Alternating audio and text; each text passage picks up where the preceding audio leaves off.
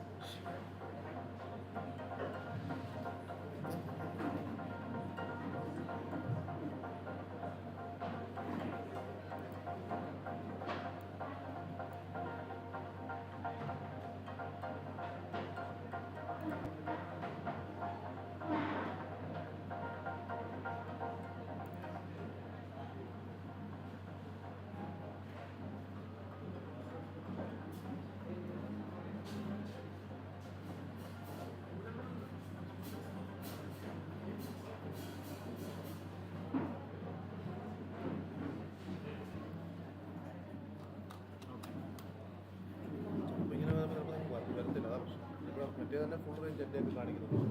പൊതുവെ ഇങ്ങനെ വൈഫൈ ഉള്ള വലിയ ഉപകാരം.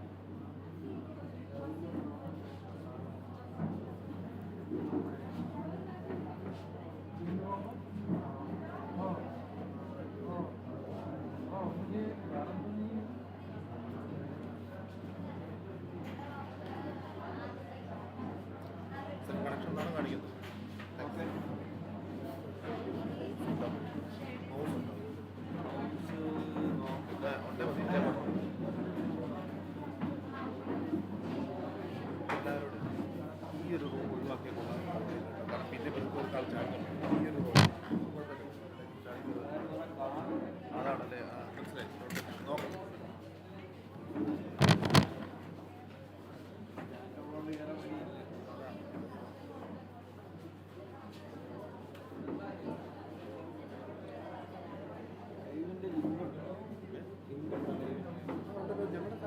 ഞാൻ അതിലേക്ക് അയച്ചു കൊടുത്തായിരുന്നു. ലിങ്ക് അയച്ചു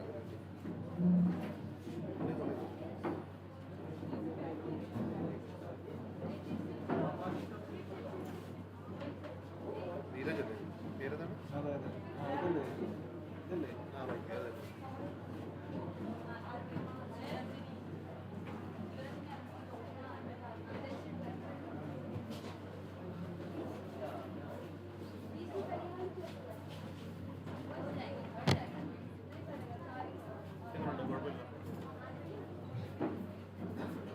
അല്ല കുഴപ്പമില്ല.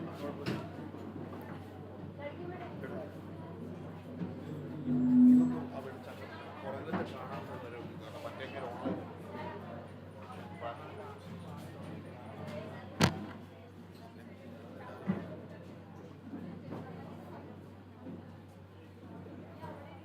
Thanks madam.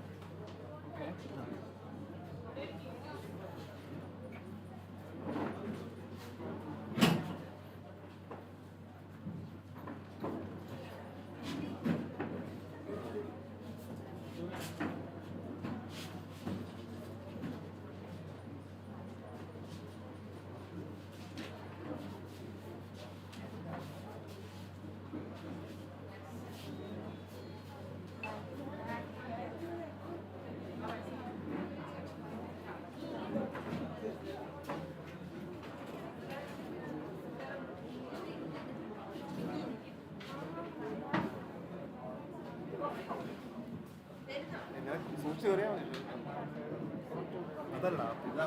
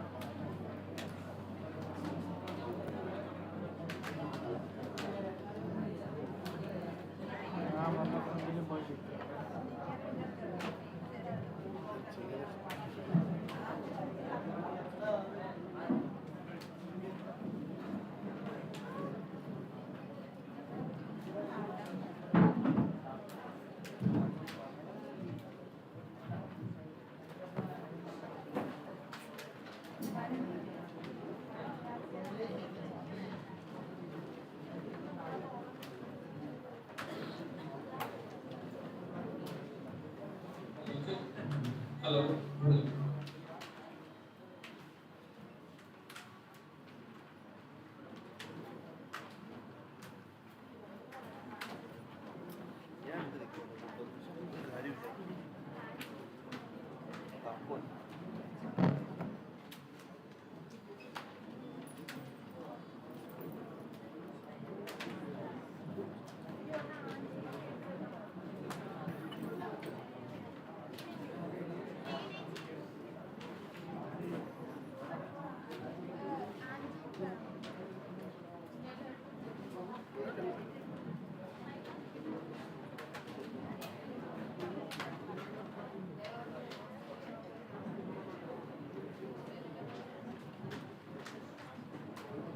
Am I audible?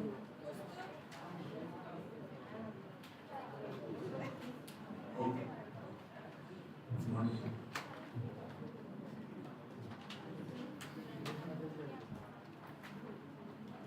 Today we all gathered here for Sports Conclave 2025 as a part of our Sports Day celebration, and we are privileged to have us with today Mr. Justice C. Harishanga, Senior Advocate of Delhi High Court, who was elevated as permanent judge of Delhi High Court, a specialist in indirect taxes and regulatory law.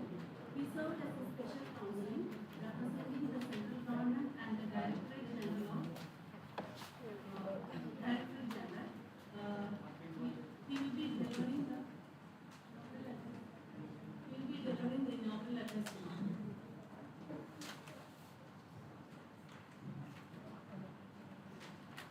Sir, we are honored to have you here with us in the function. So we'll start the program, sir.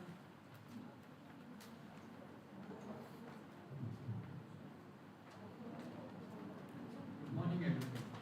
We are thrilled to welcome you to the National Sports Conclave on Khelo Bharat. To begin this momentous occasion, let's start with a prayer. I invite the choir group for the prayer on the stage.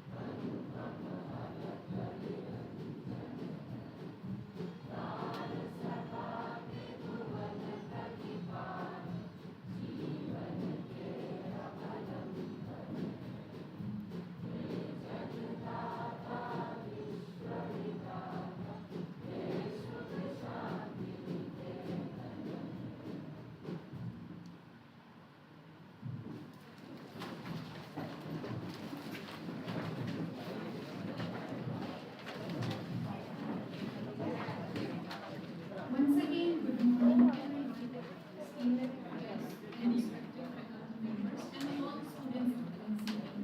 Welcome to today's Sports Day celebration and inaugural session of our Sports Conclave. The theme for today's conclave is Khelo Bharat 2025 National Sports Policy with the visionary slogan Har Gali, Har Maidan, Khele Sara Hindustan.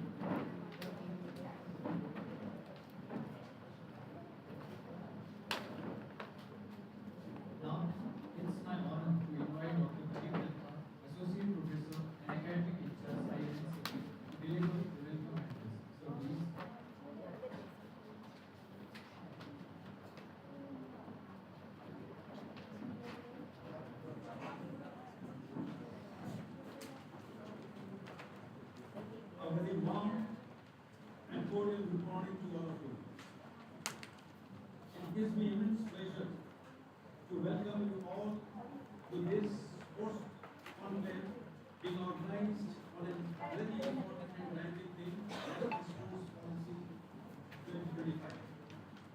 Sports in India is not merely about the competitions and medals. It is about national pride, it is about social transformations, and about nurturing a culture of fitness and excellence. We are indeed privileged today to have amongst us an eminent jurist, Honorable Justice Sri Hari Shankar, Judge of Delhi High Court, our esteemed Chief Guest of the day, whose deep insight on policy and governance will inspire us to reflect on how law and policy can shape the future of the Indian sports. On behalf of everyone, I welcome you, sir.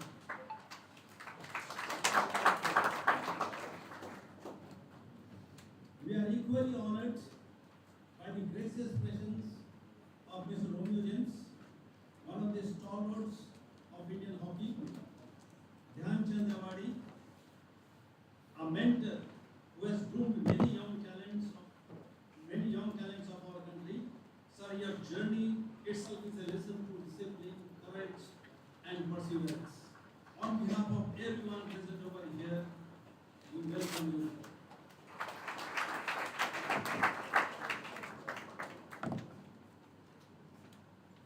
A very warm welcome to all the sports journalists, Mr. Manoj, Mr. Ansar, Mr. Sanal, and all other eminent journalists present over here.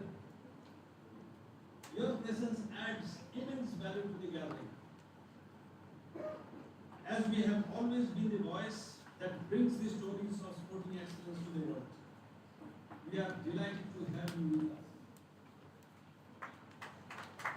On behalf of everyone from LNCPE Trivandrum, welcome.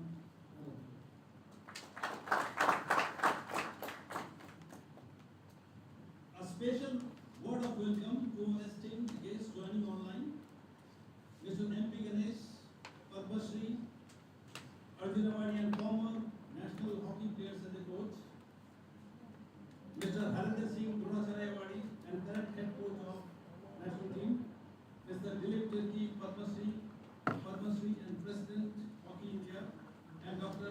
A.K. Uppal. A.K. Uppal, former Vice Chancellor of SAI National Institute of Physical Education. A special award of welcome to Dr. Kishore, Principal of SAI LNCPE Trivandrum, who has been the guiding force behind many such meaningful academic and sporting initiatives.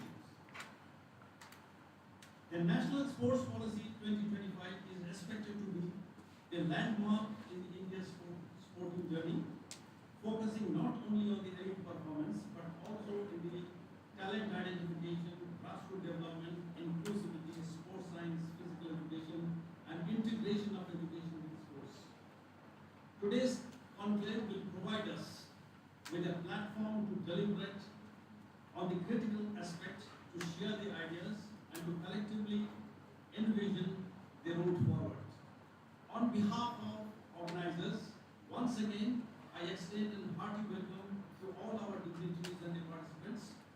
May today's deliberations inspire us to contribute meaningfully to the sporting ecosystem of our nations. Thank you very much. Jai Hind, Jai Bharat.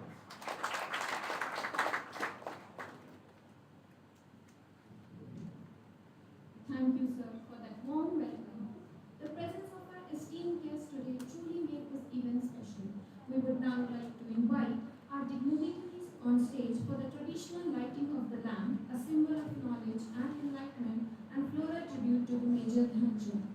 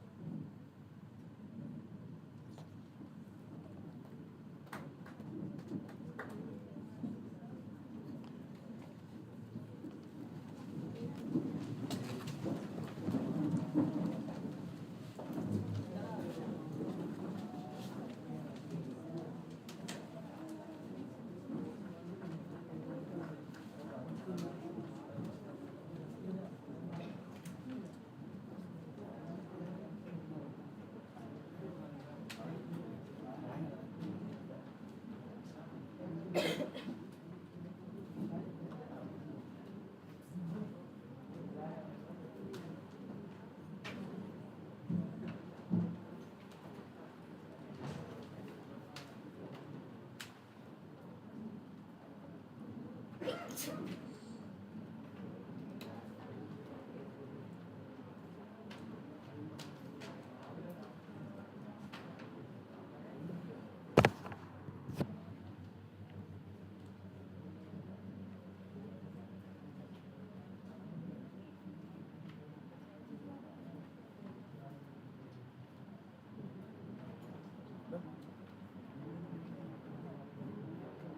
താത്തോട് ആ അവരുടെ body ചില അങ്ങനെ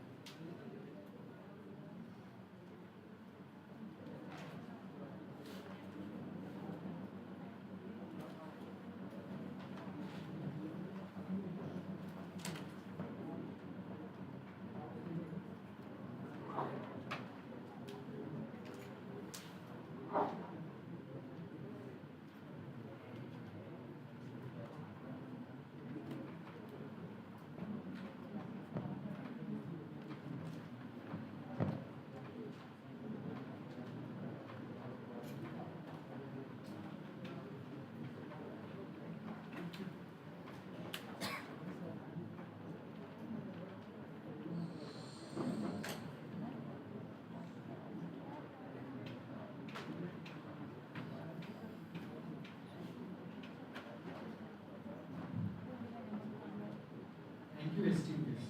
Thank you all. We are privileged to have with us today Honorable Justice Shri Harishankar, designated senior advocate by the Delhi High Court, was elevated as a permanent judge of the Delhi High Court. He served as a special counsel representing the central government and the Directorate General of Anti-Dumping before this elevation, who will deliver the inaugural address virtually. Sir, we are honored to have you join us. So please. Good morning, everyone. First, my sincere apologies that I'm logging on virtually, but work pressures in Delhi and a lot of other issues are there which have prevented me from physically attending this conclave. That said, I welcome all of you and all the esteemed dignitaries on the dais, most of whom would be much more qualified than I personally am, at least on the subject which is the focus of this entire conclave. We all know the old adage that all work and no play makes the capital void. Probably you know where it originates. In the first time this proverb or idiom or whatever you may call it, the first time this is to be found is 366 years ago. It figured in a book of Proverbs by William നേരത്തെ ഉണ്ടായിരുന്നു ഇപ്പോൾ മായുന്നു നേരത്തെ നല്ല and it was there that for the first time നേരത്തെയുള്ള system universally it was recognized that if we do not inculcate or indoctrinate, play with work, consequences can be drastic. Now in recent years, it's taken all this time for a conclave, for a policy like the NSP to have ultimately germinated, and having seen the various features of the sports policy, it is truly heartbreaking. Judges, we are not supposed to comment on policies one way or the other, but this is truly heartbreaking, and what I most found most welcome about this policy was that it integrated the executive, the various industrial, the hardcore money class, and the government into ensuring that the sports policy, that the sports in our country really develop. Now in recent years we have come to learn the hard way that health is a serious matter. We faced what is probably the most devastating health crisis that any of us has seen in our life and is likely to see for the rest of our lives, which was Corona. And I don't know, but in recent times, at least in Delhi and these areas, maybe in the south you're much better off, but in the Delhi and these areas now, people are falling ill at the top of the head. We are having viral fevers, we are having typhoid, we are having all sorts of things, apart from the after effects of corona itself. And nowadays, therapeutic methods are not proving efficacious. Doctors and medicines, they do not really solve the problem. And now the focus is entirely now shifting towards maintaining a healthy lifestyle. Our healthy lifestyle involves, apart from your personal habits, do exercise, sports, and what better than to participate in sporting activities. But most of us have now crossed the age where more than half our life is over. But it is of prime importance that the youth of this country, especially those who are in schools, who are in colleges, from a very early age, they are taught to make sports not an extracurricular activity, but a curricular activity. Sports can no longer afford to be extracurricular. That time is over. And maybe it's because it was like that we have faced all these health crises. So it's high time that sports is made part of the curriculum and of the regular lifestyle of all the young persons and persons who are growing up, the persons of tomorrow, the country of tomorrow, the citizens of tomorrow. So that we have a healthy populace, then the country will prosper. Otherwise, if everyone is going to lead a sedentary lifestyle and fall prey to illnesses, we don't know where things are going to go.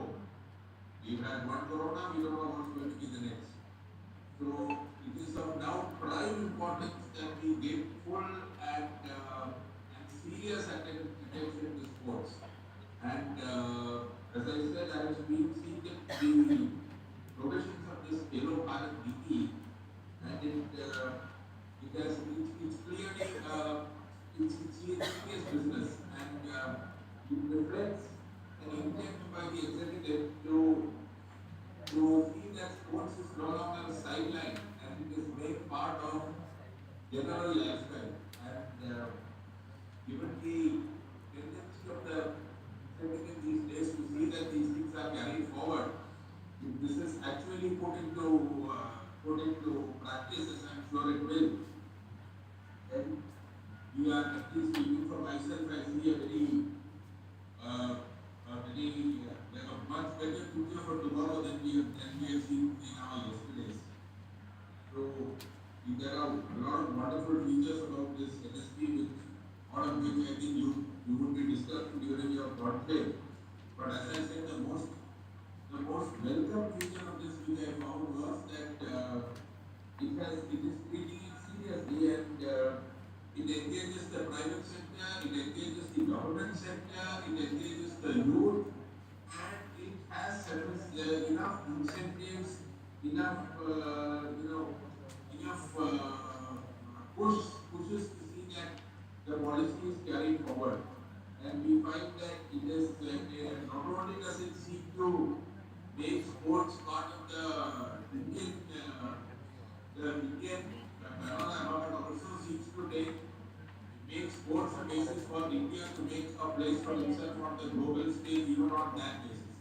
We have Olympic aspirations of 2026, and what many that if this moves forward with the right impetus, we may actually do a wonderful job there. So this is the first time I'm seeing a sports conclave. We normally see a lot of these long conclaves and things like that, and it's really welcome. And that's another reason why I'm actually sorry I'm not there physically in person. But I'm sure with the kind of persons who are participating, I know Dr. Kishore very well, and I know the kind of leadership qualities he has. And I've seen the galaxy of persons who are participating in this conclave. And with the participation, I'm sure it will be a resounding success. So it's a very welcome step, and I'm thankful to all of you for having thought me fit enough to, and that's part unintended, to actually be the chief guest in this conclave.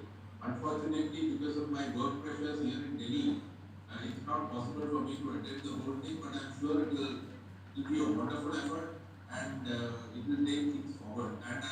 I would be very happy if a similar conclave is held in Delhi, and if at all any kind of such plan is afoot, you're all welcome. Everyone is welcome to get in touch with me, and we will do everything that we can. Maybe we can even push give some support on board, etc., to see that it is a success.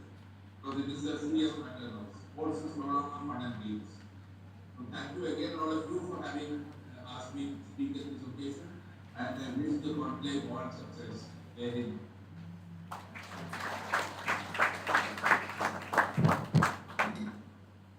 Thank you, sir, for these inspiring inaugural address. Your insightful words have set the tone for this meaningful occasion, and we are grateful for your presence. Thank you, sir. Now, also, we are privileged to have with us today in this fourth edition of the Sports Conclave another guest. We have Shri Sunil Kumar, Kerala Olympic Association President. We welcome you, sir. I am just seeking permission to leave now because there are some official engagements, but I would request that a tape of this may be provided to me so that I can see it later. Okay, sir. Thank you so much, sir, for your presence. Thank you. We are very sorry I am not able to remain online, but this is actually a working day for us. Thank you. Also, we have another guest, Sri Raghutandran Nair, Vice President and Executive Director of Kerala Olympic Association. We welcome you, sir.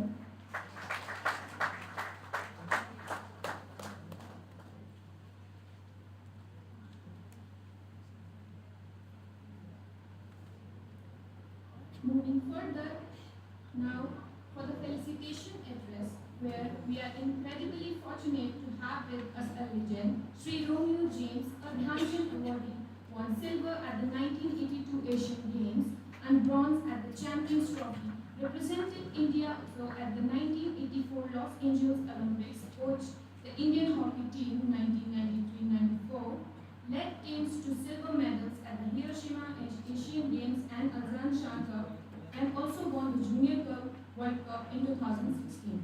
Sir, please.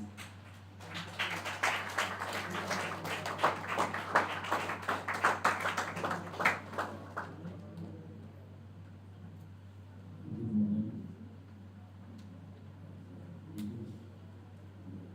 National Sports Day.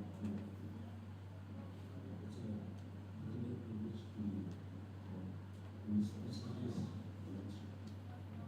The other thing for me from the last 20 years.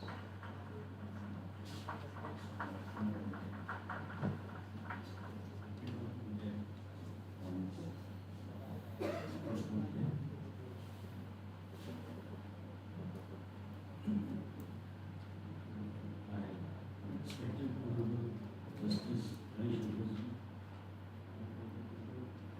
sir, I have now no more education.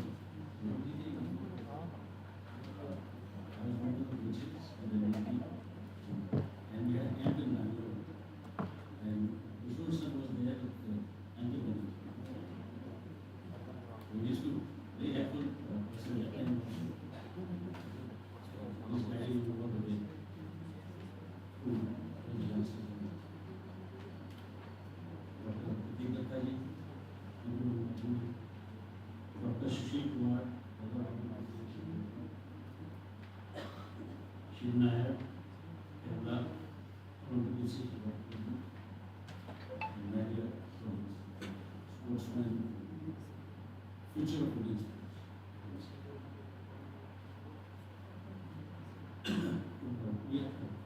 I'm here for the sports conclave, for the sports policy 2024. The sports policy, Hero Ratna Arabi 2025 is fully transformative power for sports for our sportsmen in India, especially. It is a well thought policy. If we could implement it properly, it will do wonders in decades to come. The policy will create excellent sporting system in India, which I feel wasn't there earlier when we used to play.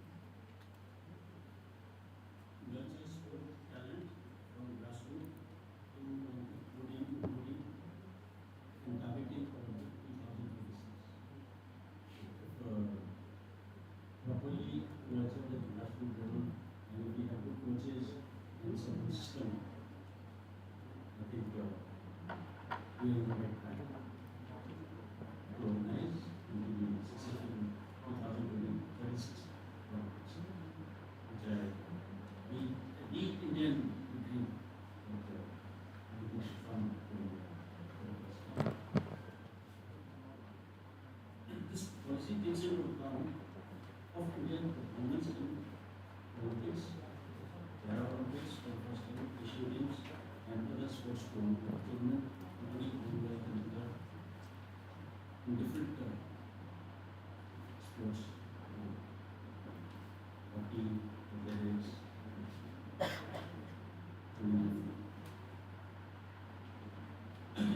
the policy vision is here to promote sports and organize sports well thought of by those who have made it. They have really gone down to the depths and all the nitty-gritties which comes to implement for the development of sports. It will 100%, and I'm sure it will raise the nation's prestige on global stages. As far as of now, only one or two sports of name a few, we are global stage. Neither just because in athletics for the first time. That we can shooting wrestling and weightlifting. So I'm very sure that our national prestige is going to work with the sports policy being properly implemented. Sports Ministry and SAI has ventured well in the right direction, which will bear fruit in times to come. Yes, sportsmen, takes time, and years of dedication and hard work. Which, in my opinion, will come to be a fruit that is doesn't start at the age of 10 years. So it is 10 years or 12 years by the time he is 20, there's a right time.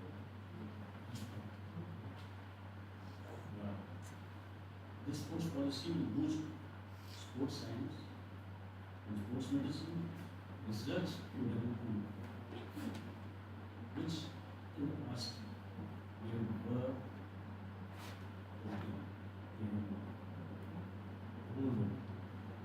that's why you see now in hockey and athletics, all those sports science and all the sports scientists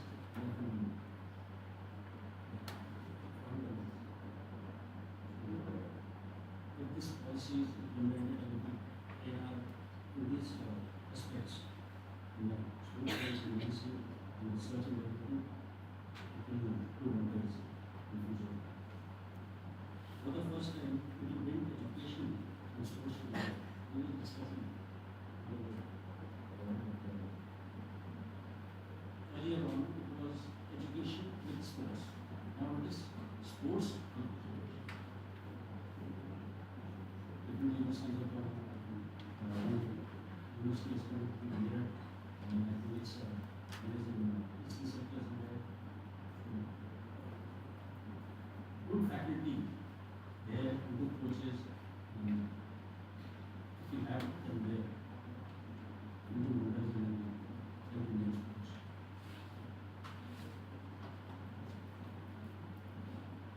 Yeah. Proper training coaches in schools, in universities, states, association will help in building up the sport.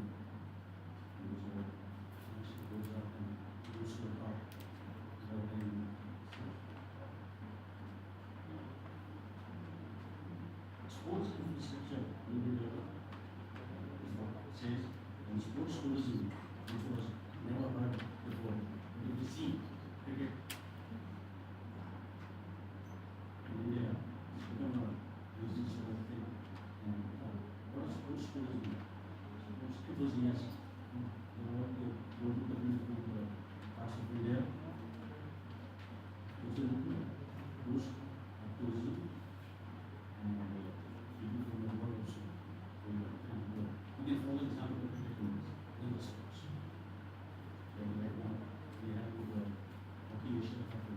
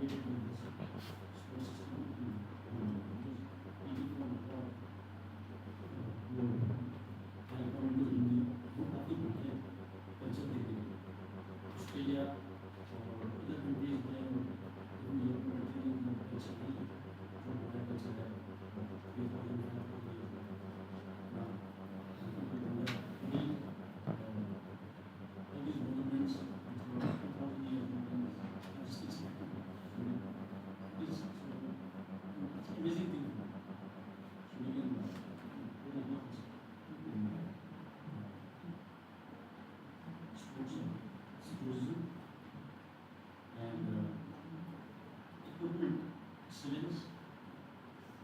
We also not again in different sports if you see whether it's cycling and everything, you get the good from it. Probably in India, आपने जैसे हमारे music का बोला आपने जब हमारे sports में बने तो हमारे अच्छा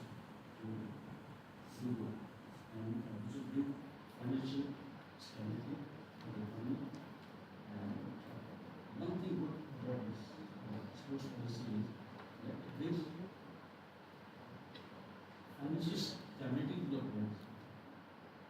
जब हमने इतना शुरू करा था 70s में और उस time was basically a gamble. If you play sport and if you know it's a top, it's a gamble.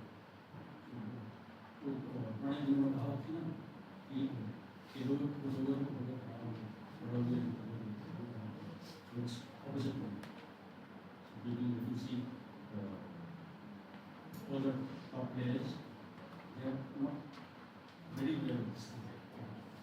If they are done excellent in sports, their future is secure. And I'm sure with the sports policy, we need our young generation, those are 10 years or 12 years old, they work hard and they want to aim India colors and all, and they don't make it, still their career is safe. This will help you for the youngsters. तो अपनी जो होता है कि मैं sports के notes क्या है so this sports policy when implemented you will see the state level पे भी खेला है तो financial उसका you will have you can easily use that money. It's a great initiative by our sports ministry as a SAI in line with our minister's vision. I mean, there were years to come, if implemented well, it's very, very important. Should be implemented well and monitored properly. And I'm sure in the years to come, as sports will rise to levels the world can see and see. Today's so then, saying thank you.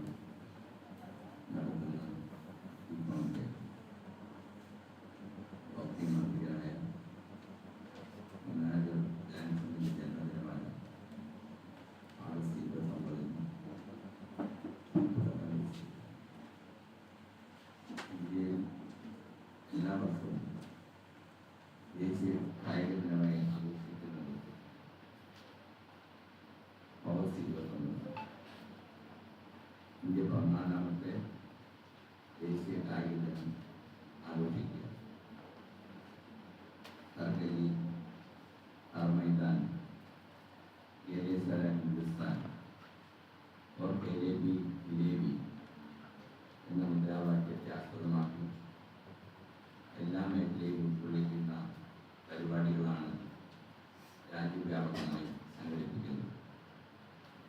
സ്പോർട്സിനെ ദൈനംദിന ജീവിതത്തിൻ്റെ ഒരു ഭാഗമാക്കുന്നതിനായി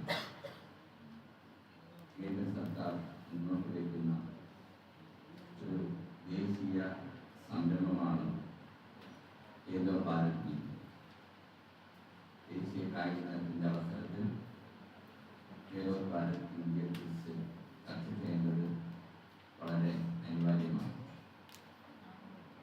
രാജ്യത്തിൻ്റെ കായിക ആവാസ വ്യവസ്ഥയിൽ വിപ്ലവം സൃഷ്ടിക്കുക എന്ന ലക്ഷ്യത്തോടെ കേന്ദ്ര സർക്കാർ ആരംഭിക്കാൻ പോകുന്ന ഒരു പ്രധാന പദ്ധതിയാണ് ഖേലോ ഭാരത് നീതി 2025. സമഗ്രവും പ്രകടനത്തെ അടിസ്ഥാനമാക്കിയുള്ളതുമായ ഒരു കായിക ചട്ടക്കൂട് രൂപപ്പെടുത്തി ഇന്ത്യയെ ആഗോള കായിക കേന്ദ്രമാക്കി ഉയർത്തുക എന്നതാണ് ഈ നയത്തിൻ്റെ ലക്ഷ്യം. 5 പ്രധാന സ്തംഭങ്ങൾ കീഴിലാണ് ഈ പദ്ധതി വികസിപ്പിച്ചിരിക്കുന്നത്. ഒന്ന്, ആഗോളതലത്തിൽ ഇന്ത്യയിലെ കായിക മികവിനെ ഉയർത്തുക എന്നതാണ് പ്രധാന ലക്ഷ്യം. അതിനായി അടിസ്ഥാന സൗകര്യങ്ങൾ മെച്ചപ്പെടുത്തൽ, കഴിവുള്ള കായിക താരങ്ങളെ കണ്ടെത്തൽ, മത്സരം നേരിടാനുള്ള ശേഷി വർദ്ധിപ്പിക്കൽ എന്നിവയ്ക്ക് മുൻഗണന നൽകുന്നു. രണ്ടാമതായി, ടൂറിസം, ഉൽപാദനം, കായിക സാങ്കേതിക വിദ്യ തുടങ്ങിയ മേഖലയുടെ വളർച്ച വഴി സമ്പദ് വ്യവസ്ഥയെ ശക്തിപ്പെടുത്തുകയും അതിലൂടെ തൊഴിൽ സാധ്യതകൾ വർദ്ധിപ്പിക്കുകയും ചെയ്യുക എന്നാണ് പ്രധാന ലക്ഷ്യം. ഇതിലൂടെ ഇന്ത്യൻ കായിക മേഖലയുടെ സാമ്പത്തിക സാധ്യതകൾ പരമാവധി പ്രയോജനപ്പെടുത്തുക എന്നതാണ് ഒരു ലക്ഷ്യം. മൂന്നാമതായി, സ്പോർട്സ് ഫോർ സോഷ്യൽ ഡെവലപ്മെന്റ് എന്ന ആശയം മുൻനിർത്തി സ്ത്രീകൾ, യുവാക്കൾ, ഭിന്നശേഷിക്കാർ തുടങ്ങിയ വിഭാഗങ്ങൾക്കിടയിൽ ആരോഗ്യം, വിദ്യാഭ്യാസം, സാമൂഹ്യ ഐക്യം എന്നിവ പ്രോത്സാഹിപ്പിക്കുക എന്നുള്ളതാണ്. നാലാമതായി, സ്പോർട്സ് എ പീപ്പിൾ മൂവ്മെന്റ് എന്ന ആശയത്തെ അടിസ്ഥാനമാക്കി ശാരീരിക ക്ഷമതയുടെ സംസ്കാരം വളർത്തുക, എല്ലാ പ്രായക്കാർക്കും കായിക വിനോദങ്ങൾ പ്രോത്സാഹിപ്പിക്കുക എന്നതാണ് ലക്ഷ്യം. അഞ്ചാമതായി, ഈ നയം 2020 ദേശീയ വിദ്യാഭ്യാസ നയവുമായി ബന്ധപ്പെടുത്തിയിട്ടുള്ളതാണ്.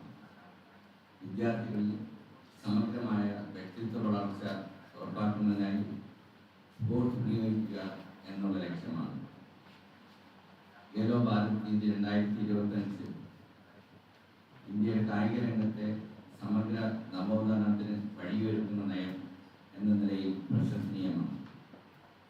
മികച്ച അടിസ്ഥാന സൗകര്യങ്ങൾ, ശാസ്ത്രീയ പരിശീലനം, പ്രകടന മികവുള്ള പ്രതിഭാ വികസന പദ്ധതി എന്നിവ സംയോജിപ്പിക്കുന്നതിലൂടെ ആഗോള മത്സരങ്ങളിൽ ഇന്ത്യയുടെ പങ്കാളിത്തം വർദ്ധിപ്പിക്കാനും ഇന്ത്യയെ ആഗോള കായിക ഭൂപടത്തിൽ ശക്തമായി സ്ഥാപിക്കാനുമാണ് ഈ നയത്തിൻ്റെ ലക്ഷ്യം. വിദ്യാർത്ഥികളുടെയും യുവാക്കളുടെയും ശാരീരിക ക്ഷമത വളർത്താനും കായിക അഭിരുചി വളർത്താനും ഈ നയം പങ്കുവഹിക്കുമെന്നുള്ളത് ഉറപ്പാണ്.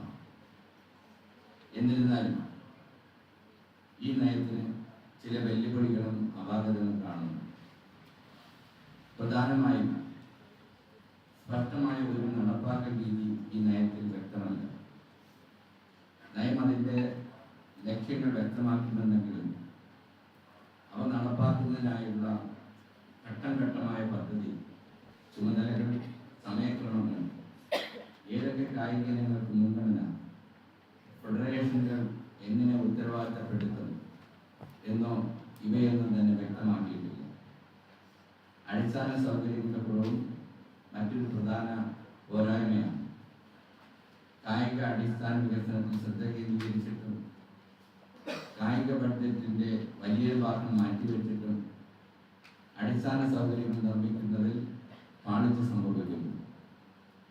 2025 ഖേലോ ഇന്ത്യ യൂത്ത് ഗെയിംസിൽ മെഡൽ നേട്ടത്തിൻ്റെ കാര്യത്തിൽ കേരളം 25 മെഡലുകൾ നേടി ആദ്യ പത്തിൽ ഇടം നേടി എന്നുള്ളത് ശരിയാണ്.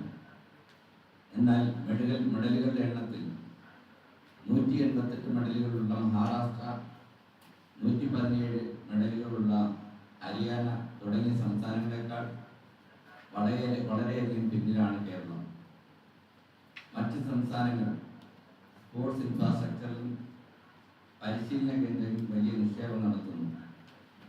കേരളത്തിൽ ഇതിൻ്റെ അഭാവം ആണ് കായിക കേരളം താഴേക്ക് പോകാനുള്ള മുഖ്യ കാരണം. കഴിഞ്ഞ ദേശീയ ഗെയിംസിലെ കേരള ടീമിൻ്റെ പ്രകടനം ഇതിനൊരു വലിയ ഉദാഹരണമാണ്.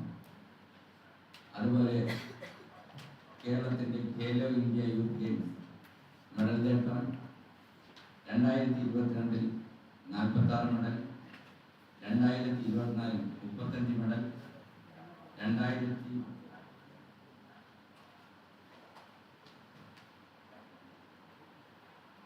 2025 25 മെഡൽ എന്ന നിലയിൽ കുറഞ്ഞതും ഇവിടെ ശ്രദ്ധിക്കേണ്ടതുണ്ട്.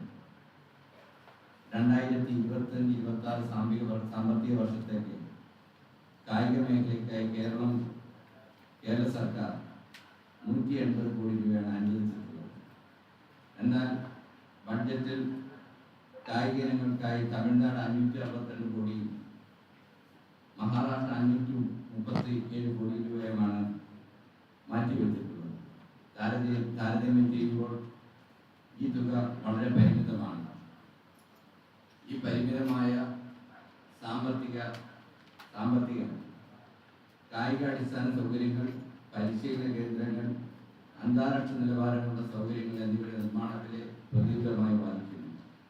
ഇതിനു പുറമെ കായിക താരങ്ങളുടെ പരിശീലന ചെലവുകളും സ്പോർട്സ് അസോസിയേഷനുകൾക്ക് ആവശ്യമായ മറ്റ് ധനസഹായവും വഹിക്കാൻ ഈ പരിമിതമായ ബഡ്ജറ്റ് പര്യാപ്തമാകുന്നില്ല. ഇത് കേരളത്തിലെ കായിക മേഖലയുടെ മുന്നോട്ട് പോക്കിന് കാരണമാകുന്നു. മറ്റ് സംസ്ഥാനങ്ങളെന്ന പോലെ കായിക ബഡ്ജറ്റ് വർദ്ധിപ്പിക്കുന്നതിലൂടെ ഇന്ത്യയുടെ ഒരു മുൻനിര കായിക സംസ്ഥാനമെന്ന സ്ഥാനം പുനഃസ്ഥാപിക്കാൻ കായിക താരങ്ങൾക്ക് മികച്ച അവസരങ്ങളും പിന്തുണയും നൽകാനും കേരളത്തിന് കഴിയും. ഹരിയാന, മഹാരാഷ്ട്ര, മധ്യപ്രദേശ് തുടങ്ങിയ സംസ്ഥാനങ്ങൾ മികച്ച പരിശീലകരെയും കായിക താരങ്ങളെയും ആകർഷിക്കുന്നതിനായി ഖേലോ ഇന്ത്യ സെന്റർ ഓഫ് എക്സലൻസിൽ വൻതോതിൽ നിക്ഷേപം നടത്തുന്നു. സമാനമായ കേന്ദ്രങ്ങൾ ശക്തിപ്പെടുത്തിയില്ലെങ്കിൽ കേരളം ഇനിയും പുറകോട്ട് പോകും. ഫണ്ടുകളുടെ അസമമായ വിതരണം ഒരു പ്രശ്നമായി ചൂണ്ടിക്കാണിക്കപ്പെടാം. ഖേലോ ഇന്ത്യ പോലുള്ള പദ്ധതികൾക്ക് കീഴിൽ 426 കോടിയിലധികം ലഭിക്കുന്ന ഗുജറാത്ത്, 438 കോടിയിലധികം ലഭിക്കുന്ന ഉത്തർപ്രദേശ് തുടങ്ങിയ ചില സംസ്ഥാനങ്ങൾക്ക് ഗണ്യമായ സഹായം ലഭിക്കുമ്പോൾ ദേശീയ തലത്തിൽ കൂടുതൽ താരങ്ങളെ സൃഷ്ടിച്ചിട്ടുള്ള കേരളം പോലുള്ള സംസ്ഥാനങ്ങൾക്ക് സാമ്പത്തികം ലഭിക്കുന്നത് വളരെ തുച്ഛമാണ്.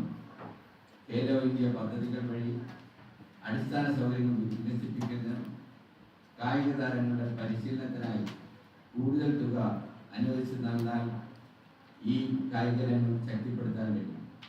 ചുരുക്കത്തിൽ ഖേലോ ഭാരത് നീതി 2025 ഇന്ത്യയുടെ കായിക ഭാവിക്ക് ദർശനാത്മകമായ ഒരു ബ്ലൂ പ്രിന്റ് തയ്യാറാക്കുമ്പോൾ നിലവിലുള്ള ചില പോരായ്മകൾ കൂടി പരിഹരിച്ചാൽ മാത്രം ഈ നയം കേരളത്തിൽ ഫലപ്രദമായി നടപ്പിലാക്കാൻ കഴിയും. ഈ സെമിനാറിൽ പങ്കെടുത്തിരിക്കുന്ന മുഴുവൻ കായിക താരങ്ങളെ ഒരിക്കൽ കൂടി ആശംസിച്ചുകൊണ്ട് നിർത്തുന്നു. നന്ദി, നമസ്കാരം.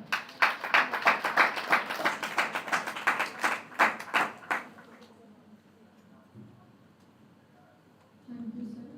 Now, I would like to invite for the felicitation Shri Raghuchandran Nayak, Vice President and Executive Director of Kerala Olympic Association. Sir, please.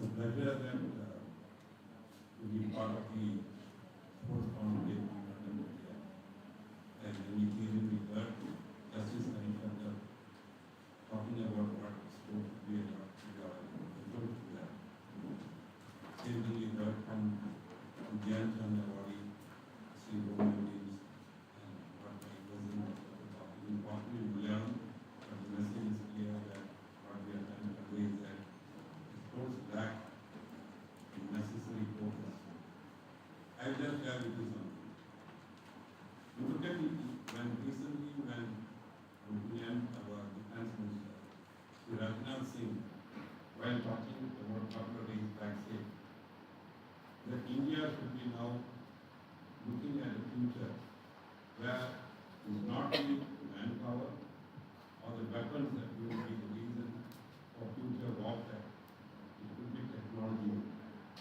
The warfare can start for 1 month, 2 months, and 2 years. So we have to prepare for that. That is the mission of the defense minister talking about. Now when you look at it, what is the amount they have earmarked for the defense budget? The defense budget of India is 6.81 lakh crores. Now, all of us are here in the sports movement and I'm also part of the sportsman. What is the amount you earmarked for sports in India? 3,086. It is not even 1% of the defense budget. And we keep on saying we have not got medals, we have not done that, and we have not done this, and also we talk about. Sport policies are coming, good. But when sport policies come in, the focus should be that it is the only activity in India that binds people together. We have so many different types of religions in this country. But the only place where we have no caste, no creed, no religion, no politics, is only sports. All of you have come from different parts of India, different parts of the state. They all teach and practice sports guys. But what you have to remember is that this is the only way in India that binds people together without any restrictions on their religion or caste or creed. And here what we have to understand, there's a saying that you give peanuts, you get only monkeys. The money to be spent in sports will be very, very high. We are talking about holding Olympics in India. Do you think that 3,700 or 800 crores of allocation of funds is enough to bring our people to the standards of what they are spending China and doing? Why do you think the Chinese guys are doing very well? You want to buy planes. I'm also the president of the Chamber of Commerce. Then you want to buy planes. The plane which came into the Indian harbor came from China. Why is India not making planes? We can make our Prime Minister is striving very hard to make a Making India policy. Similarly, for sports, there should be a game plan, there should be a technology, because you got 1.4 billion, 1.5 billion people there. And China also has got the same number. Why are they topping us? Is it because our policy is wrong? Is it because we are not focusing on what we are talking about? Is it because our technology is wrong? We have to learn. We have to change. Because if you go on using obsolete technologies and training methods, none of us are going to reach anywhere.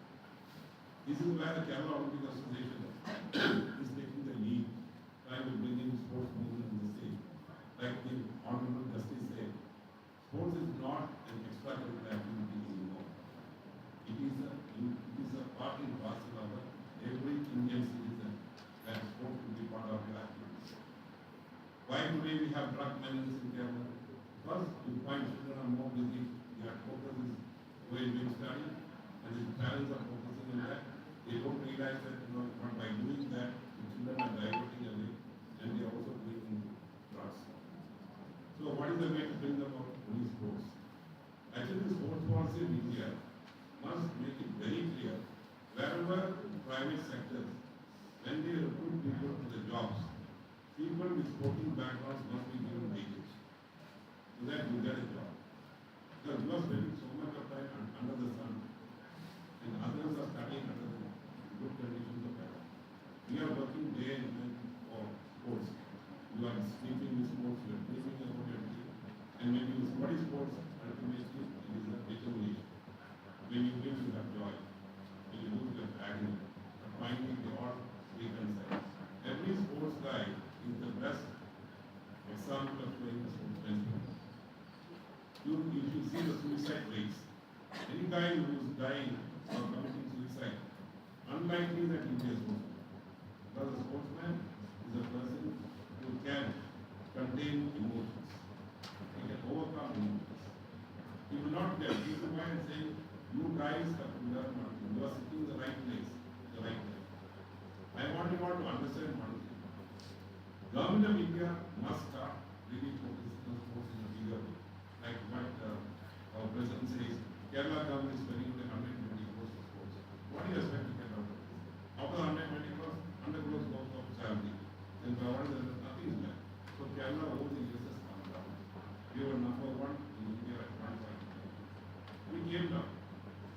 came down, the focus is not on sports. The focus is on retaining people and sustaining people, giving salaries.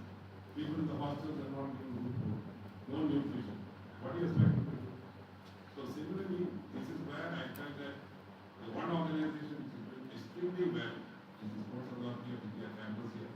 And I am very happy that Dr. G. Kishore, Dr. G. Kishore is a treasure of knowledge, a person who got formal vision. Government in India should use him. Because if you ask him to retire at the age of 60 or 62, you are losing a very important person. This person should be utilized, taken to the higher levels, so that the person who knows the subject, the experience counts. And he can bring you guys to become this sport. The LNCP is one of the center in India which has got hope for India for medals. This center is doing well because there is discipline. Why do you think China is doing well? Should be discipline. See, in a country like Singapore, I'm a person who was born in Malaysia. I studied in Malaysia. In Singapore, when you pass your schooling, you have to undergo 2 years of compulsory national service. Why? Because you should be, every citizen of the country must be ready to protect the country in the event of crisis. Similarly, in India, they must make it a point that every student must be part of sports. He can be small sport, he may not be well built, but he should be part of the sports. The sporting event. It can be a chess game, it can be a mental game, it can be a physical game, it can be anything. But only if he becomes a sportsman, India will have a very beautiful country. We are third largest economic power. Very soon we will become second largest economic power. But if you have power without good people, the power won't last. And it can only last. Is the only thing which we are, why we are talking about, we have too many gods, too many religions. But in none of this sportsing activity, religion of us comes in. We all talk about winning. When we talk about India is losing, all of us are having sleepless nights watching television. And that if we win, we want sleepless good dreams. When we lose, we really stop there and there. So I'm only trying to tell you is that please remember one thing. This sports conclave should be able to give you the necessary inputs, and all of you should go back with the feeling that you have come for a conclave and that there are a lot of takeaways in this conclave which you can use for your future. With you all the best. Thank you, sir. To continue our exploration of sports policy, we would like to invite a panel of experts to share their message. Please welcome Dr. A.K. Uppal, Chairman of FE, Physical Education Foundation of India, former Vice Chancellor of Shivaji University. Sir, please.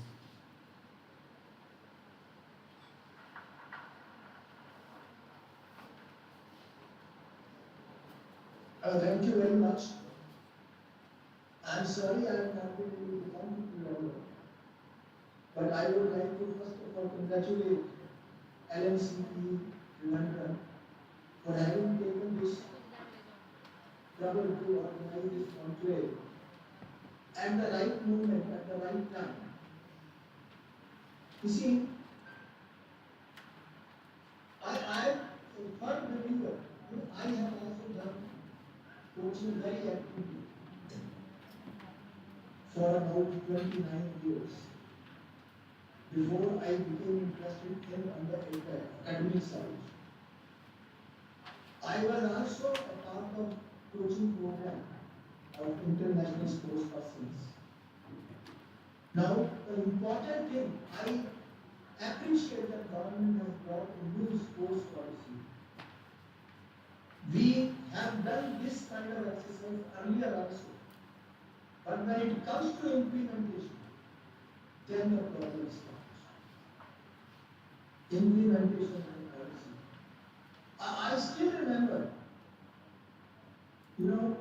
7 years back, 0 period was introduced in the schools. See, our main population of sports persons will come from the school. That is the stage where we have to spend lot of money, lot of thinking is to be done, where the talent is to be properly nurtured so that they can, once they come to the university, they further improve and then help the nation in bringing about a lot of knowledge in the contributions. Now, our school program on physical education is very, very good. This is what my feeling is. On paper, it is everything is there, but in reality, our school program on physical education is not doing very well. As I said, 0 period was introduced. In 0 period, every child from the school was expected to be on the playfield. It started gradually, its importance declined, and today, I would say majority of the schools, on paper they have, but 0 period is gone.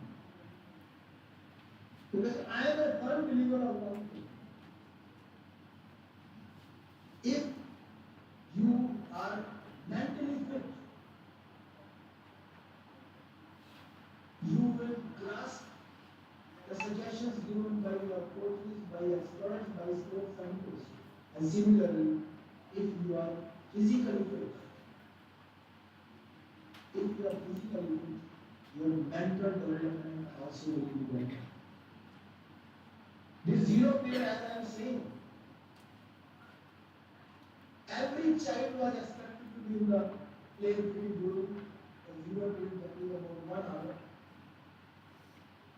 And gradually, this period has been replaced by some other academic activities. School is the right place. If we take up villages where there is no dearth of talent in sports, but they do not have the facilities, they do not have the amenities, parents do not have sufficient funds to feed their children, provide them the right kind of nutrition. Most of our wrestlers, especially in Haryana, in Delhi, they come from the rural areas. They can perform better than what we are doing at present if their financial condition is improved. Therefore, I very firmly believe that a lot of emphasis has to be given at the school stage, from where the talents actually come. I heard the speech of the last person, I'm sorry I do not know his name, when he gave example of several countries, he gave example of Singapore and other nations also. But then these countries, the size of Singapore is not bigger than maybe Punjab, entire country. But they have a very sound program of physical education and sports. Why America is doing so well? Why China is doing so well? We also made the reference of China. It is not, people somehow do not appreciate when the China's name is mentioned. Chinese came into Olympics movement almost after 84 years. We participated in Olympics in 1900. China, as a republic, came into Olympics in 1980-84. And today, they are forced to reckon in sports. They are at second spot in the last 3-4 Olympics. And then Beijing Olympics, they were number 1. Last Olympics also, till the last one day, China was on top. Last day, USA won 2 gold medals and they go on top, and China goes to second spot. There is no matching in that. They have a very scientific program. Very scientific program. I remember about 40 years back, Ministry of Youth, Education invited us in Delhi for a discussion. That those days, Mr. Patel Singh, he was the defense minister. He was the chairman of the committee where a curriculum was developed from class 1 to class 12. To develop a curriculum. And that curriculum is yet to see the light of the day. Idea was that every child should participate so that his physical development takes place. And when physical development takes place, the mental development also goes along with it. But a curriculum was suggested.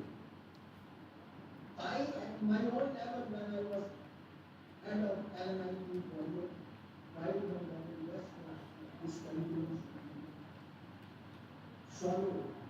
But again, about 5 years back, Ministry of Youth and Sports, they asked me to prepare a curriculum. I again prepared it. And that is yet to be discussed. That is yet to be discussed. So, I appreciate the government of India for bringing in a new policy. But I am sure that in the rural areas and in all schools, we introduce physical education for the system. Another thing which I want to mention is about physical education. Schools having a strength of 6,000, 4,000, 5,000, 2 teachers are given. And that too, they will be not permanent teachers in the school. They sometimes have coaches from outside who probably come for a couple of hours. I will share a story with you sometime about this. So, I do endorse the viewpoint of the government of India and present to bring in a new education policy. It is highly appreciated, but government must make sure that this policy is systematically implemented. On paper, it looks very nice, but unless it is properly implemented, whatever good we are likely to achieve, then we will not be able to achieve. No, it's about 10 years back. One of the chairmen of a school near my house, who was an ex-shooter of our country, a bronze medalist of Commonwealth Games, he invited me. How can we improve our physical education and sports program of the institution? When I asked him, how many teachers you have in the school? He said, we have 4 teachers. How many students? 2,500 students. I said, I would like to meet your physical education teacher. When I came to the play field, the physical education teacher came to me. I said, where are the other 3 teachers? He said, they are part-time teachers. I am the only regular teacher here. Only one teacher of physical education. How can the physical education program of an institution be systematically managed with a single teacher of physical education? They get 2 hours part-time teachers. They come, the person who comes for 2 hours gives only little effort, makes only slight effort, and schools are unable to take advantage of their presence. Consider physical education teachers, coaches at par with a teacher of mathematics, with a teacher of physics, providing the same salaries. I can tell you, if schools, take more interest in this area, I think our future will be much, much brighter. Our previous gentleman who was summing up the last session, he made 2-3 references of China. I have been to China 3 times. trying to go into the sports science laboratory, I was not allowed. I was not allowed at all. Anyhow, I think there is a message from Dr. Datta. Probably he wants me to stop, and I would like to listen to other people and other experts, and then maybe I will be able to give my viewpoints. Thank you very much.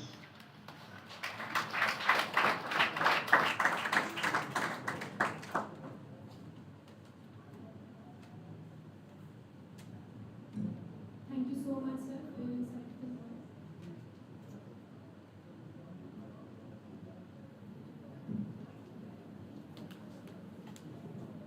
Also, on this sports day edition, sports conclave, we are also privileged to have Srimati Veena Moore, Olympian. We welcome you, ma'am.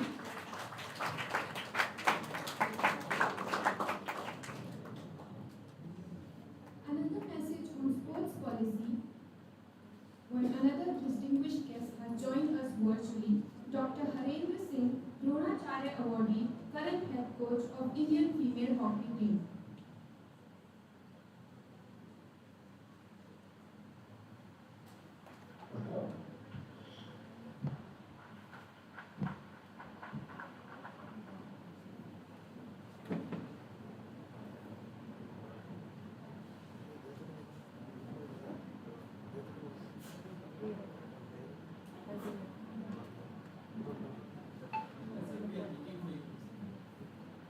Okay.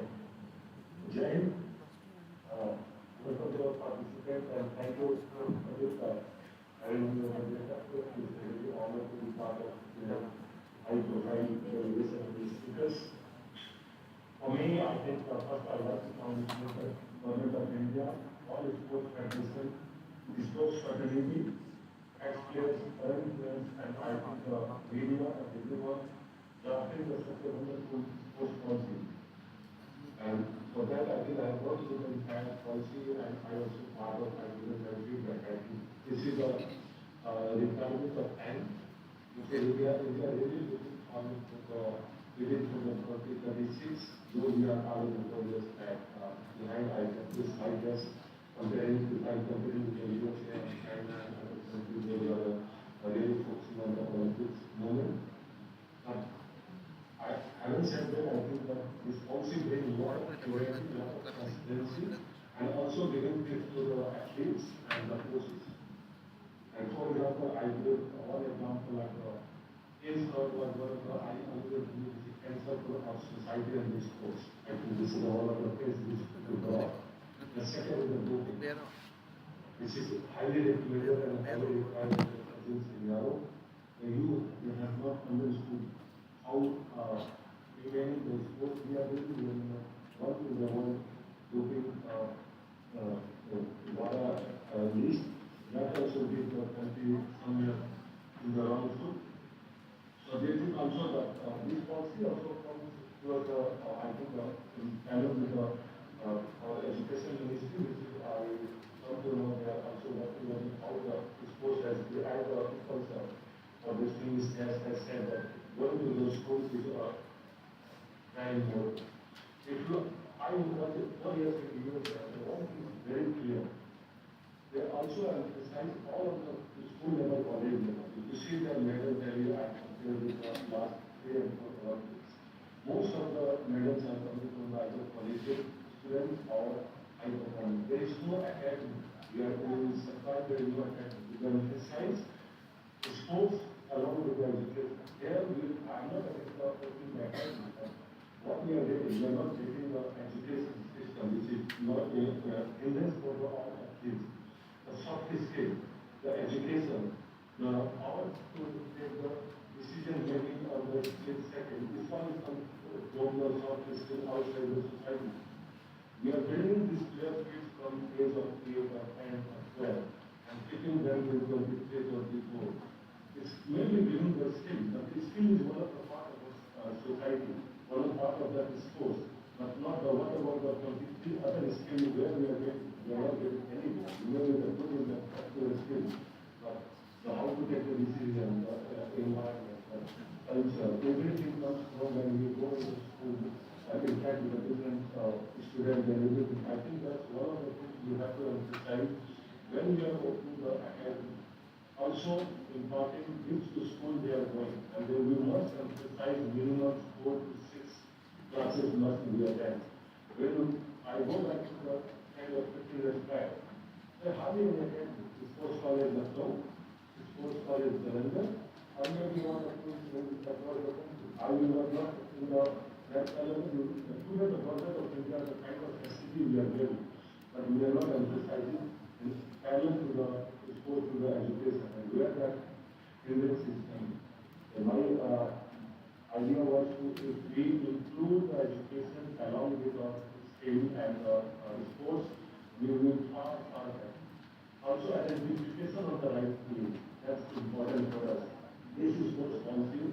I think given lot of tips to identify the age group, and my humble request to all the coaches of the academy and everyone. Don't too much focus on the skill. There is some learning age, there is some intermediate age, then there is comes from the competitive age, then high performance. I have come across whenever I am listening. In age of 10 and 12, we are talking about the high performance. What kind of high performance means where the physical ability, the mental ability, and skill execution is not in the age of 8 and 14. Let's say where level play by sports, where there are lot of sports level play, but we are too much emphasizing on the skill based, science based, and we are not allowed to play the other sports. We are particularly going to the one that also is difficult. This is policy also giving a lot of I think the idea how we should go about future measures. That's one of the things I personally feel. The third thing which I like to emphasize and very quickly keep my notes on is the kind of facility we have, the kind of coaches we are really still we are struggling the coaches, the grassroots level coaches. The best coaches should work on the grassroots level, and where our country is lacking. And also, it's not a certification. It should be practical. We are too much on the theoretical part, not on the practical part. Coaching is all about your experience, your practical or the theoretical. And the coaching those who are working on the grassroots, they don't require too much of science. They just require how to bring these players on the one platform. Like the people have said, we have to treat physical education treatment, but only one is available and two are the partner. How we can, and that school must be having 2,000 kids. How we are going to give that kind of environment where the kids will love to play, love to be come out from the classroom and the house and pick up all of those sports. These are the things I think you to keep in that. And then one final my version is let the youth involved in the sport. The country which is highest on the sports activity, then it means you are not investing more on the medical side. You are not going to the hospital. You are not going to investing the money on the health.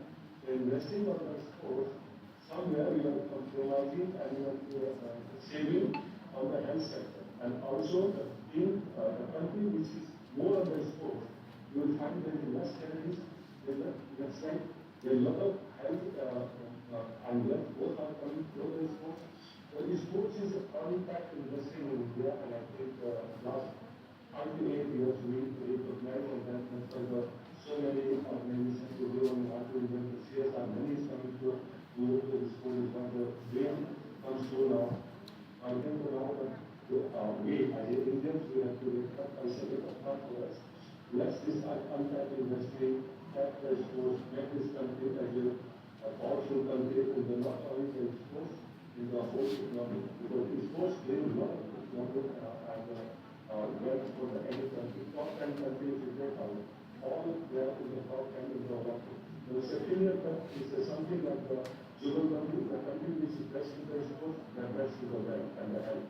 So let's work on this policy, and we are going to be, I request everyone, go through this policy and we should try to implement whatever way we can implement on that. There is a lot of faith and opening of this book. Thank you very much, again. I love it. Much time.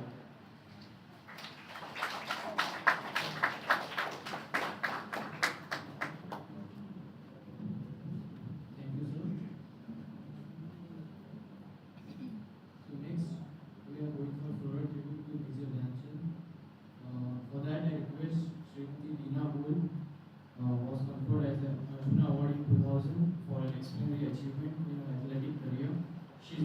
joint winner of India's highest sporting honor, the Rajiv Gandhi Khel Ratna Award, in year 2002 and 3.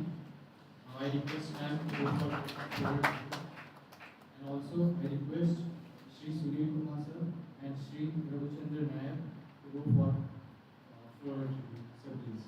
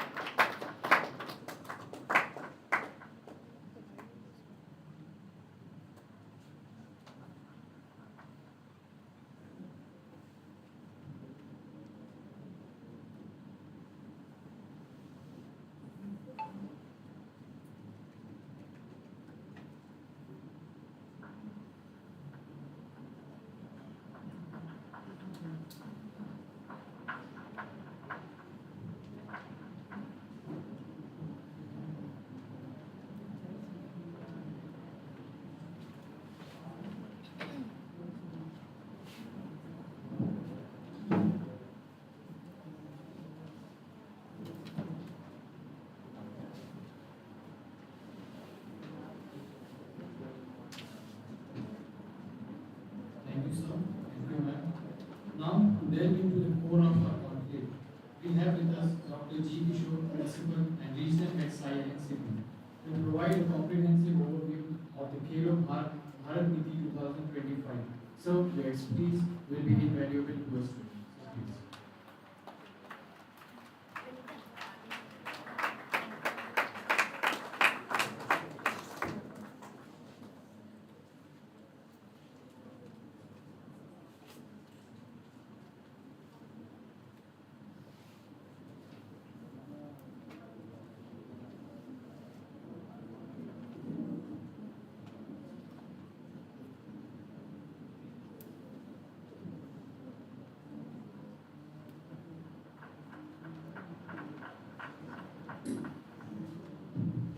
Once again, good morning to all of you, all the esteemed guests who are present on and off the line.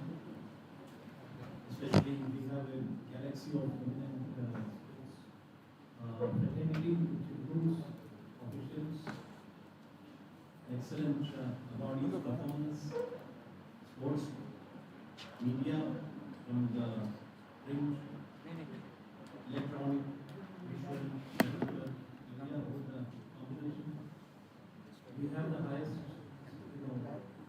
representatives from the highest sporting bodies, Olympic Association President and Vice President.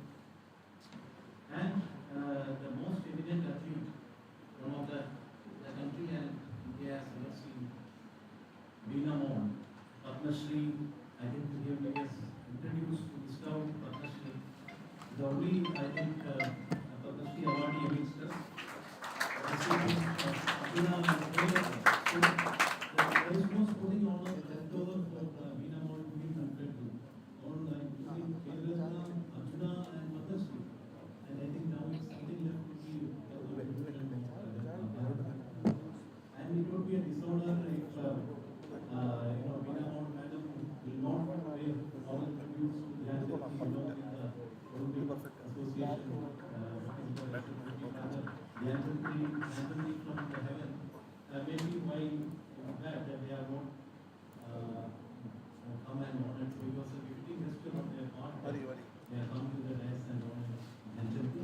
That is just in brief. I come to the responsibility bestowed upon me is to give an overview about national sports policy. I think this has already been done by now by all my predecessors who spoke here. And I would like to, it is quite a large one, for which it may take a lot of time. I don't want to do that. There was an excellent panel discussion awaiting ahead of us.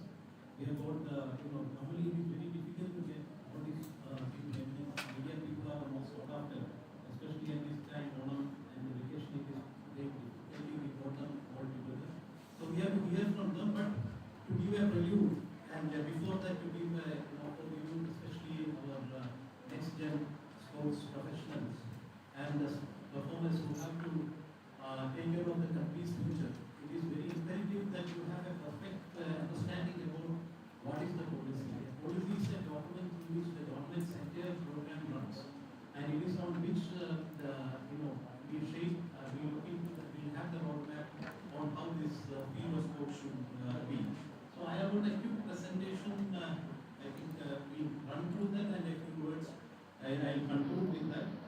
So this is the sports policy 25 builds up an earlier initiatives such as national sports. It is the culmination of all those we had. In 2001 we had a national sports policy. Then again we had tried one more in 2006. And then after a lot of introspection and retrospection, this new document has been framed, which includes the Hello India scheme, target Olympic podium scheme, but it goes much further. It seeks to integrate sports into the very fabrics of our society. That is the very crux of it. And from grassroots program in the villages and schools to the excellence in Olympic programs. So it envisions something which suits the 145 crore Indians and the largest youth population, which comprises almost about 30% of its the total population. The largest youth population in the world. This envisions into the grassroots programs in villages, schools. That is why this National Sports Day, the theme we have, the government of India has selected is Har Geli, Har Ghar, Har Geli, Hele Sare Hindustan. So we want, there is no exceptions. We would like that sports to percolate down to the social life, into the system, the Indian civil society, to the each and every sections, to the nook and corner. So that is the vision of the policy is clear: sports for nation building. So it is not merely confined for a segment of the people known as sports stars, or sports person, or sportsman. It is for the entire nation. It is deemed as a sports for nation building and harnessing from the holistic development. And we have got 5 pillars.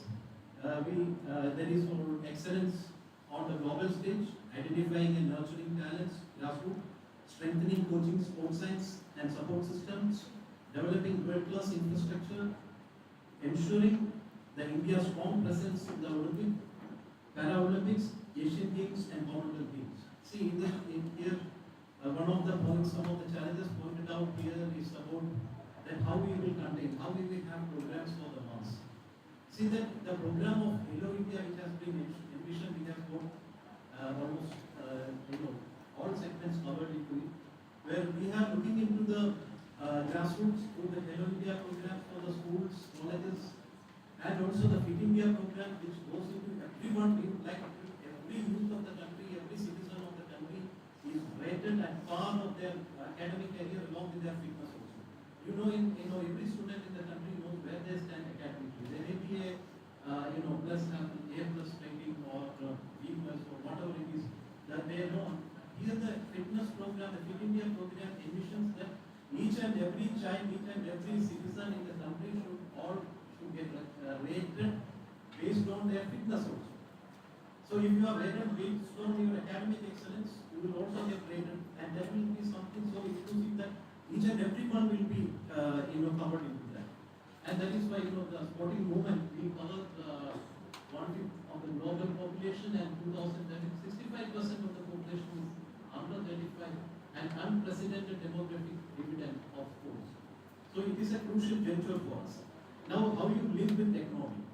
Already it is mentioned by the executive director that we are now poised to become the 3rd largest economy and standing on the 5th, and quickly growing towards the 3rd.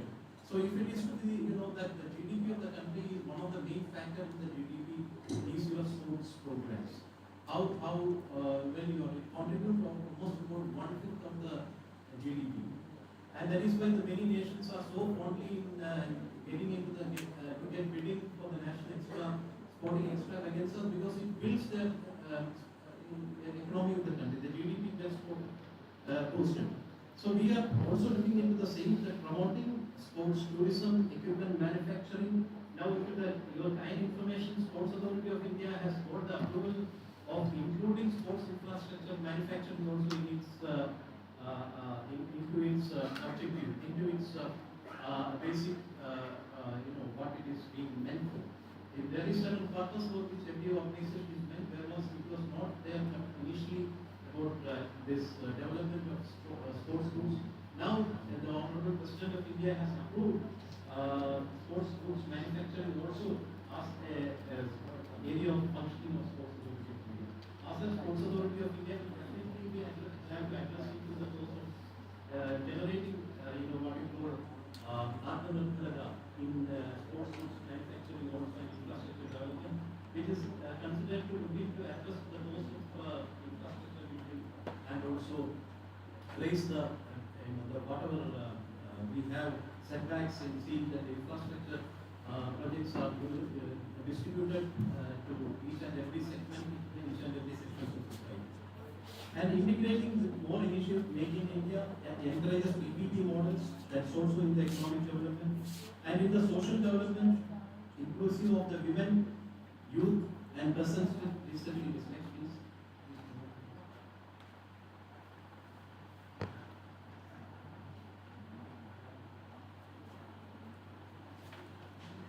So, in the people's movement, making fitness a daily habit through campaigns like school fitness index, I have already mentioned, fitness at the workplace, encouragement of family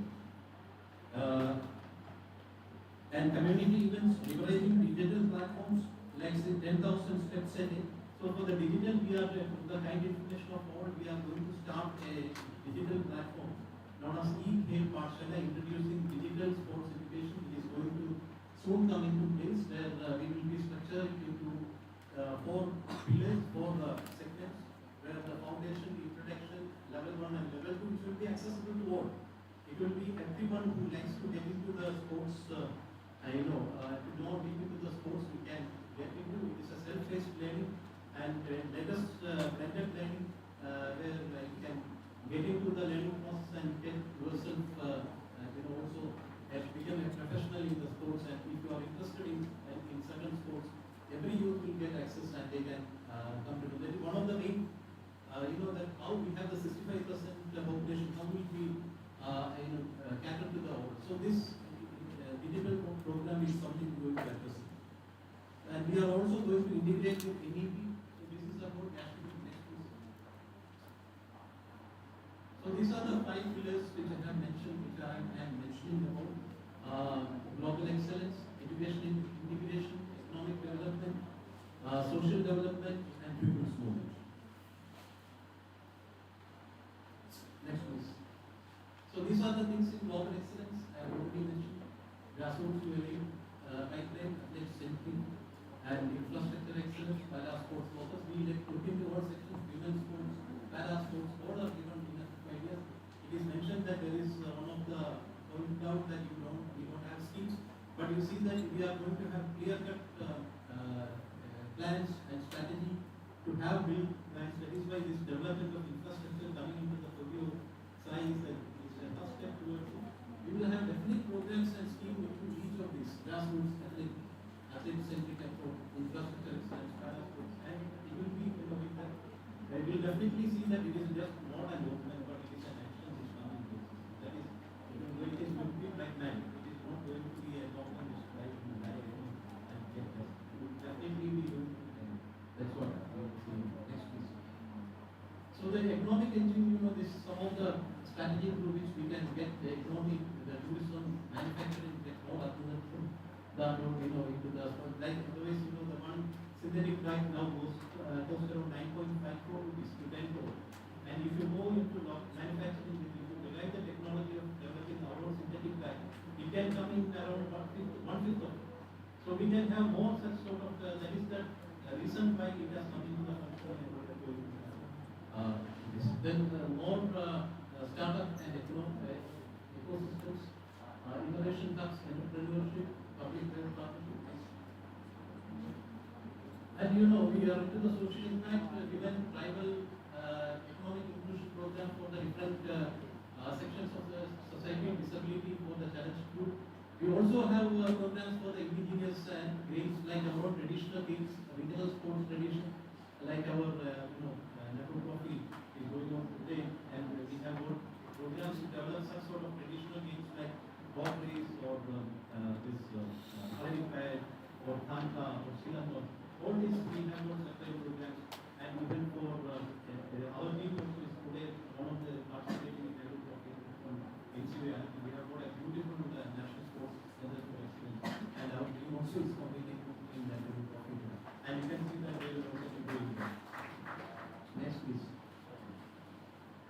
So, when people's movement, when you want to percolate to the people, we cannot have definite scheme. It requires an intrinsic motivation to be impacted. We should get the people attracted. For that, we need to develop fitness culture at schools. For that, this Fit India program will apply.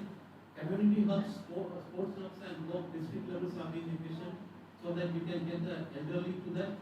We have got the digital initiatives like 10,000 steps a day. It's already in the Fit India, so that we can attract the common public that they have the minimum fitness levels in next year. So we have got the we would like to, as rightly mentioned by our honorable Justice Additional during his address, it is not a part of curriculum. If you see it is not an extracurricular activity, it's a part of curriculum. Sports and physical education is a part of curriculum. It is not something new. If you take any definition of education from its from the ancient times or now, it is very clearly explicitly mentioned that education and sports are a part of education. It is to very it is to take the all manuscripts. It is written that education is a process of realizing of the self. A self means all the entire personality of the person, and that is why we told by Mahatma Gandhi in this definition of education that education is the all-round growing out of the best in a child's body, mind, and spirit. So all the three components of a person's personality, mind, spirit, and body, all the three things are included in education. So the MEP also says the same thing where we have it dovetailed into the education asset. So it is not co-curricular, it is not extracurricular. So the same sort of vision we have in integrating with the MEP where we have it combined with the curriculum, teacher training, and infrastructure development in the schools and all. We have got programs to have bare minimum facility for the schools to have to develop the infrastructure. There are many ambitious programs. Like in the case, the classrooms, there need to be earlier education system. It was mandatory that if the school need to be recognized, a certain amount of play fields need to be there like classrooms. But it was later diluted. There are plans that every school may have bare minimum facility to contain the sports and physical activities. Next. So this is in nutshell about that. In conclusion, I would like to tell that the National Sports Policy 25 is not just a document. It is a declaration of intent, a roadmap for transformation. We are in a transformation phase. You can see that the last two Olympics, Paris and Tokyo, were evident, and the Paralympics and the recently concluded, including today's Asia Cup hockey, where we had a narrow win with China. It's also a testimony. So we are now into a transformation phase. So it is not just, it is a declaration of intent, a roadmap for transformation, and a commitment to every young dreamer of our nation, like you. You are the young dreamers, you have a future. So it is a commitment, it's a commitment of the nation to every young dreamer of our nation. And it tells every child with a football, a shuttlecock, a hockey stick, or even a pair of running shoes, that the nation stands behind them, ready to nurture, support, and celebrate their journey. So each and every child, when they get into the school, like they come to know that they are good in physics, chemistry, or biology, or English. They need to know, I am good in football, I am good in skating, I am good in swimming, I am good in this sport. It is a sort of roadmap that we need to, that a child should go with a football, a shoes, a pair of running shoes, and they becomes, they celebrate their journey. It becomes a way of life for them. That is what this envisions. And this policy does not speak only of medals. It speaks of mindsets. So I think yesterday I explained to you about the most touching time of Yanchanji, when he was offered with the post of colonel in the German army after he win the Berlin Olympics, beating the Germans 8-1. He was offered by Adolf Hitler that you are only a corporal, you come and join me to offer you a colonel's job. But most respectfully, he had the courage and to decline the offer of them, and that time to decline offer of Adolf Hitler was not something easy. If you see now also, if the president of Prime Minister of any country asks you and offer you something specific, in the German soil he declined the offer, telling that I am most happy to be a corporal in my motherland rather than becoming a colonel or giving anything in Germany. So that is the sort of the character of a sports person. Pride for the nation, patriotism.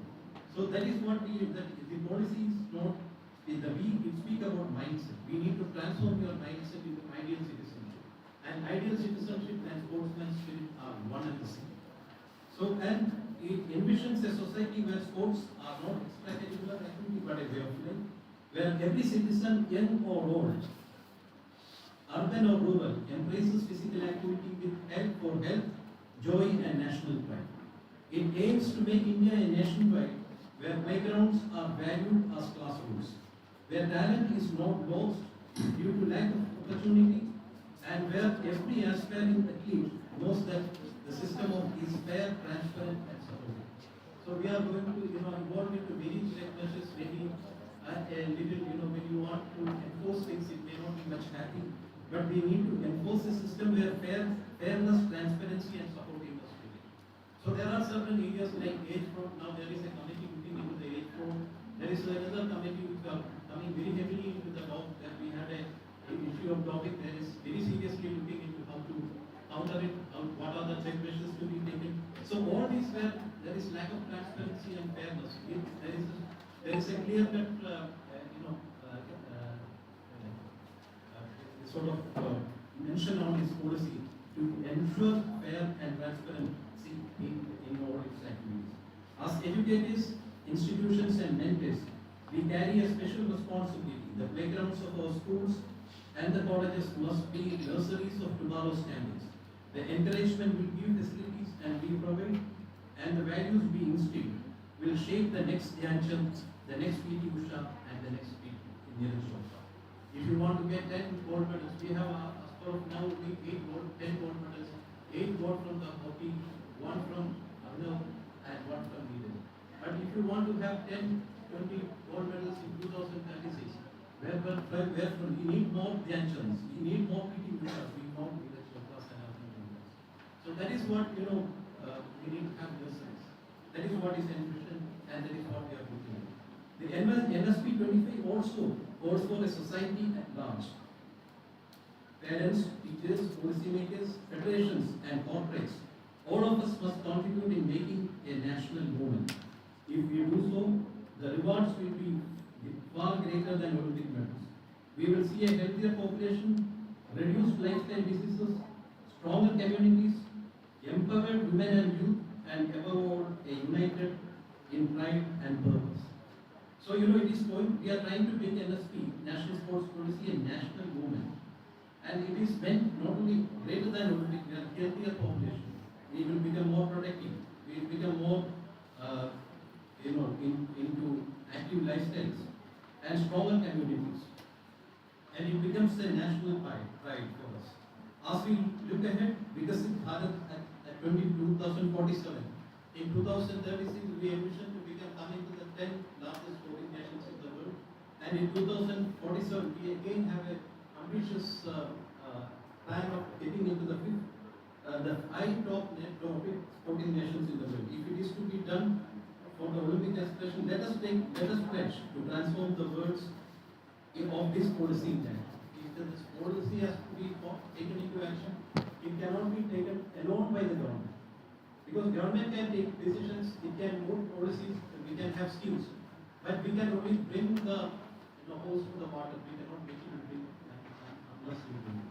So it is required that you have to pledge that you involve yourself intensely. You need to have a passion towards sports. You need to see that the commitment which has been made by it comes into reality. Every Indian should strive to take it to the heart and do their best. They don't need to. So let us resolve that no child's sporting dream will go unnoticed. No talent will remain untapped. And no effort will be left incomplete in our journey to make India a sporting superpower. Together, let us embrace the spirit of National Sports Policy 25, not just as a policy makers or administrators, but as teachers, students, athletes, citizens, journalists, sports federations, officials, and when India plays, India races. Jai Hind, Jai Bharat.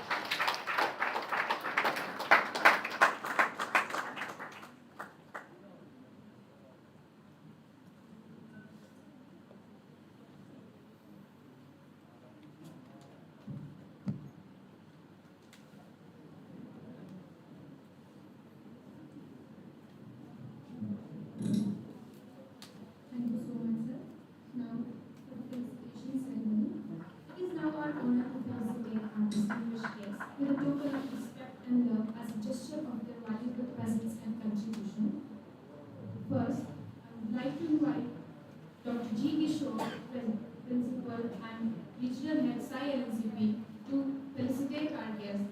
First, we have Shri Romeo James Dhyanchand Awardee, former Indian hockey player and coach.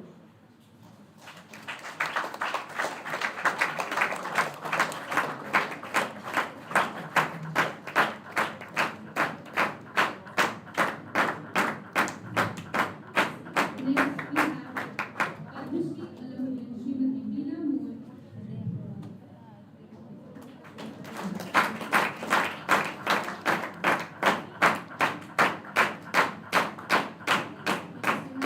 Shri Sunil Kumar, Kerala Olympic Association President.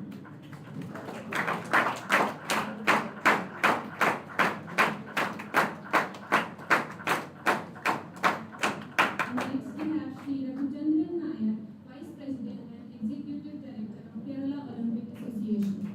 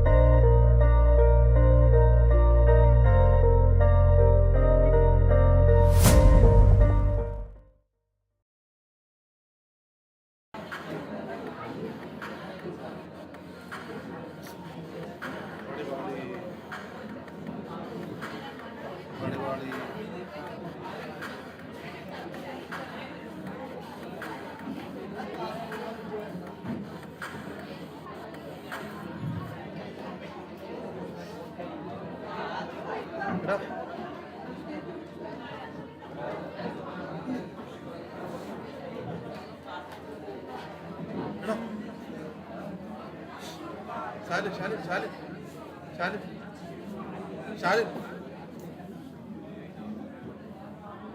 ഇതിനകത്ത് ഞങ്ങളുടെ മോന്ത വരുന്നത് ഇതാ വരുന്നത് നമ്മുടെ face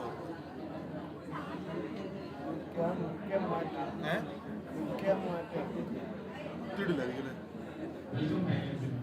ആരാണ് ഊരിയത് We are joined by two more distinguished speakers.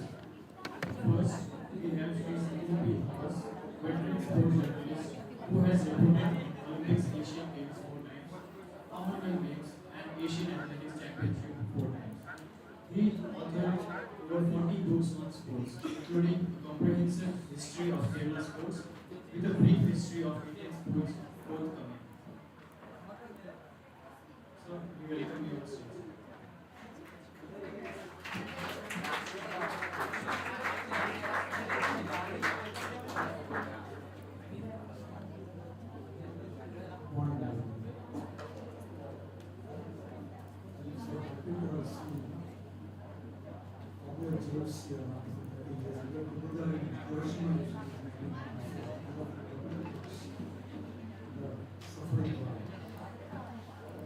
Before commenting on the bill, recollect the results. Just before the 1990 Barcelona Olympics, I went to almost all the national camps. And in Delhi, I met Mr. Prakash Bedi, who posted for the Sports of Barcelona in the Paris Olympics. He asked me, how you see chances of India in the coming Barcelona Olympics? I said, I don't find any chance of medals other than hockey. Hockey practice is was equals. So I think there's an outside chance for India to win a medal or medal in hockey. Another discipline, I don't think he will win anything. He told me, that's true, what you said is true, but don't write the paper. Instead, we have to create a hype.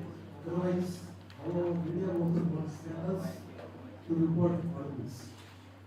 So at that time, they thought, create a hype that we will win one medal or two. And that happened in every time. And I think from 1990s onwards, every Olympics we won at least one medal or so. And the last short one, we won more medals. From 2008 onwards, we have been winning more than one medal in every Olympics. And then, as we said, in Paralympics also, you are in a good position now. You want to perform exceedingly well in the last few Tokyo and Paris. So, this is national sports policy. This is targeting not only Olympics but Paralympics, other than Paralympics and Asian Games. And I think the main target is 2036 Olympics. We wish to Austin to also, and we wish to win more medals. Different from 10 gold or so, maybe Paris we had 10, we should 6. But we got 4 to 5 events. What our sport ministers said is that in this reform, the sports sector in the country will change. If the 25 countries have a sports law, India will have a joint law. And I was President in after Usha, to active action in transparency, accountability and gender parity.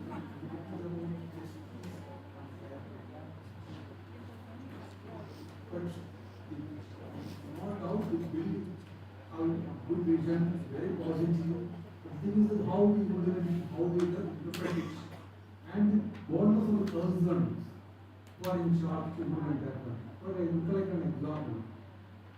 As per Olympic Charter, Rule 55, the head of the state, in the first stage, can inaugurate the Olympics. And in 1984, it was Ronald Reagan was the president of America, and I was the president of one and one is Summerage, and the organizing committee chairman Peter Durow. Then we invited him. Durow called Reagan for the words he should say in the declaration of that. That was celebrating the 23rd Olympiad of the modern era. I declare open the Olympic Games of Los Angeles. That much you should say. Because that was an election time, and Reagan tried to add something more to his speech. The work did was that he removed the microphone and Tiger was forced to sit down. So that sort of boldness, the person who regarded this thing, got will be a success. That's my point. And I think I can make my comment short about this bill. First one is the difference between 2001 and 2025. What I found is that NSP 2001 included rural and tribal area for special attention. Whereas NSP 2025 include women differently able, I repeat, differently able, and those of the economically weaker section. So the broad vision is good. And taking one after another, up to 152. National Sports Board, the recognition of the board is must for me is set. Who will be in the board? That's the question. Set chairperson plus members appointed by the government. Members appointed by the government. So there we must be selective.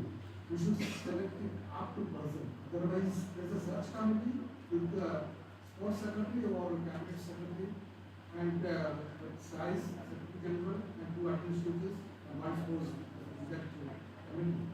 But 2 they are going to select. That is one number. The second one is sports tribunal. It's civil sports rights. You have civil court rights, and the verdicts can be questioned only in Supreme Court. The verdicts, what is required is that more than 350 cases are pending in various courts regarding sports association, federations, and all. More than 350 cases. This is all come under this jurisdiction, the sports tribunal. This sports tribunal was our chairperson was 2 members. Maybe Supreme Court or High Court might have judges or so. But I think we have to consider the Court of Arbitration Sports in this. That is in 1984 this formed with Lausanne as the parties. Court of Arbitration for Sports. But in 1994, a council was formed, ICAS, that is International Council for Arbitration for Sports. This council will supervise Court of Arbitration for Sports. There are points.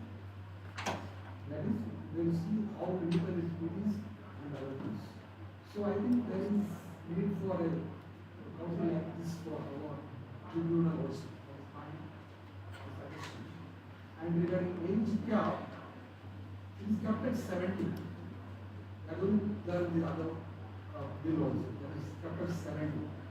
But here, the new bill can be extended up to 75 at the time of nomination, if permitted by the International Federation. That means we are going back. Because cap was fixed at 70 earlier. Now there is a chance to extend it to 75. That means I should stick on the other one, 70. Then the tenure cap, there also I disagree in some points. The tenure limit at 3 consecutive terms adding up to 12 years for the post of president, deputy chairman, and president. 12 years consecutive. Now it's 8 years and a cool off time of 4 years. So here also I think the early one is better. That 8 years and a cool off time. That time is 12 years consecutive. In executive committee 15 members, mandated to have at least 2 sports persons and of outstanding merit and 4 women in each panel. And National Sports Election Panel, retired members of the Election Commission of India and the states. But you know, after the session, almost all the election commissions have lost their faith in the people. So, including these members from the Election Commission, to monitor the election of the federations. I don't think better to appoint judges. There will be more motive. Then bringing back prominent Indian origin athletes from abroad. That's a very good step. Even from Kerala, until we can say that in US right now, Krishna Deshavar Menon is in discuss. Ani Murray is in basket and Arwan Nadaparam is in volleyball. We have 3 rising stars in US right now. come back in future. Not right now, the future will be good. It's a good example. The football federation also like to that. Many football players from the Indian sports. Another thing is professionalism. Professionalism, I have one suggestion here. Professionalism should be not only in the case of CEOs, but there should be professionals and officials also. For example, what happened in 2024, that is based on archery. The Korean coach, whom he had to return without visa. He was there with the team, but when the Olympics started, he was forced to return. And Purnima Maharaj became coach with visa. So it was he who brought up the team, and they were almost assured of a medal also. They will fail. But this coach who brought them up, he didn't get the visa. Another thing is about Dinesh Mohan, which 100 gram extra.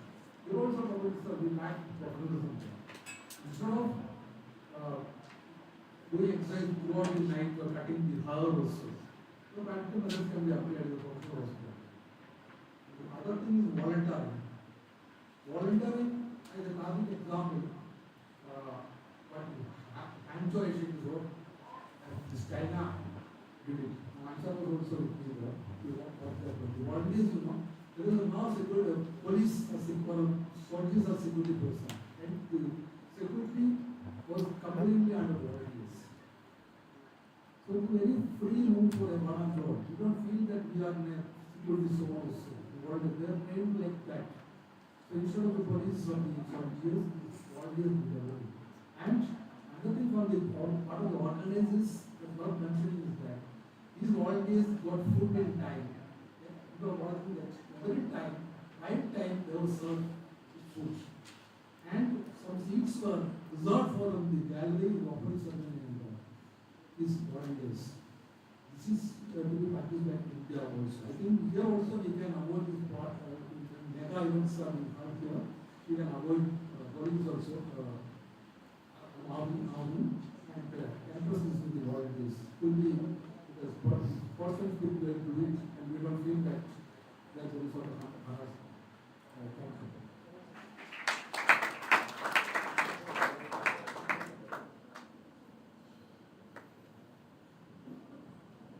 Thank you, sir. The next, we have Shri Girish, a senior sports journalist, Manorama, who will share their perspective with us. Sir, please.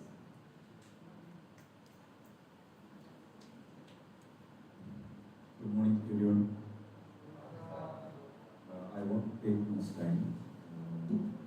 I am not a good speaker of English, so it will be a multilingual opportunity. Standard duty is sports, which is my community. അതിന് മുമ്പ് ഒരു ചെറിയൊരു കഥ മാത്രം പറഞ്ഞു കൊടുക്കണം. ആ കഥ ഇങ്ങനെയാണ്. യുപിയുള്ള ഒരു പെൺകുട്ടി 1975 ജനിച്ചതെന്ന് തോന്നുന്നു. 23 വയസ്സിൽ കിടപ്പമാണ്. പെൺകുട്ടിയുടെ സ്കൂളിൽ പഠിക്കുന്ന സമയത്ത് സ്കൂളുണ്ട്. ആ സ്കൂളിൽ പോയി കുറച്ച് ദൂരമുണ്ട്. അവിടെ ജോലിയിലൊക്കെ പഠിക്കും. രണ്ടൂർ മലയല്ല, മല ഓടിക്കയറി വേണം ആ സ്കൂളിൽ പോകാൻ. 6ാം ക്ലാസ്സിൽ പഠിക്കുമ്പോൾ ഒരു ദേശീയ തലത്തിൽ ഒരു മെഡൽ നേടിയ പെൺകുട്ടി വളരെ അപ്പോഴാണ് ആ സ്പോർട്സ് ഇന്ന് നമ്മൾ പോലെ വേപ്പറോട്ടീൻ സാധാരണ ഈ ഓരോ മാസം എക്സസൈസിൻ്റെ സംഭവങ്ങളൊക്കെ അങ്ങനത്തെ കാര്യങ്ങളൊന്നുമില്ല. 6ാം ക്ലാസ്സിൽ പഠിക്കുമ്പോഴാണ് കുട്ടി നാഷണൽ ലെവലിൽ ചാമ്പ്യൻഷിപ്പ് പിന്നീട് ആ കുട്ടി 2002 എനിക്ക് ചെയ്യാൻ വിചാരിച്ചത്. അതിന് കുറേ ഘട്ടങ്ങൾ കഴിഞ്ഞു പോയിട്ടാണ് 2005 ഞാൻ ഇന്റർവ്യൂ ചെയ്യുമ്പോഴത്തേക്ക് നമ്മുടെ രാജ്യത്ത് പരമോന്നത പുരസ്കാരമായ രാജീവ് ഗാന്ധി ഖേൽരത്ന പുരസ്കാരം നേടിയ ഒരു പെൺകുട്ടിയായിരുന്നു പറയുന്നത്. ആരാണ് അറിയാറില്ലേ? പറഞ്ഞാൽ പറയാമോ ആരാണ്? ആരാണെന്ന് പറയാമോ? വെള്ളോടുകൂട്ടവർ മാത്രം വേണ്ടിയിരിക്കുന്നവർ വേണം. പറയാമോ ആരാണ്? കുറച്ച് വർഷം പറഞ്ഞോളൂ. യെസ്, നടന്നതാൻ കേൾക്കില്ല. ഞാനിത് പറഞ്ഞ് ജർമ്മനിയിലൊന്നും ചെയ്യാനുള്ള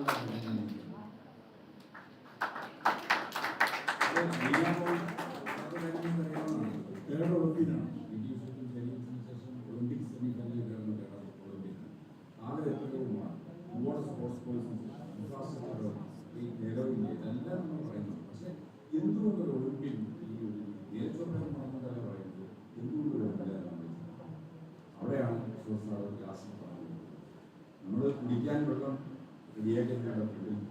പക്ഷേ ആ വെള്ളം എടുത്ത് കുടിക്കാൻ നമുക്ക് തോന്നണം. അതെന്തുകൊണ്ട് ഇത്രയും ഡെക്കേഡ്സ് നമുക്ക് ഉണ്ടായില്ല അത്ഭുതമായിട്ടാണ്. ഈ ഗാന്ധിജിൻ്റെ കാര്യം പഠിക്കുന്ന സമയത്തൊക്കെ നമ്മുടെ മോഡൽ സ്കൂളിൽ ഹോക്കിയായിരുന്നു, ക്രിക്കറ്റൊന്നുമില്ല, ഹോക്കിയായിരുന്നു കൂടുതൽ കളിച്ചത്. ഗാന്ധിജിനെ കേട്ടിട്ടേ ഉള്ളൂ, പക്ഷേ ഹോക്കിയായിരുന്നു ഇന്ത്യ പാകിസ്ഥാൻ ഹോക്കി 83 തൊട്ടാണ് ക്രിക്കറ്റിനോടൊരു അപ്ലിക്കേഷൻ വന്നു. സ്വാഭാവികമായി ക്രിക്കറ്റിലേക്ക് പോകും, അങ്ങനെ ഒരു രീതിയിലേക്ക് പോകും. പക്ഷേ ഇത് നമ്മൾ ഇൻഫ്രാസ്ട്രക്ചറിൻ്റെ കാര്യം, നാഷണൽ സ്പോർട്സ് പോളിസി, ഇതെല്ലാ കാര്യങ്ങളും നല്ലതായിട്ട് പറഞ്ഞു. ഞാൻ അതിൻ്റെ വിശദാംശങ്ങളിലേക്ക് പോകില്ല. 2-3 കാര്യങ്ങൾ കൂടി പറഞ്ഞ് അവസാനിപ്പിക്കാം. അതിലൊന്ന്, കുറച്ച് നാൾ മുമ്പ് സായിയുടെ തന്നെ കോച്ചസ് ഈ വിവിധ സ്ഥലങ്ങളിൽ പോയിട്ട് പ്ലേ ഗ്രൗണ്ട് ഫെസിലിറ്റീസ് സ്കൂളുകളിൽ സായിയുടെ പ്രവേശനമുള്ള അതെല്ലാം പരിശോധിച്ച് മനസ്സിലാക്കുന്നു. നമുക്ക് നെയ്സ് ബോധമില്ല. ഈ അടുത്ത കാലത്ത് തന്നെ നാഷണൽ ടീംസിനോടനുബന്ധിച്ചാണ് നമ്മുടെ ആര്യവട്ടം സ്റ്റേഡിയം ഉണ്ടായത്. കോവിഡിന് ശേഷം കുറേ ഫങ്ഷൻസ് ഒക്കെ അവിടെ നടത്തി, ഇലക്ഷൻ റാലി കൂടി അവിടെ നടത്തി. എങ്ങനെയാണ് അതൊക്കെ നമ്മുടെ നാട്ടിൽ സംഭവിക്കുന്നതെന്ന് എനിക്കറിയില്ല. അവിടെ ബർമുഡ ഗ്രാസാണ്, ബർമുഡ ഗ്രാസാണ് അവിടെ വളർത്തുന്നത്. ആ ബർമുഡ ഗ്രാസിനെ സാധാരണ നാളെ ഞാനവിടെ പോകുമ്പോഴത്തേക്ക് അവിടെ അവിടുത്തെ ഒരു കേരള ക്രിക്കറ്റ് അസോസിയേഷനാണ് ഗവൺമെൻറ്. അവിടുത്തെ AMB അതേപോലെ പൂരേക്കാണ്. AMB പറഞ്ഞാൽ 3 ദിവസം പാട്ടിനാണ് നമ്മളിതിൻ്റെ തൊട്ടടുത്തുള്ള സ്റ്റേഡിയമാണ്. അപ്പോൾ ഒന്നാമത്തെ ഒരു സ്വിമ്മിംഗ് പൂളുണ്ട്, 100 സ്വിമ്മിംഗ് പൂൾ, ഒന്നാമത്തെ സ്വിമ്മിംഗ് പൂളാണ്. ആ ഉൾപ്പന്നങ്ങളൊന്നും പോയി നോക്കാം എന്താണ് അതിൻ്റെ അവസ്ഥ. ഈ ക്രിക്കറ്റിലേക്ക് വരാം. ഗ്രൗണ്ടിൽ നോക്കണം എന്താണ് കണ്ണിമത്തൻ, അവിടെ ഇല്ലാത്ത സ്പീഷീസ്, ബോട്ടണിലുള്ള പല സ്പീഷീസും ഒരു 2 വർഷം കൊണ്ടാണ് സംഭവിച്ചത്. നമ്മുടെ നാഷണൽ പോളിസി ഉണ്ട്, ഇഷ്ടം പോലെ കാണാനുണ്ട്. ഈ പട്ടം ഗേൾസ് ഹൈ സ്കൂളിൽ നല്ലൊരു സ്ഥലമാണ്, കുട്ടികൾ കൊക്കോ കളിക്കുന്നത്. എൻ്റെ കാലത്ത് ഗേൾസ് ഹൈ സ്കൂളാണ്. ഇവിടെ ഇപ്പോൾ 2 നില പഠിക്കുന്നുണ്ട്. പാർട്ടിയോട് കയറാൻ പോലും പറ്റില്ല, വണ്ടി പാർക്ക് ചെയ്യുന്നത്. ഉള്ള പ്ലേ ഗ്രൗണ്ടുകൾ മുഴുവൻ സ്മാർട്ട് ക്ലാസ് റൂം നിർമ്മിക്കുന്നതെന്ന് പറയുന്നത് കെട്ടിടമാണ് വികസനം. നിയോഗമുണ്ട്. ഇങ്ങനെയാണ് അറിയുന്നത്. ചാക്ക ഗവൺമെൻറ് അവിടെ എൻ്റെ പോളിറ്റിക്സാണ്. നമ്മൾ ഈ പോളിസിയൊക്കെ പറയുമ്പോൾ അത് സ്റ്റേറ്റ് എങ്ങനെയാണ് ഇംപ്ലിമെൻറ്റ് ചെയ്യുന്നത്, എങ്ങനെ പ്ലേ ഗ്രൗണ്ട്സിനെ സംരക്ഷിക്കണം, പ്ലേ ഗ്രൗണ്ടിന് അതർ ആക്ടിവിറ്റി ഉപയോഗിക്കാൻ പാടില്ല. അത് എനിക്കൊന്നും കുറേ കാര്യങ്ങളൊക്കെ ഇതിലുണ്ട്. അതിൽ 1-2 കാര്യങ്ങൾക്ക് പേരിൽ പറയുന്നുണ്ട്. aims to make India a nation where playgrounds are valued as classrooms. ഒരു ക്ലോസ് ആയി കാണുന്ന വലിയ ഒരു പ്രതീക്ഷയുണ്ട്. Where talent is not lost due to lack of as valued as classrooms. അത് മാത്രമാണ് എൻ്റെ പ്രതീക്ഷ. ആ ഒരു പ്രതീക്ഷ ഇനി ഒരൊറ്റ കാര്യം പണ്ട് നമ്മുടെ ആൻറ്റി ഡ്രഗ് ക്യാമ്പയിനിങ്ങെല്ലാം നമ്മൾ സ്പോർട്സിനെ വിളിക്കാറുണ്ട്.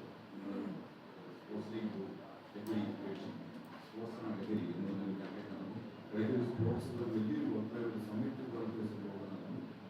മുമ്പ് ആളുകളൊക്കെ വന്നു, ഞാനൊക്കെ പങ്കെടുത്താണ്. അതിൻ്റെ കാര്യങ്ങളിലേക്ക് പോകുന്നില്ല. ഈ സ്പോർട്സ് ലഹരിയിലേക്ക് പോകരുത് എന്നൊക്കെ പറഞ്ഞൊരു കാര്യമാണ്.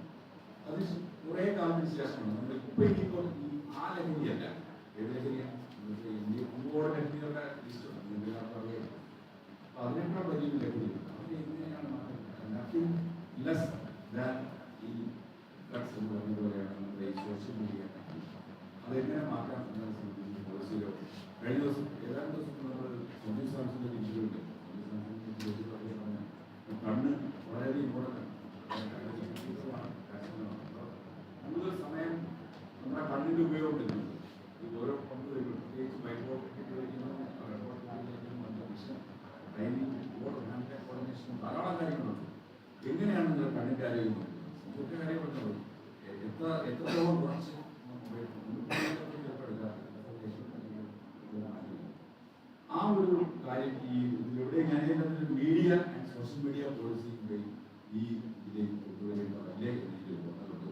കാരണം നമ്മൾ ഇന്നത്തെ പ്ലേയേഴ്സിനെ സംബന്ധിച്ചിടത്തോളം നമ്മൾ പ്രത്യേകിച്ച് അത്ലറ്റ്സ് നമ്മൾ സീരിയസ് ആയിട്ട് സ്പോർട്സിൽ മാത്രമല്ല അല്ലാത്തവർ അതിലെങ്ങനെ മുന്നോട്ട് പോകാൻ സംബന്ധിച്ചൊരു മാർഗരേഖ ഓടിച്ചു നോക്കിയതാണ്. ഇനി ഒരുപക്ഷെ ഇതിലുണ്ടായിരിക്കാം എങ്ങനെയാണ് social media policy, social media handling, എങ്ങനെ നിങ്ങൾ നിങ്ങളുടെ എൻഗേജ് ചെയ്യാന്നാണല്ലോ പറയുന്നത്. മീഡിയയിൽ റീൽസ് ഇങ്ങനെ കണ്ടു പറയുന്നു. അതിന് എത്ര വലിയ നമ്മുടെ ഫിസിക്കൽ നമ്മൾ ചെയ്താലും രാത്രി 12 മണി വരെ ഈ റീൽസ് കണ്ട് പറയുന്ന ഒരാൾക്ക് എങ്ങനെയാണ് ആ ഒരു ഫിസിക്കൽ ഫിറ്റ്നസ് നിലനിർത്താൻ കഴിയുക, അല്ലെങ്കിൽ മുന്നോട്ട് പോകാൻ സാധിക്കുക അതിനെക്കുറിച്ച് എന്തെങ്കിലും പറയുമ്പോൾ അതിന് സ്റ്റേറ്റിൽ എന്തെങ്കിലും അതിന് ക്ലോസ് ഉണ്ടോ എന്നൊന്നും കഴിയില്ല. അതുകൂടി ഈ പോളിസി പൊളിച്ചാൽ സോഷ്യൽ മീഡിയ പോളിസി എങ്ങനെ ഇംപ്ലിമെന്റേഷൻ വളരെ വിശദമായി ചർച്ച വിശദമാക്കേണ്ട ഒരു വസ്തുത കൂടിയാണ്. അതുകൂടി കാര്യം അത് റവന്യൂ ജനറേഷൻ്റെ ഒരു മാർഗം കൂടിയായി മാറിയിരിക്കുന്നു. സ്പോർട്സ് മാർക്കറ്റിംഗ് വളരെ വിശദമായ വേറെ സബ്ജക്റ്റാണ്. അതിനെക്കുറിച്ചൊന്നും ഞാൻ അവലേഖനം കാണുന്നില്ല. അത് ഈ പോളിസിയിൽ എന്താണ് കഴിയുന്നത് എന്ന് കൂടി നമുക്ക് അത് ഉൾക്കൊള്ളിച്ചിട്ടില്ലെങ്കിൽ അതുകൂടി ഉൾക്കൊള്ളിച്ചുകൊണ്ടിട്ട് ഫൈനൽ തീരുമാനിച്ചു പറഞ്ഞാൽ അത് നന്നായിരിക്കും എന്ന് തോന്നി കൂടിയുണ്ട്. അതുപോലെ ഏറ്റവും പ്രോത്സാഹനം പറഞ്ഞതുപോലെ സ്പോർട്സ് ഫോർ ഓൾ എന്നുള്ള ആ ഒരു സങ്കല്പം അതിനെ നമ്മൾ ഈ തുടക്കത്തിൽ പറഞ്ഞതുപോലെ തന്നെ ഇതിന് എക്സ്ട്രാ കരിക്കുലർ ആക്ടിവിറ്റി ഇല്ല, കരിക്കുലത്തിന്റെ ഭാഗമായി തന്നെ പോകണം എന്ന് പറയുന്നു.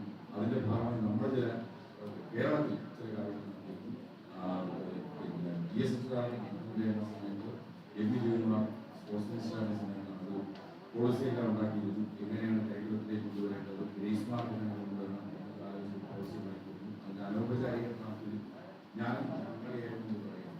അന്ന് ധാരാളം നിർദ്ദേശം മുന്നിട്ടു, പക്ഷേ അതൊന്നും കിട്ടിയില്ല. ഇന്ന് നീന്തൽ പഠിപ്പിക്കുന്നതിൻ്റെ ഒരു കാര്യം ഒരു സോഷ്യൽ കോസ്റ്റ് കൂടിയാണ്. കഴിഞ്ഞ ദിവസം മണിമലയാറ്റിൽ 9ാം ക്ലാസ് വിദ്യാർത്ഥികളാണ് അവർ ആലോചിച്ചു നോക്കി. നമ്മുടെ 44 നദികൾ ഒഴുകുന്ന കേരളത്തിന്റെ കോൺടെക്സ്റ്റ് ഞാൻ പറയാം. നീന്തൽ പഠിപ്പിക്കാനായിട്ട് പദ്ധതി സ്പോർട്സ് കൗൺസിൽ ആവിഷ്കരിക്കുന്നതായിരുന്നു. ടി ദാസൻ പ്രസിഡന്റ് എവിടെയെങ്കിലും എനിക്കറിയില്ല. ഇതെല്ലാം നമ്മൾ പറയുന്നതല്ലാതെ ഇംപ്ലിമെന്റേഷൻ സ്റ്റേജിൽ ക്രോസ് ചെക്ക് ചെയ്യണം, അല്ലെങ്കിൽ പിന്നീട് അതിന്റെ ഒരു സ്റ്റോക്ക് എടുക്കാണ് അതിന്റെ സംവിധാനം കൂടി സ്പോർട്സ് പോളിസിയുടെ ഭാഗമായി നാഷണൽ ലെവലിൽ വന്നില്ലെങ്കിലും കേരളത്തിൽ അതുകൊണ്ടാണ് അത് ക്രോസ് ചെക്ക് ചെയ്യണം. അത് ഉണ്ടെങ്കിൽ മാത്രമേ ഇത് സസ്റ്റെയിൻ ചെയ്ത് ഈ പോളിസിയുടെ പ്രയോജനം അടുത്ത ജനറേഷനെ പറ്റി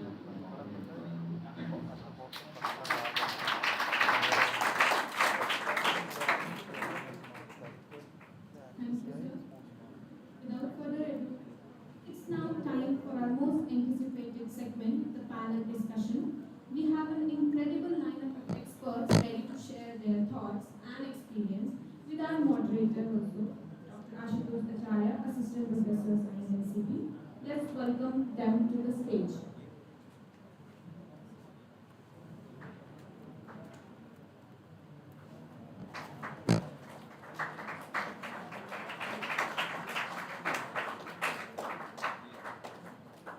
First, we would like to invite Dr. Vimal Mohan, a renowned sports journalist and author recognized with the Ramnath Goenka Award in 2012 and Sports Media Person of the Year in 2023. He is the co-author of Deepa Karmakar, A Small Wonder, and author of Virat Ki Pari. He has also served as a jury member of prestigious awards, including the Dronacharya Award and Tenzing Norgay National Award. Next, we have Sri Hansal S. Raj, sports editor, Kerala Company, over 20 years. He has written international matches, including 28 in Jakarta Games and 2022 Asian Games. And he also is recipient of G.V. Raja Award. Welcome, sir. Next, we have Sri Sunil B. Thomas, senior sports journalist. So please.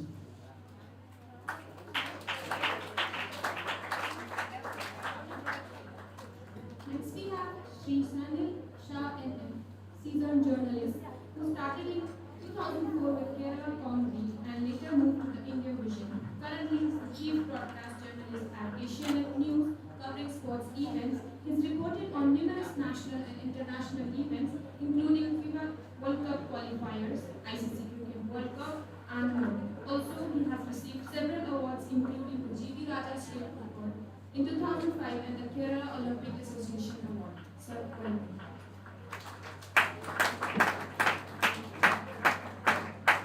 Next, we have Sri Girish, a senior sports journalist at Manila. So please, welcome. Next, we have Sri Rakesh, senior sports journalist at Mathurupi Devi. So, IS Directorate of Sports and Youth Affairs. He will be joining online. So I welcome everyone for the panel discussion. I request principal sir to join.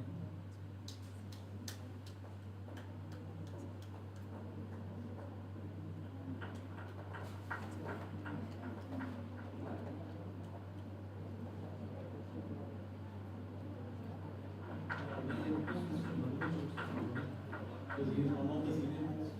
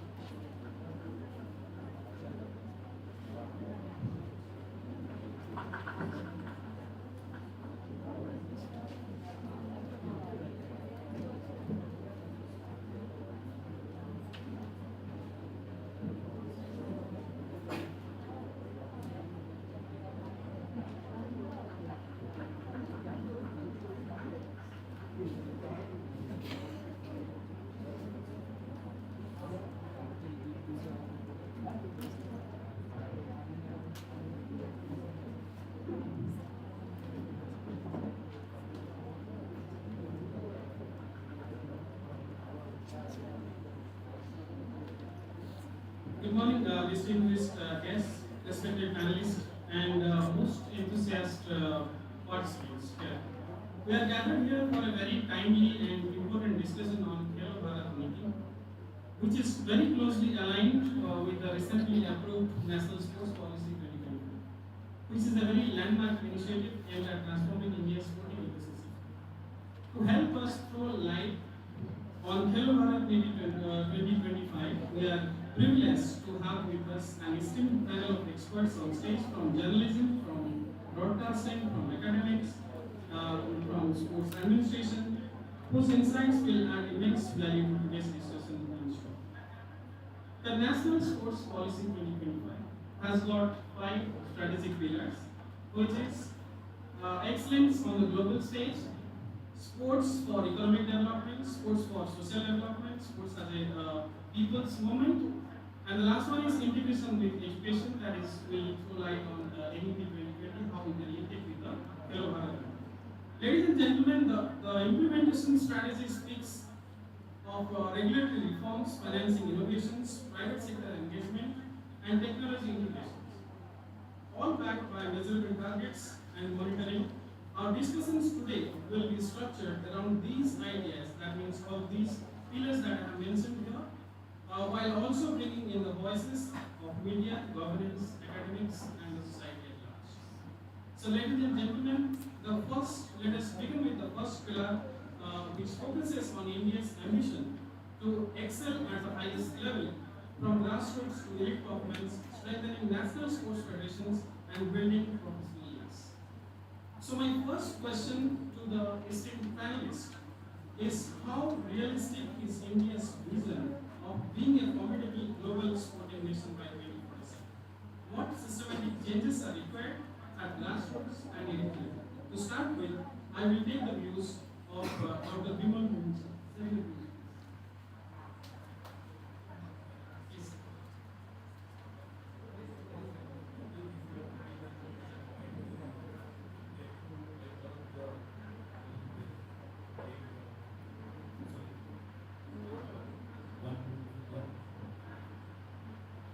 So, I mean, it's been widely discussed by everyone, and I don't want to do it.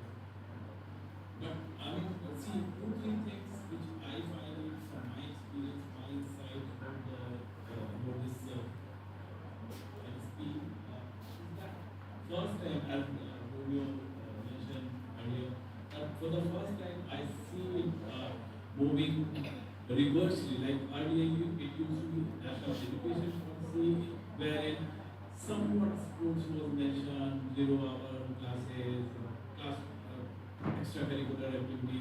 But this time onwards, I mean, the policy says that this sports policy will be incorporated, integrated with national education policy is entirely for me.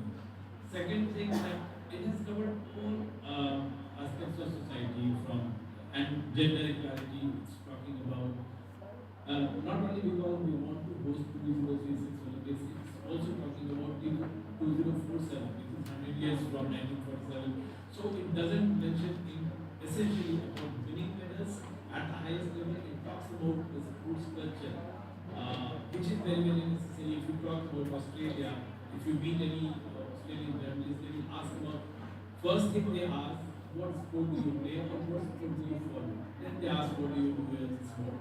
And about the family. So there is this sporting culture in Australia, and that's what this policy is trying to bring in to even panorama. Implementation thing and all other aspects have been dealt with in depth because I've gone through this document and it's really mesmerizing that all aspects have been taken care of. And finally, I want to conclude one most important thing is that this has given space to everyone. I was talking to KM Binamur. Binamur I saw in Sydney. She ran with Kathy Freeman. She ran in 2004 Athens Olympics. I was there. But I was asking her, and what is she doing? She is a fabulous person, top class sports officer in railways. But nobody is getting any experience out of her. She and her family, I mean, fabulous journalists, fabulous athletes, but no agency is trying to use her experience. And Anju George is fortunately, I mean, she is associated with Athletic Federation of India, but people like KM Binamur, Bobby, I mean, his brother, everyone, I mean, all these experiences are left out, which I think this policy is taking care of this kind of thing. And also, this is the right moment to get aligned with this policy, otherwise you will miss the bus. Across the world, we are being looked as market, they gave us sporting opportunity to organize, they earn money and they earn money from Indian market. But this is the time the corporates, the business houses should get aligned with this kind of policy and make maximum use of Make in India and utilize this infrastructure. The only word of caution is that corporate should not think in terms of quarterly growth because sports is a kind of business wherein you will get re-business after 10 to 12 years, not less than 12 years or 15, 16 years. Every quarter, if you want to see growth, that will be a huge mistake. But if you see in terms of 10, 12 years, I mean, sports is the most fastest growing business across the world. Whether India participates in it or not, this will grow across the world and we have got the opportunity to grow with the world. Thank you so much, sir, for your views. And now we will welcome to Dr. G. Kishore, sir, Principal and Regional Director of SAI LNCPE for his views. Sir, now the question remains like how realistic is India's vision of being a formidable global sporting nation by 2047? What systematic changes are required at grassroots level?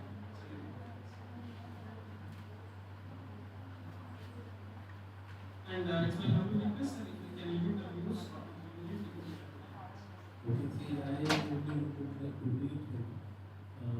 you would like to know in 2047 where we stand. Yes, sir. How according to you, is it, do you really feel that the target 2047 is achievable? So, our target in 2047 is something which should align with the policy of government of India to make India Vigasit Bharat. This Vigasit Bharat is a target which has been fixed by the government Prime Minister Narendra Modi. Where not only in sports, in every segment they would like that India will raise to the fifth in the global standards.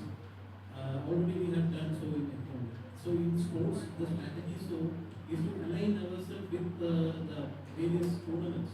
The best way to compare where we stand in sports is to align with the various international competitions tournaments. Mainly Olympics, if you take, then Asian Games and also Commonwealth. today is very important that way, because today I want it was given to understand that today we have formally submitted our bid for 2030 Commonwealth Games. And I think also in 2036 we are strongly lobbying for the Olympics. So besides this feature, so what is expected now, if you take the total, the medal tally of ours and Olympic gold medals, we have only 10 gold medals. 8 out of the what we gained our hockey legend, the national team used to be 28, 32, 36, and then so on from there, 8 gold medals, then 2 from Abdul, and then English. Then the question here is that how can we have more happening with the village of us, all the teams like hockey where we are more in position. So what is required if you look into 2030, it's a near thing, Commonwealth Games. 2030 just 4 years. 2005, 25 is almost over.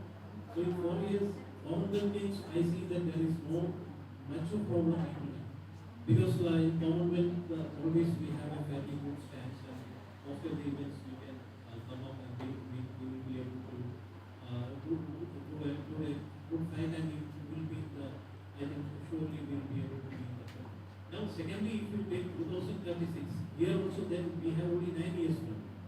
In 9 years from now, how will it be if you want to raise to the 10 top sporting nations in the world? I think my Indian colleagues will agree that from the present medal tally of 6, we and 1 gold medal, we need at least 10 gold medals, minimum 10 gold medals. So who are these 10 gold medals in which disciplines?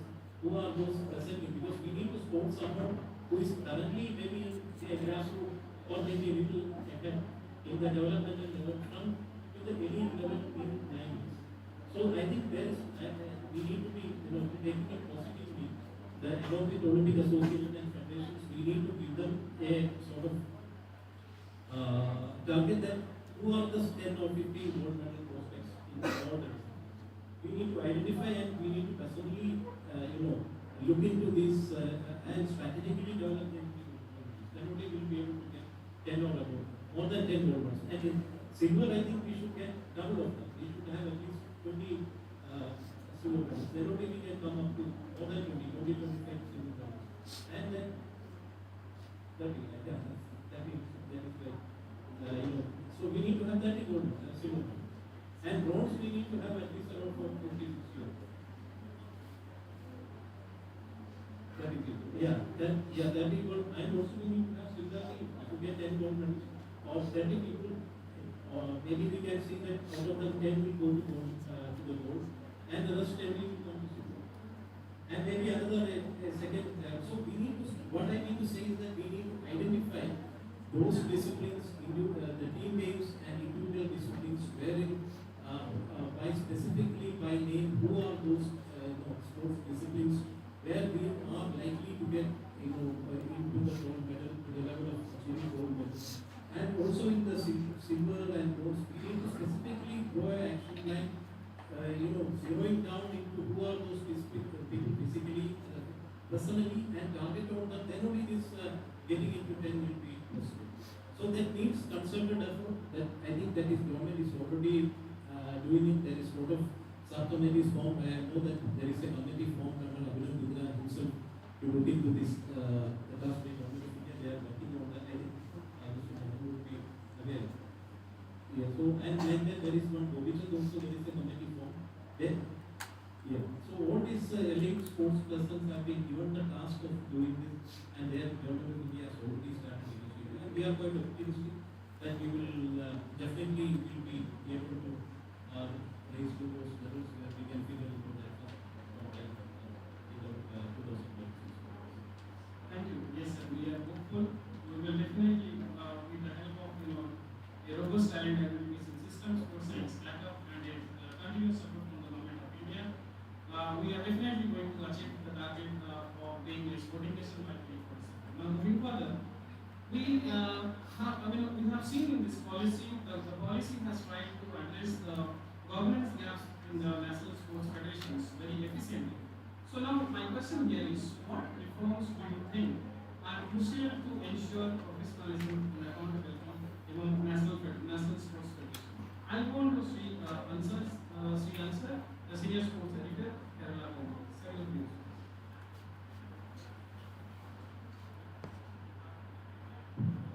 നമസ്കാരം. സംസാരിക്കുന്നതാണ് doctor സൗകര്യം. എന്നുള്ള ചോദ്യം ദേശീയ കായിക ഫെഡറേഷനുകളുടെ ഭരണത്തിൽ എന്ത് സുതാര്യതയാണ് ഈ നിയമങ്ങളിൽ കൊണ്ടുവരാൻ കഴിയുന്നതെന്ന്. 2036 ഒളിമ്പിക്സിന് വേണ്ടിയിട്ട് ഇന്ത്യയുടെ പരിശ്രമങ്ങൾ ആ ഒരു വേദിക്ക് വേണ്ടി ഇന്ത്യ പരിശ്രമങ്ങൾ തുടങ്ങിയപ്പോൾ ഇന്റർനാഷണൽ ഒളിമ്പിക് കമ്മിറ്റിക്ക് മുമ്പ് നമ്മുടെ പ്രപ്പോസലുകളൊക്കെ നമ്മൾ വർഷങ്ങൾക്ക് മുമ്പ് 2-3 വർഷങ്ങൾക്ക് മുമ്പ് നമ്മൾ ശ്രമം തുടങ്ങിയിരുന്നു. അന്ന് നമ്മുടെ ഏറ്റവും വലിയ വെല്ലുവിളിയായിട്ട് പറഞ്ഞത് ഇന്ത്യക്കൊരു സ്പോർട്സ് കൾച്ചർ ഇല്ല, ഗ്രാസ് റൂട്ട് ലെവലിൽ നമ്മുടെ സ്പോർട്സിൻ്റെ വികസനം വളരെ പരിമിതമാണ് മറ്റു രാഷ്ട്രങ്ങളെ അപേക്ഷിച്ച് എന്ന് പറയാം. അതിനോടൊപ്പം തന്നെ ഉത്തേജക മരുന്ന് ഉപയോഗത്തിൽ റഷ്യയെ മറികടന്ന് നമ്മൾ മുന്നിലെത്തിക്കുക. ഈ രണ്ട് പ്രധാനപ്പെട്ട പ്രശ്നങ്ങളാണ് ഇന്ത്യക്ക് മുമ്പിൽ ഈ ഒരു ഒളിമ്പിക് വേദിക്ക് വേണ്ടി ശ്രമിച്ചപ്പോൾ ആദ്യം നേരിടാനുണ്ടായത്. അതിൻ്റെ ഏറ്റവും വലിയൊരു മറുപടി അല്ലെങ്കിൽ അതിനെ നേരിടാനുള്ള ഏറ്റവും ശക്തമായ ഒരു ശ്രമം എന്ന നിലയ്ക്കാണ് ഇത്രയും പെട്ടെന്ന് തന്നെ ഇത്രയും വളരെ ശക്തമായി തന്നെ ഒരു ദേശീയ കായിക നയവും ഒരു ദേശീയ കായിക നിയമവും ഒരു ഉത്തേജക വിരുദ്ധ നിയമവും ഇവിടെ നടപ്പിലാക്കാൻ കേന്ദ്ര സർക്കാർ ശ്രമിച്ചത് എന്നുള്ളത് ഒരു യാഥാർത്ഥ്യമാണ്. ഇന്ത്യക്ക് ഒരു ദേശീയ കായിക നയം ഉണ്ടാകാൻ 1947 നമുക്ക് സ്വാതന്ത്ര്യം കിട്ടി. 78 വർഷം കഴിഞ്ഞു. ഇതുവരെയും നമുക്കൊരു ദേശീയ കായിക നിയമം ഉണ്ടായിരുന്നു. പലപ്പോഴും ദേശീയ കായിക നയങ്ങൾ കൊണ്ടുവന്നു.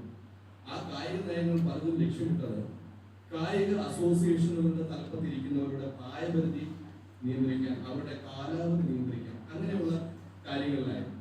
അതിലുപരിയായി ഗ്രാസ് റൂട്ട് ലെവലിൽ നിന്നും കായിക താരങ്ങളെ കണ്ടെത്തി വളർത്തി അവരെ മെഡൽ നേടുന്ന തലത്തിലേക്ക് എത്തിക്കുന്ന രീതിയിലേക്ക് എങ്ങനെ ചിന്തിക്കണം എന്നുള്ള ഒരു അടിസ്ഥാനം ഇട്ടുകൊണ്ടുള്ള ഒരു കായിക നയമോ കായിക നിയമമോ നമുക്കുണ്ടായിരുന്നില്ല. 78 വർഷം കഴിഞ്ഞു ഒരു കായിക നിയമം. ഈ നിയമത്തിലും നമ്മൾ പ്രധാനമായും പറയുന്നത് കായിക അസോസിയേഷനുകളുടെ കാര്യത്തിലുള്ള നിയന്ത്രണമാണ്. അതിന്റെ ഭരണം സുതാര്യമാകണം. അതിനു വേണ്ടിയിട്ട് അതിന്റെ ഭരണകർത്താക്കളുടെ കാലാവധി, അവർ കായിക രംഗത്ത് അവരുടെ പങ്ക്, ഇതെല്ലാം വളരെ കൃത്യമായിട്ട് നിർവചിച്ചുകൊണ്ടുള്ള ഒരു നിയമമാണ് ഇവിടെ ഉണ്ടായിരിക്കുന്നത്. നിയമത്തിന്റെ കുറവ് കൊണ്ടല്ലല്ലോ ഇന്ത്യയിൽ കാര്യങ്ങളൊക്കെ ഈ രീതിയിൽ പോകുന്നത്. നിയമമായി നടപ്പിലാക്കുന്നതിന്റെ കുറവുകൊണ്ട്. നമുക്കറിയാം 78 കൊല്ലം എടുത്ത് ഒരു നിയമം വന്നു. ഇനി അത് ഒരു നിയമമായി നടപ്പിലാക്കണമെങ്കിൽ 78 കൊല്ലം കൂടി വേണ്ടി വരുന്ന ഒരു സാമൂഹ്യ അവസ്ഥയാണ് ഇന്ത്യയിൽ. അതിനു പകരം ഒരു 7-8 വർഷം കൊണ്ട് ഈ നിയമത്തിൽ പറഞ്ഞിരിക്കുന്ന കാര്യങ്ങൾ നടപ്പിലാവുകയാണെന്നുണ്ടെങ്കിൽ നമുക്കൊരു രീതിയിൽ ഒരു വിപ്ലവം തന്നെ ഇവിടെ സൃഷ്ടിക്കാൻ കഴിയും എന്നാണ് എൻ്റെ അഭിപ്രായം. കായിക അസോസിയേഷനുകളുടെയും കാര്യത്തിലും വേറൊരു ഭിന്നാഭിപ്രായമുള്ളത്, എല്ലാ കായിക അസോസിയേഷനുകളും അന്താരാഷ്ട്ര കായിക അസോസിയേഷനുകളുടെ നേരിട്ടുള്ള നിയന്ത്രണത്തിലാണ്, അവരുടെ നിയമാവലിക്ക് അനുസൃതം. നമ്മൾ കഴിഞ്ഞ ദിവസം ഒരു വാർത്ത ശ്രദ്ധിച്ചു. ഫിഫ ഇന്ത്യയെ ബാൻ ചെയ്യാൻ പോകുന്നു. ഒക്ടോബർ 30 മുമ്പ് ഇന്ത്യ നിയമപരിഷ്കരണം നടപ്പിലാക്കിയില്ലെങ്കിൽ ഇന്ത്യൻ ഫുട്ബോളിനെ വിലക്കാൻ പോകും. നമ്മളൊരു പുതിയ കായിക നിയമം ഉണ്ടാക്കുകയാണ്. പക്ഷേ നമ്മുടെ ഫുട്ബോൾ അസോസിയേഷനെ നിയന്ത്രിക്കാൻ ലോക കായിക സംഘടനകളാണ്. അപ്പൊ ആഗോള തലത്തിലുണ്ടാവുന്ന കായിക സംഘടനകളുടെ ആഗോള നിയമത്തിന് അനുസൃതമായിട്ടുള്ള നിയമങ്ങളിലൂടെ മാത്രമേ നമുക്ക് നമ്മുടെ കായിക സംഘടനകളെ നിയന്ത്രിക്കാൻ കഴിയൂ എന്നുള്ള യാഥാർത്ഥ്യം കൂടി മനസ്സിലാക്കി മാത്രമേ മുന്നോട്ട് പോകാൻ കഴിയൂ. അല്ലാതെ ഒരിക്കലും ഒരു സർക്കാരിന് കായിക അസോസിയേഷനുകളെ നിയന്ത്രിച്ചുകൊണ്ട് ഇവിടെ ഒരു കായിക നയമോ കായിക നിയമമോ കൊണ്ടുവരാൻ കഴിയില്ല.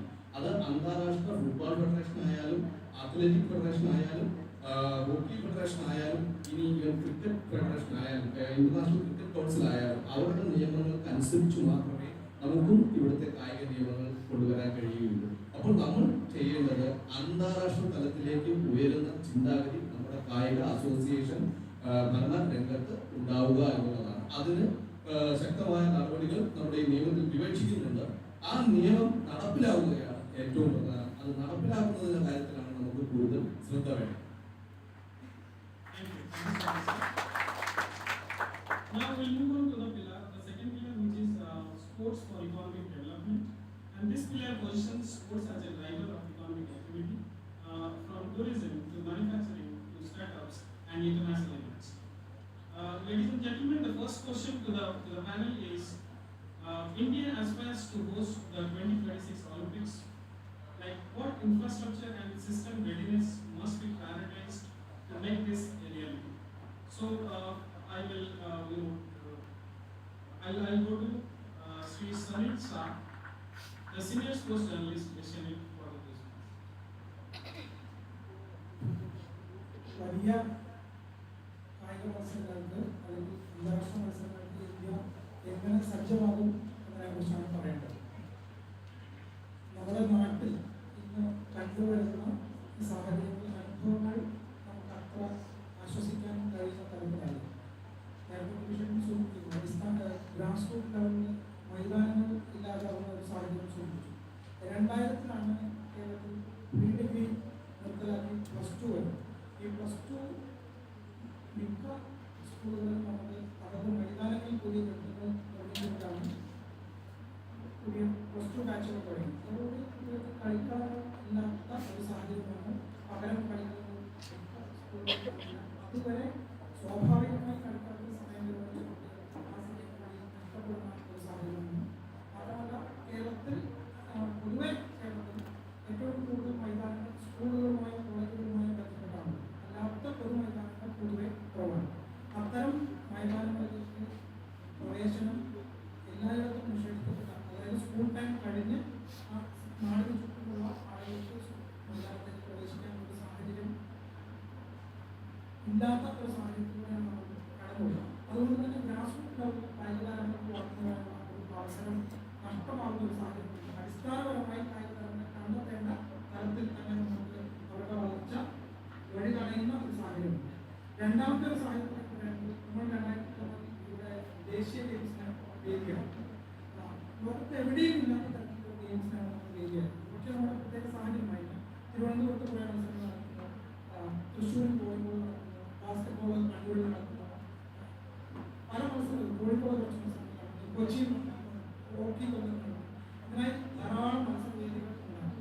പക്ഷേ ആ മത്സരവേദികളെല്ലാം തന്നെ ഭൂരിഭാഗം തകർന്ന് അല്ലെങ്കിൽ ഉപയോഗിക്കാൻ കഴിയാത്ത വിധം നഷ്ടപ്പെട്ട സാഹചര്യമാണ്. കഴിഞ്ഞ ദിവസവും പരിശീലനമായി സംസാരിച്ചപ്പോൾ അന്താരാഷ്ട്ര നിലവാരമുള്ള ഉപകരണങ്ങളാണ് ദേശീയ ഗെയിംസിനായി കൊണ്ടുവരുന്നത്. ആ ഒറ്റ ഗെയിംസിന് ശേഷം അതെല്ലാം ഉപയോഗശൂന്യമായി ഉപയോഗിക്കാത്ത തരത്തിൽ അത് നഷ്ടപ്പെട്ട ഒരു സാഹചര്യമാണ്. അതിനുശേഷം 2017 കേരളം ഫിഫ മത്സരങ്ങളുള്ള ഒരു വേദിയായിരുന്നു. കൊച്ചിയിൽ ഫിഫ നിലവാരമുള്ള 3-4 പരിശീലന മൈതാനങ്ങൾ കൊച്ചി വെളി മൈതാനമടക്കം 20 മൈതാനങ്ങൾ സജ്ജമാക്കി. അതെല്ലാം പോലെ കാട് പിടിച്ച് ഫോളോ അപ്പ് ഇല്ലാതെ ആ മൈതാനങ്ങളെല്ലാം തന്നെ നഷ്ടപ്പെട്ട ഒരു സാഹചര്യമുണ്ട്.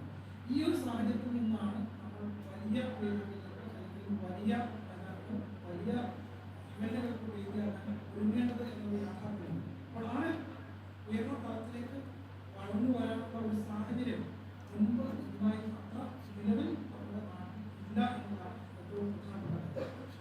അത് മാത്രമല്ല, പൊതുവെ സർക്കാർ സഹായത്തോടു കൂടിയാണ് കായിക താരങ്ങളെ സ്റ്റേഡിയങ്ങൾ വികസിപ്പിക്കുന്ന അത്തരം കാര്യങ്ങളൊക്കെ സർക്കാരിന്റെ മാത്രം കാര്യത്തിലൂടെ ആയിരുന്നു. ഇപ്പോൾ അത് മാറ്റം വന്നുകൊണ്ടിരിക്കുകയാണ്. നിരവധി സ്വകാര്യ സംഘടനകളുടെ സഹായത്തോടെ അത്തരം കാര്യങ്ങളല്ല. യൂറോപ്പിലാണെങ്കിലും മറ്റ് രാജ്യങ്ങളിലെല്ലാം തന്നെ ഗവൺമെന്റ് സെക്ടറിൽ നിന്ന് മാറി പ്രൈവറ്റ് അക്കാഡമികളോ അല്ലെങ്കിൽ പ്രൈവറ്റ് ഇൻസ്റ്റിറ്റ്യൂഷൻസിൽ നിന്നാണ് താരങ്ങളെല്ലാം വളർന്നു വരുന്നത്. അത്തരത്തിലുള്ള ഒരു തുടക്കം നമ്മുടെ നാട്ടിൽ ഉണ്ടായിട്ടുണ്ട്. അത് പ്രായോഗികമായും പ്രാവർത്തികമായും മുന്നോട്ട് പോയാൽ മാത്രമേ നമുക്ക് അന്താരാഷ്ട്ര കായിക വേദികളിൽ മികച്ച താരങ്ങളെ വളർത്തിയെടുക്കുന്നുള്ളൂ. അത്തരത്തിൽ നിർമ്മിക്കുന്ന സ്റ്റേഡിയങ്ങൾ അല്ലെങ്കിൽ ലഭ്യമായ സ്റ്റേഡിയങ്ങൾ കൃത്യമായി പരിചരിക്കാനും അത് നിലനിർത്തി താരങ്ങൾക്ക് പരിശീലിക്കാനുള്ള അവസരം കൂടി ഒരിക്കൽ മാത്രമേ നമുക്ക് ആ രീതിയിൽ മുന്നോട്ട് പോകാൻ കഴിയൂ. Thank you, sir. If we see the budget, the sports budget of Government of India, if we compare how it was just 10 years back, just a decade back, and how much it is today, so you will see there is a multi-fold increase in the Indian sports budget. So with that, we are help to India. I am sure that budget is not the only thing by which we can develop infrastructure, of course, but that is also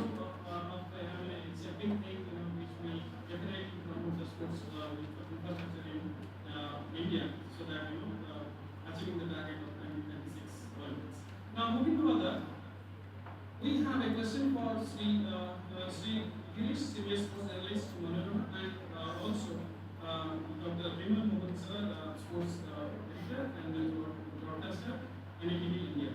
Sir, my question here is, how can we promote sports entrepreneurship and startups in areas like equipment, technology, and planning? Because many times, we again see that, we are not, being self-reliant so far as, sports equipment is concerned, and apparels are concerned. We are not yet, of course, we are in the process of becoming self-reliant, but we are not yet there. Then, if we are talking about Kerala specifically, I don't see any sports industry coming up in Kerala or any kind of, sports infrastructure developed, sports equipment development industry which is coming up in India. So on that note, I would say that how can we promote sports entrepreneurship and startups in areas like equipment, technology, and planning? Sri Girish. ഈ sports international പറയുന്നത് ആണ് best example നമുക്ക് എടുക്കാം. ഇപ്പോൾ ആലപ്പുഴയിൽ പുന്നമടയിൽ വള്ളംകളിയാണ്. പക്ഷേ അനവധി kayaking അതിനുവേണ്ടി ഉള്ള വള്ളങ്ങൾ ജപ്പാനിൽ ചുണ്ടൻവെള്ളം ചുണ്ടൻവെള്ളത്തിൽ അനുസരിക്കാൻ പറ്റില്ല. പക്ഷേ ഇതുകൊണ്ടാണ് താമസിക്കുന്നത്. ഇത് വലിയ പ്രശ്നമാണ്. അതുപോലെ ഈ സ്പോർട്സ് എക്യുപ്മെൻസിൻ്റെ ബാക്കി കാര്യങ്ങളാണെങ്കിലും പിന്നെ അതിൻ്റെ നമ്മളിപ്പോൾ ബോൾ വാട്ട് ഇറക്കുന്ന രീതിയിലാണെങ്കിലും ബോൾ വാട്ടിൽ കൊണ്ടുപോയി അതൊക്കെ നമുക്ക് ചെയ്യാൻ പറ്റുന്നുള്ളൂ. അത് ആ ഒരു അത് പറയുന്ന ഓർക്കുന്നുണ്ട്. ഈ സ്പോർട്സ് എക്കോണമി ധാരാളം ചാൻസ് ഉണ്ട്. അതുപോലെ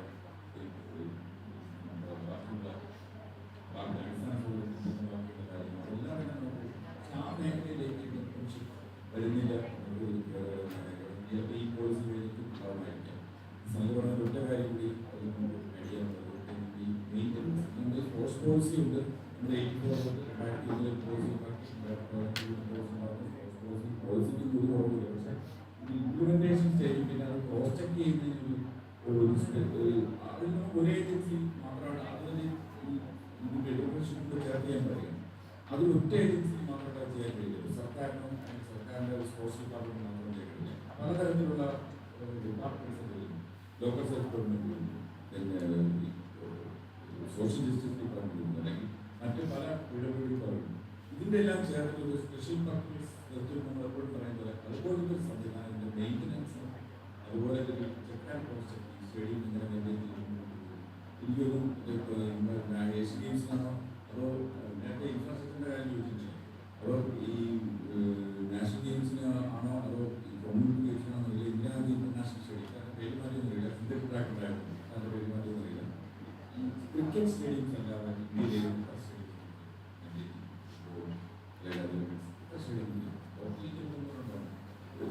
സാൾട്ട് ലേക്ക് സ്റ്റേഡിയം അങ്ങനെ ക്രിക്കറ്റ് സ്റ്റേഡിയംസ് മാത്രം ഏതൊക്കെ അത്ലറ്റിക് സ്റ്റേഡിയം ഇതാണ് മെയിൻ പ്രശ്നം. അത് നമ്മുടെ 2036 ഇൻഫ്രാസ്ട്രക്ചർ പ്ലസ് ഈ സ്പോർട്സ് എക്യുപ്മെന്റ്സിന്റെ ആ രീതിയിലേക്ക് പ്രോത്സാഹിപ്പിക്കുന്നത് എന്താണ് വേണ്ടത് വളരെ സീരിയസ് ആയിട്ട്. Thank you so much, sir. I see the sports industry growing not only in India, across the world it's growing. So one way is like, 6-7 years back, 10 years back, nobody knew about javelin in India. Now, one javelin was, a good javelin was 2.5 lakh rupees or something like that. For a beginner, it's 8,000 rupees, 4,000 rupees javelin. But now, because leadership has done and a huge number of javelin sports have come up in India, so javelin industry has started growing. There was a time when people used to run. They were lacking spikes. They used to get it from China, Singapore, but now I can see, spikes industry also growing very, not in the prominent way, but yeah, it's been growing slowly further. Haryana. So, one way is that if you win medals, if you do well at international level, the sports industry will automatically, organically grow because everybody wants to earn money. So one way is that. Another way come up and invest in the business, not thinking about making business and as I said earlier, in for every quarter. But if they invest money and the gestation period for sporting business is little high, I mean, then they can achieve, I mean, get rewards and profits multiple multiple terms they can get it. So there are multiple ways, and this policy has given space to do. I mean, I would also urge the youth of this hall across that they should not be thinking in terms of getting a job, create a job, be a part of startup, and then how you can, I mean, at this age, I am trying to set up a startup, and you, all of us, the moment sporting activities grows in India, all of us can be a part of startup and grow and become entrepreneur in those terms. So I mean, I can see it growing, and we have to catch the bus. This is the opportunity. If we miss the bus, then of course, I mean, somebody else will bring the ball. Thank you so much. I mean, for putting lights on this point, on this question. So, to my one thing I would like to add here.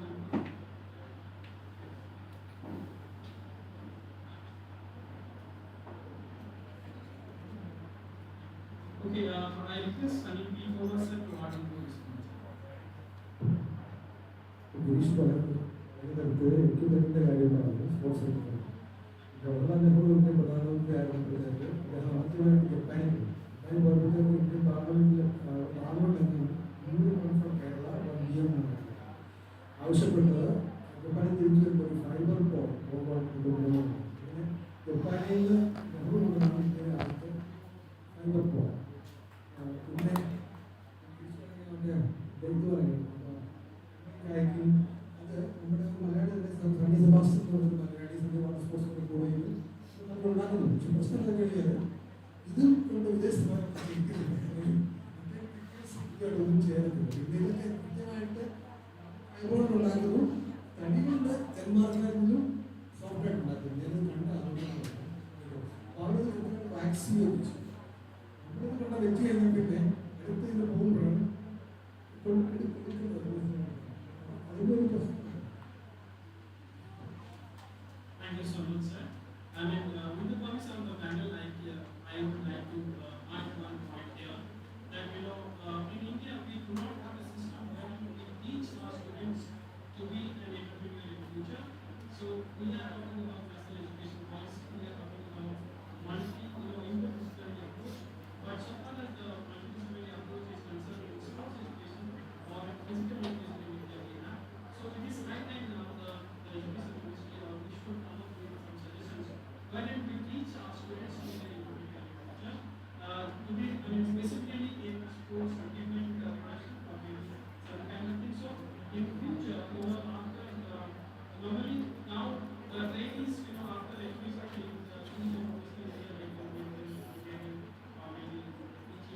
but we have to prepare our students in a way that after they complete their education, they also have to be sports entrepreneurship.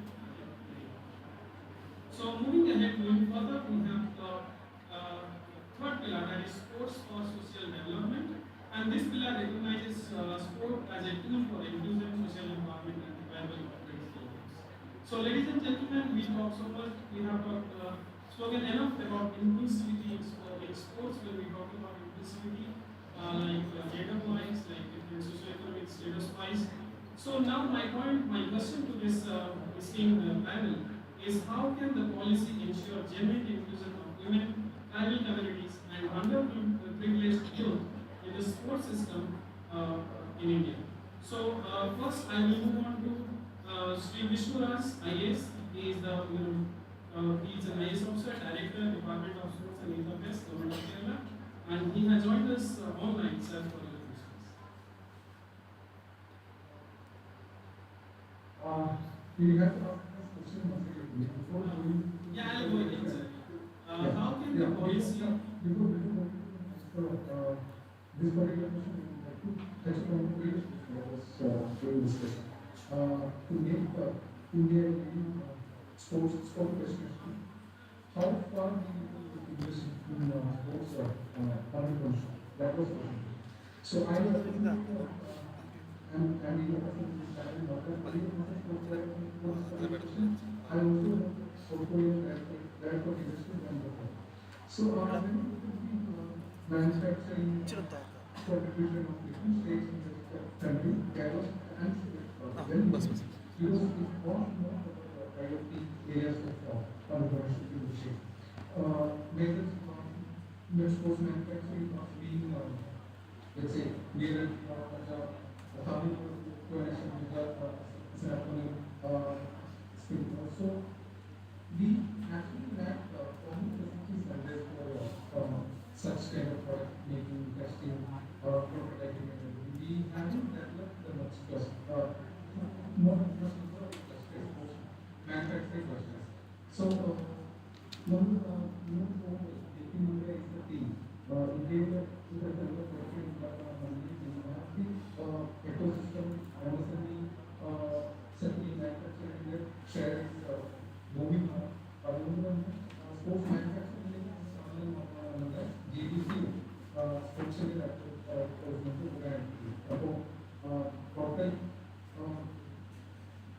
total looking economy, there is a 0.5% other than 1.5% important for these sports manufacturing, sporting tech,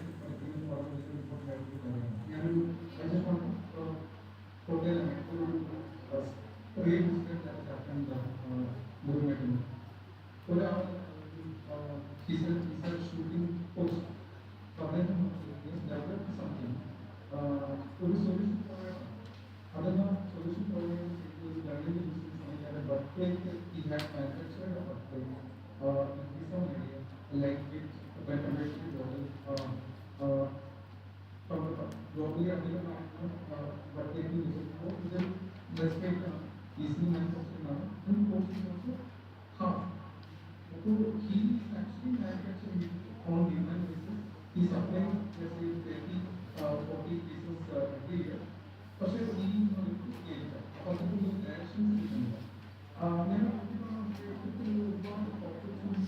and information of post manufacturing. Is being more expensive. Similarly, development share of Kerala is making sports bases. We have one sustaining one industry park in Kerala. But the AC India, Kerala, so I think for Kerala, we can focus on this basis and innovative sports solutions that we will not be scaling for sports management. Coming to the second question, we can ask again. Yeah, sir, thank you so much for putting light on the first question. And the second question is, how can the policy ensure a genuine inclusion of women, tribal communities, and underprivileged youth in the sports system? So, I will bottom layer of the pyramid. Bottom layer, mentioning bottom layer, that industry inclusion activities that we have in the ground.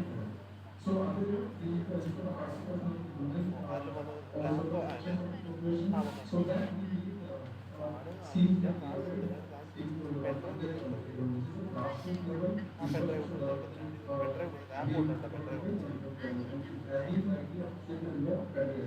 so infrastructure, one time is a mechanism and also it's a sustainable funding. So there is always shine on government sector in the case of funding for the infrastructure. So we should be funding of innovative funding. 100 scheme where the local area funds can be utilized for ambulance, funds can be utilized for ground construction. So that is the transport level infrastructure. And based on we are constructing infrastructure, we are making infrastructure, and we already have grounds in colleges, education institutions under Panjayat and other local self-government. So now we create activities surrounding activities around them, which stimulate participation of all those sections, and we need to take it to the tribal populated area, we need to take it to the urban areas in respect of the geographical variety improve these type of infrastructures as well as activities surrounding those infrastructure. So that is my answer to this presentation. Thank you very much, sir. Now moving on to the next question, I have Sri Rakesh. We have senior sports analyst from Macron. Sir, my question to you is: when traditional and indigenous games form a part of our cultural fabric, especially in Kerala, we have got very traditional games practice like talent fight and all. So how can media and policy collaborate to revive and sustain?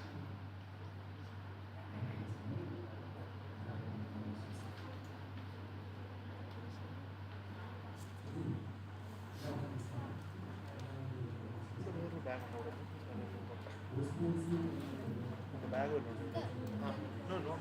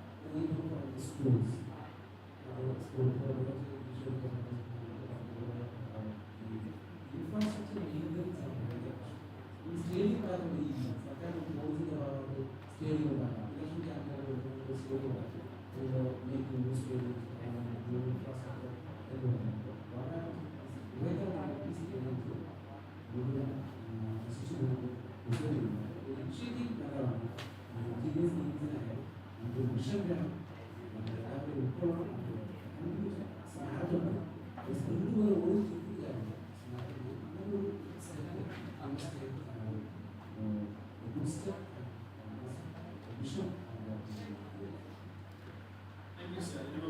As you very rightly said, that policy is a marathon race, it is not a sprint event. So I believe that media is a very strong pillar of Indian democracy, and hence, can contribute very efficiently to the revival of indigenous games. Now, I will move to Mr. Ashwin Ashok Kumar. He is a reporter from New York Express, and your views on this event. Traditional and indigenous games form a part of our cultural fabric, and how can media and policy collaborate to revive it?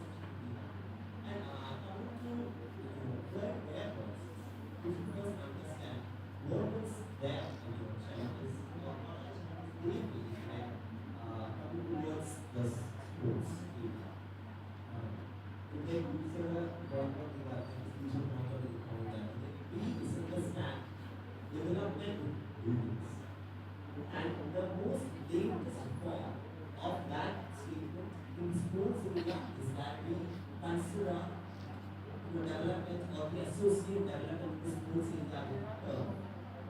See, for the clubs are going rapidly because we improve our business. What happens when this happens? The organization that I know. Earlier we had grounds which was either freely accessible or accessible for everyone and every capital. But it was really going around to the family. They have to pay a lot of stuff. And that is another part of the ecosystem. And Amrik Vendra, there was a that the first time is doing is as we understand the country's first sports manual. Either each substantive in last basis, the small towns, the small towns, or the big ones, wherever coaching is happening, everything is being marked. And the resources are kept so that your resources also there online. Because you have discovered about results. And such a possibility can be extended towards the entire country. For example, marking all the sports resources that we have, marking all the small towns, small cars, small groups, even the smallest communities, even a one person coaching 10 students in football, anything, can be mapped and can be utilized on a larger scale. But it's not just about policy and government, it has to go to the ground level. And when we go to the ground level, what there's another challenge that we didn't see and that should be spoken. I would like to hear a response from the audience once again. How many of you have heard questions from maybe your relatives or society that what will you do after those results? How many of you have heard a question like that? I just want to say to you that society of our people are. See, even in a crowd at LNCPE, even among students at LNCPE, we have students who have faced some kind of rejection or some kind of disease from the society. Because today, even today, people of society strongly feel that do not strongly believe in some kind of pursue that, to passion, to profession, some provider, to do that, to do that,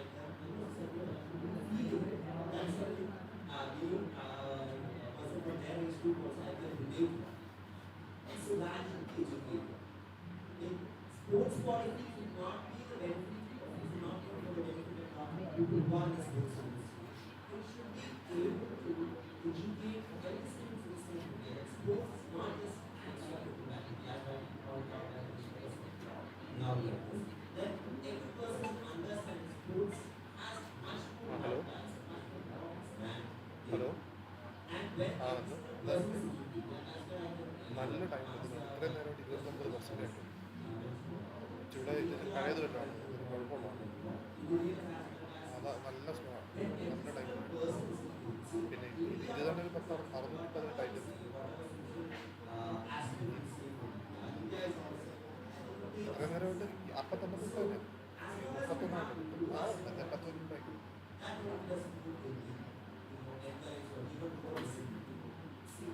earlier I don't know how many of you are aware of the Kerala cricket league season 2. See, earlier we were not having such greater visibility for a small league like now the situations are changing. We ourselves are reporting Kerala cricket league in a much wider way.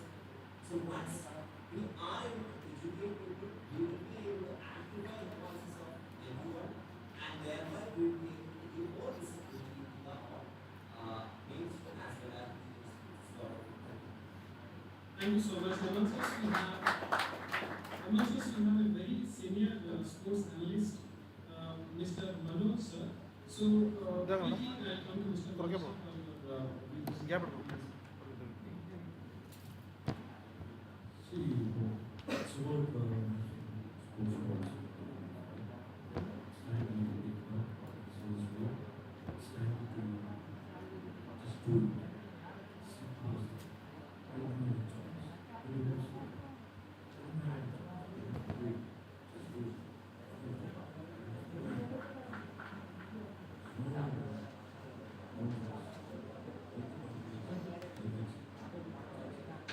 achieve. So, such a thing that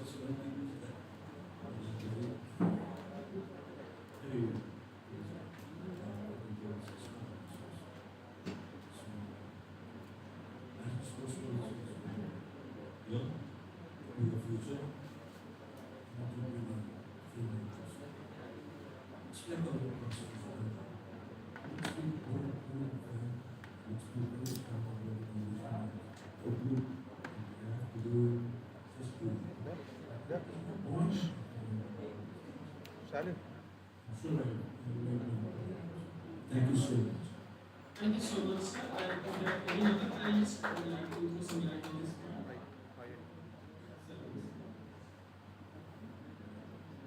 എനിക്ക് ഞാൻ പറഞ്ഞ പോയിന്റാണ് എനിക്ക് ആയിട്ടുള്ളത്. കാരണം അദ്ദേഹം ചോദിച്ചു സ്പോർട്സിലോട്ട് വന്നതുകൊണ്ട് നിങ്ങൾക്ക് എന്തെങ്കിലും ഗുണം ഉണ്ടാകുമോ എന്ന് നമ്മുടെ കുട്ടികളോട് ചോദിച്ചാൽ എന്ത് മറുപടി പറയും എന്നുള്ള ഒരു ക്വസ്റ്റ്യൻ ഉണ്ട്. പലപ്പോഴും നമ്മുടെ രക്ഷാകർത്താക്കൾക്ക് കുട്ടികളെ സ്പോർട്സിലേക്ക് വിടാൻ ഒരു താല്പര്യമില്ല. നമ്മുടെ കുട്ടികൾക്ക് അവരെ ഡോക്ടറാക്കണം, എഞ്ചിനീയർ ആക്കണം, അല്ലെങ്കിൽ IT പ്രൊഫഷണൽ ആക്കണം. ഏറ്റവും കുറഞ്ഞത് കാനഡയിലോ ഓസ്ട്രേലിയയിലോ അമേരിക്കയിലോ എങ്കിലോ പറഞ്ഞു കൊടുക്കും. അതിനു വേണ്ടിയിട്ടുള്ള വിദ്യാഭ്യാസമാണ് നമ്മൾ കൊടുക്കുന്നത്. അതിലുപരിയായിട്ട് ഒരു കായിക താരമായി മാറണം എന്ന് ഒരു രക്ഷാകർത്താവിന് തോന്നുന്ന അവസ്ഥയിൽ മാത്രമേ ഒരു കുട്ടിക്ക് ഒരു കായിക താരമാകാൻ പറ്റൂ. കാരണം നമ്മളെല്ലാവരും നമ്മുടെ കുട്ടികളെ 1ാം ക്ലാസ് മുതൽ 10ാം ക്ലാസ് വരെ പഠിപ്പിക്കുന്നു. അത് കഴിഞ്ഞിട്ട് എൻട്രൻസ് ഓറിയന്റഡ് പഠിപ്പിക്കുന്നു. ഇതിനൊക്കെ അപ്പുറത്തേക്ക് ഒരു കായിക താരമായിട്ട് കുട്ടി വളരണമെന്ന് ഒരു രക്ഷാകർത്താവ് ആഗ്രഹിക്കാത്ത ഒരു സാഹചര്യം നമുക്കുണ്ട്. കഴിഞ്ഞ ദിവസം ഇതുപോലെ ഒരു ചർച്ചയിൽ പങ്കെടുത്തപ്പോഴത്തേക്ക് കുറച്ച് രക്ഷാകർത്താക്കളൊക്കെ ഉണ്ടായിരുന്നു. അപ്പം ഇന്ത്യയിൽ കായിക താരങ്ങൾ കായിക പ്രതിഫലം വളരെ കുറവാണ്, ഉണ്ടാകുന്നില്ല. ഗ്രാസ് റൂട്ട് ലെവലിൽ നമ്മൾ ഒരു തരത്തിലുള്ള ശ്രദ്ധയും കൊടുക്കുന്നില്ല എന്നുള്ള പരാതികളുണ്ട്. അപ്പൊ അവരോട് അന്ന് ആ ഒരു ചർച്ചയിൽ പാനലിസ്റ്റ് ചോദിച്ചു, നിങ്ങളുടെയൊക്കെ മക്കൾ എന്ത് ചെയ്യുന്നു, നിങ്ങളുടെയൊക്കെ മക്കൾ എത്ര പേര് സ്പോർട്സിലുണ്ടെന്ന് ചോദിച്ചു. നിർഭാഗ്യവശാൽ ആരും കൈപോക്കാനുണ്ടായിരുന്നു. പക്ഷെ ഇപ്പോഴത്തെ എൻ്റെ ഒരു സന്തോഷം എന്ന് വെച്ച് കഴിഞ്ഞാൽ ഈ ഒരു പാനലിൽ ഇവിടെ ഇരിക്കുന്നതിനകത്ത് സലസാറിന്റെ മകൻ അദ്ദേഹം ക്രിക്കറ്റിലേക്കായിരുന്നു, സ്റ്റേറ്റ് ടീമിൽ കളിച്ചിരിക്കുന്നതാണ്. ഗിരീഷേട്ടൻ്റെ മകൻ ക്രിക്കറ്ററാണ്. മലയേട്ടൻ്റെ മകൻ ഇവിടെ ഉണ്ട്, അതൊരു കായികതാണ്. അപ്പോ പേരൻസ് കായിക രംഗത്തേക്ക് വരാൻ കുട്ടികളെ പ്രോത്സാഹനം കൊടുക്കാത്തടത്തോളം കാലം നമുക്ക് നല്ല കുട്ടികളുണ്ടാകും. നമ്മുടെ ലക്ഷ്യം നല്ല മനുഷ്യരുണ്ടാവുക എന്നുള്ളത്. നല്ല മനുഷ്യരാകണമെങ്കിൽ അവൻ നല്ലൊരു കായിക താരമാണ്. നമ്മൾ ശ്രമിച്ചു നോക്കും, കായിക താരങ്ങൾക്കിടയിൽ മോശം മനുഷ്യർ കുറവാണെന്നാണ് എൻ്റെ ഒരു അഭിപ്രായം. തീർച്ചയായും ഒരു മനുഷ്യനെ നന്നാക്കി എടുക്കുന്നതിൽ അവന്റെ സ്വഭാവ രൂപീകരണത്തിൽ ഏറ്റവും പ്രധാനപ്പെട്ട പങ്ക് സ്പോർട്സിന്. കാരണം സ്പോർട്സ് എന്ന് പറയുമ്പോൾ ജയം മാത്രമല്ല, തോൽവികളിൽ നിന്നാണ് ജയത്തിന്റെ പ്രാധാന്യം മനസ്സിലാക്കുന്നത്. തോൽവികളെ നേരിടാൻ വേണ്ടി നമ്മുടെ ഇന്നത്തെ കുട്ടികൾ പലപ്പോഴും തോൽവികളെ, പ്രയാസങ്ങളെ, ബുദ്ധിമുട്ടുകളെ നേരിടാൻ അവർക്ക് കഴിയാതെ വരുന്നത് അവർ തോൽക്കാത്തത് കൊണ്ടാണ്. അവർ 1ാം ക്ലാസ് തൊട്ടേ ജയിച്ചു വരുന്നത് പുരുഷൻ കൊടുത്തു പോകും. അതിനൊക്കെ ഉപരിയായിട്ട് സ്പോർട്സിൽ പങ്കെടുക്കുമ്പോഴാണ് നമ്മൾ ചില മത്സരങ്ങളിൽ നമ്മൾ ജയിക്കും, ചില മത്സരങ്ങളിൽ തോൽക്കും. ഒരിക്കൽ തോറ്റാൽ വീണ്ടും ഒരിക്കൽ ജയിക്കാൻ കഴിയുമെന്നുള്ള ആത്മവിശ്വാസം നൽകുന്നത് സ്പോർട്സാണ്. അപ്പൊ ആ ഒരു ആത്മവിശ്വാസം നൽകുന്ന രീതിയിലേക്ക് സ്പോർട്സിന് പ്രാധാന്യം കൊടുക്കാൻ രക്ഷാകർത്താക്കളും കൂടി രംഗത്തേക്ക് വരണം എന്നുള്ളതാണ് എൻ്റെ ഒരു പോയിന്റ്. അതോടൊപ്പം തന്നെ ഈ ഫിസിക്കൽ എഡ്യൂക്കേഷൻ വിദ്യാഭ്യാസത്തെ കുറിച്ച് പറഞ്ഞപ്പോൾ എനിക്ക് ആഡ് ചെയ്യാനുള്ള കാര്യം നമ്മുടെ കേരളത്തിന്റെ അവസ്ഥ ചെറുതായിട്ട് സൂചിപ്പിക്കണമെന്ന് തോന്നുന്നു. കാരണം പണ്ടൊക്കെ നമ്മുടെ എല്ലാ സ്കൂളുകളിലും ഒരു ഫിസിക്കൽ എഡ്യൂക്കേഷൻ ടീച്ചർ ഉണ്ടായിരുന്നു. ഇന്നത്തെ നമ്മുടെ അവസ്ഥ, സർക്കാർ സ്കൂളുകളുടെ അവസ്ഥ എടുത്തു നോക്കൂ. 1 തൊട്ട് 4 വരെയുള്ള ക്ലാസ്സുകളിൽ കായിക അധ്യാപകൻ എന്നുള്ള പോസ്റ്റ് ഇല്ല. 4ാം ക്ലാസ് തൊട്ട് 5ാം ക്ലാസ് തൊട്ട് 6ാം ക്ലാസ് വരെയുള്ള UP സ്കൂളുകളിൽ ഒരു സ്കൂളിൽ 500 കുട്ടികൾ ഉണ്ടെങ്കിൽ അവിടെ ഒരു കായിക അധ്യാപകനുണ്ട്. 500 കുട്ടികൾ ഇല്ലെങ്കിൽ അവിടെ കായിക അധ്യാപകന്റെ പോസ്റ്റ് ഇല്ല. ഹൈസ്കൂളിൽ 8-9 ക്ലാസ്സിലുള്ള കുട്ടികളുടെ അടിസ്ഥാനത്തിൽ കായിക അധ്യാപകരുണ്ട്. ആ കുട്ടികളുടെ എണ്ണത്തിന്റെ അടിസ്ഥാനത്തിൽ 10ാം ക്ലാസ്സുകാർക്ക് കായിക വിദ്യാഭ്യാസം ഇല്ല. +1, +2 ക്ലാസ്സുകളിൽ മുമ്പ് പ്രീ-ഡിഗ്രി ഉണ്ടായിരുന്ന സമയത്ത് കോളേജുകൾ കായിക അധ്യാപകർ ഉണ്ടായിരുന്നു. പക്ഷേ നമ്മുടെ +1, +2 കായിക അധ്യാപക നിയമനം നടക്കുന്നില്ല. അപ്പോ 1ാം ക്ലാസ് തൊട്ട് 12ാം ക്ലാസ് വരെ പഠിക്കുന്ന ഒരു കുട്ടിക്ക് കായിക അധ്യാപകന്റെ സാന്നിധ്യം ലഭിക്കുന്നത് 7-8-9 ക്ലാസ്സുകളിൽ മാത്രമാണ്. ഇപ്പൊ നമുക്കറിയാം ഈ കുട്ടികളൊക്കെ BBA, MBA ഒക്കെ പഠിക്കുന്നവരാണ്. ഇവരുടെ ഭാവി എന്താണ്? നമ്മുടെ കുട്ടികളിലേക്ക് അവരുടെ ഈ സ്കൂളുകളുടെ കുട്ടികളുടെ എണ്ണത്തിന്റെ അടിസ്ഥാനത്തിലല്ല, ഓരോ കുട്ടിക്കും കായിക അധ്യാപകൻ ഉണ്ടായേ മതിയാകൂ എന്നുള്ള ഒരു കാഴ്ചപ്പാടിൽ ആണ് ഈ സ്പോർട്സ് പോളിസി നമ്മൾ നടപ്പിലാക്കിയത്. ഭാഗ്യവശാൽ 2020 നാഷണൽ എഡ്യൂക്കേഷൻ പോളിസിയോടൊപ്പമാണ് ഈ സ്പോർട്സ് പോളിസി ചേർത്ത് വായിക്കപ്പെടേണ്ടത്. അത് ചേർത്താണ് നടപ്പിലാക്കുന്നത്. അതിൽ പ്രധാനമായിട്ടും പറയുന്നത് എല്ലാ കുട്ടികൾക്കും കായിക വിദ്യാഭ്യാസം ലഭിക്കുക എന്നുള്ളതാണ്. കേരളത്തിലെ കാര്യം ഞാൻ എടുത്തു പറയാൻ കാരണം, കേരളത്തിൽ കായിക വിദ്യാഭ്യാസം നമ്മുടെ കരിക്കുലത്തിലെ ഒരു വിഷയമാണ് എന്നുള്ളതുകൊണ്ടാണ്. നമുക്ക് കായിക പാഠപുസ്തകങ്ങളുണ്ട്, കായിക സിലബസ് ഉണ്ട്, എല്ലാം ഉണ്ട്. പക്ഷെ കായിക അധ്യാപകര് മാത്രമില്ല. ആ ഒരവസ്ഥ മാറണം. ആ ഒരവസ്ഥ മാറിയേ മതിയാകും എന്നുള്ളതാണ്. നമുക്കറിയാം, കഴിഞ്ഞ ഒരു മാസം മുമ്പ് സെക്രട്ടേറിയറ്റിന് മുമ്പിൽ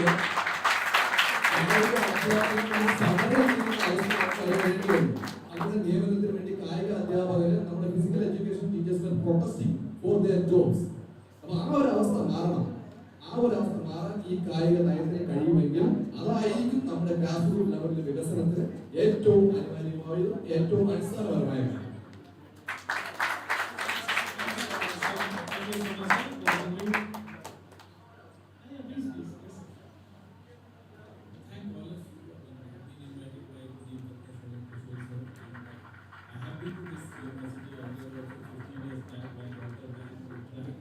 And I've been seeing universities across the world. This is probably one of the best universities, sports universities I've seen. And thank you very much.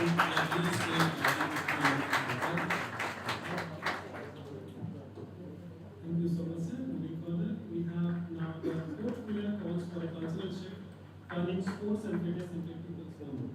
So my next question will be to Sri Manoj, sir, the senior consultants from. And also, I would like to have the views of Sri Girish, sir, senior sports journalist. And my question is, despite campaigns like Hello India and Fit India, physical inactivity remains a concern, especially among the youth. And what more needs to be done to make fitness a national habit? What does the policy suggest, and how can it be? Yes, sir.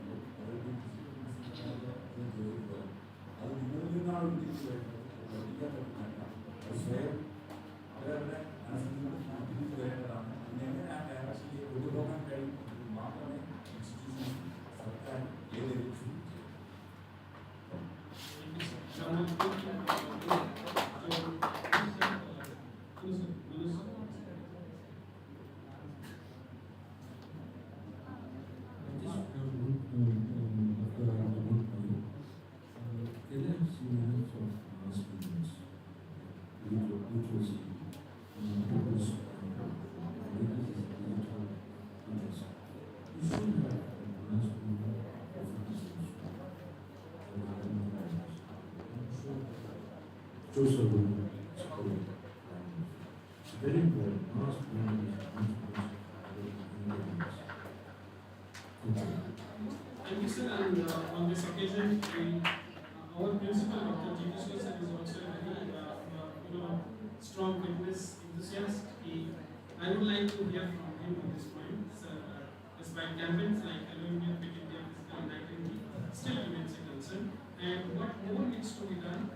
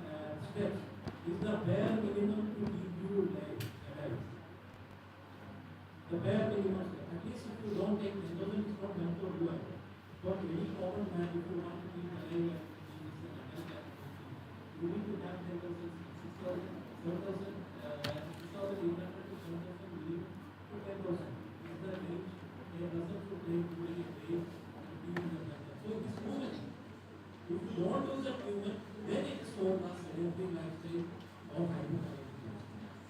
So the pros and cons is what is the WHO has predicted that India can become in the 30% of the Indian population can be living by lifestyle. That is the prediction of lifestyle.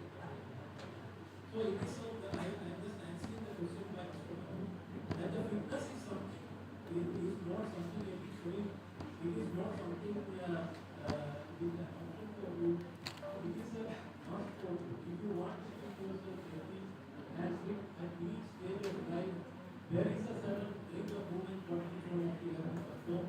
If you don't perform that movement, then it is not option, it is a must. If you don't, then you have it.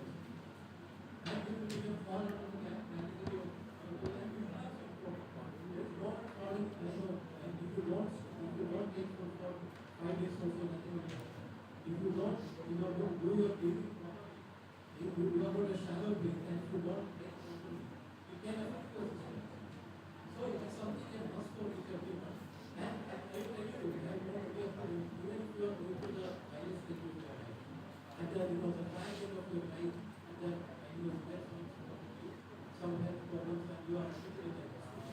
You have said that you have some major issues. What is that the doctor advice of the surgery then you can start walking. That is what something is do. How much of amount of walking you should do with your and even if you are affected by a major stroke or that, the physiology come to your ICU and push you up and say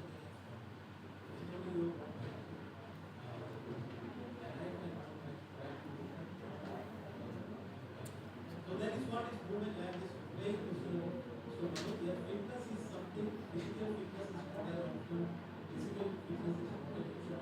Physical fitness is a must, is a pre-requirement for the disease of the body. Thank you so much, sir. Moving further, we have the last pillar, that is integration with education and integrated. So on this point, I would like to have comment from all the panelists here present here. Like the time limit is 2 minutes because we are running short of time. So my question here to the panelists, like we have been talking a lot about education policy in India 2020. Now we are discussing about 10 Bharat in 2025. So now my question to the panelists, how we can integrate these two things, that is national education policy and schools policy together to educate our children or maybe to educate our students to be fit and medicine.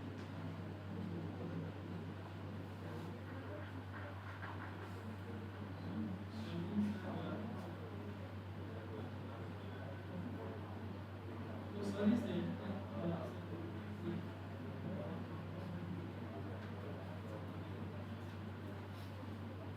You can go for 1 minute from the This is the last question.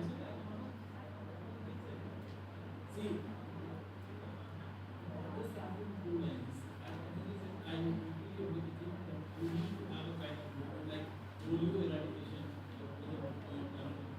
generalization, education. If you make the movement, how the state law, which is mentioned in school policy, state and then show nation and abroad. Then if that if you have to do the movement, you do the national education കോഴ്സിലെ plus ടുവിൽ ആഴ്ചയിൽ കുറഞ്ഞത് 2 periods was course. So, no extra helping.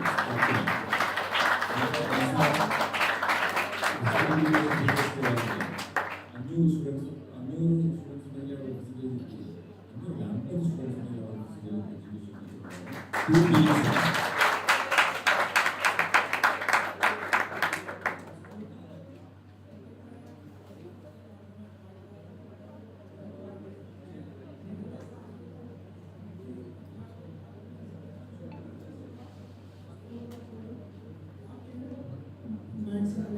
physics teachers are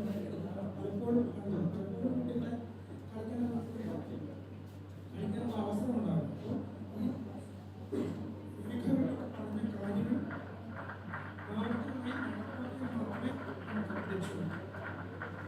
ഏജൻസിക്ക് പോലുള്ള സ്ഥാപനങ്ങൾ സ്പോർട്സിൻ്റെ അടിസ്ഥാനത്തിൽ ചാമ്പ്യന്മാരെ വാർത്തെടുത്തു കഴിഞ്ഞാൽ കുട്ടികൾ അവർ ഫോളോ ചെയ്യുന്നു.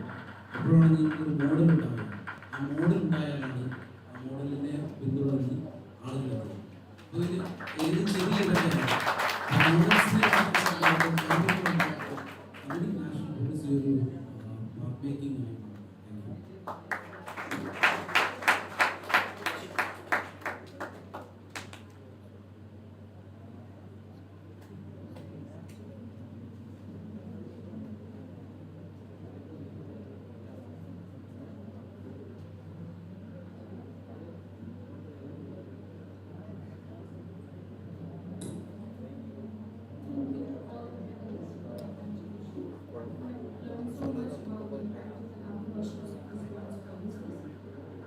Now, it's the time for valedictory address. We are deeply honored to have Padma Shri Dr. President Olympic India, a true icon of Indian hockey, joining us online. Sir, your presence is an inspiration to us all. Sir, please.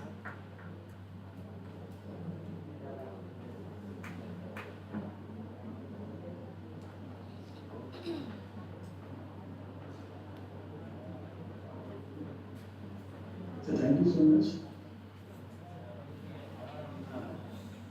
आप लोगों को नमस्कार.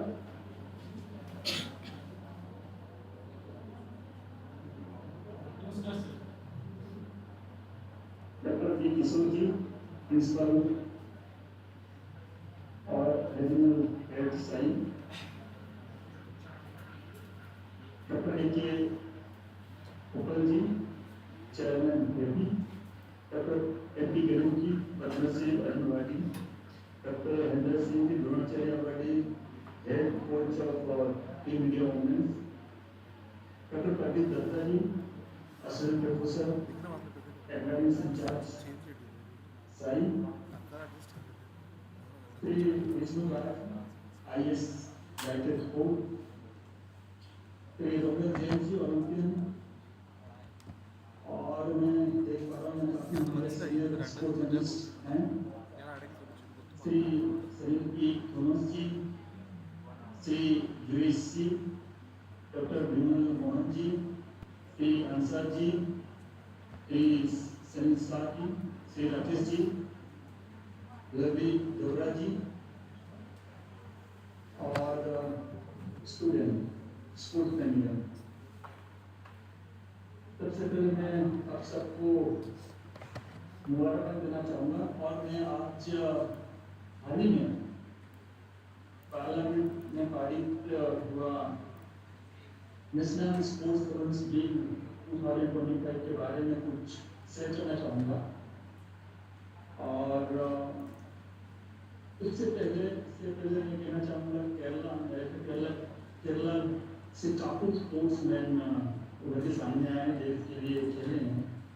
और जब hockey की हम बात करें तो हॉकी में आप सब जानते हैं मुझे स्पीडीज का कंट्रीब्यूशन काफ़ी इम्पोर्टेंट रहा है इंडियन हॉकी। लास्ट 2 ओलंपिक्स की बात करें तो गोलकीपर के हिसाब से काफ़ी सपोर्ट किए, और 2020 ओलंपिक्स, उसके बाद 2020 पेरिस ओलंपिक्स में काफ़ी इम्पोर्टेंट रोल उन्होंने निभाया और गोल्ड मेडल टीम ने जीता। तो और भी बात काफ़ी केरला गवर्नमेंट केरला के सामने आए हैं।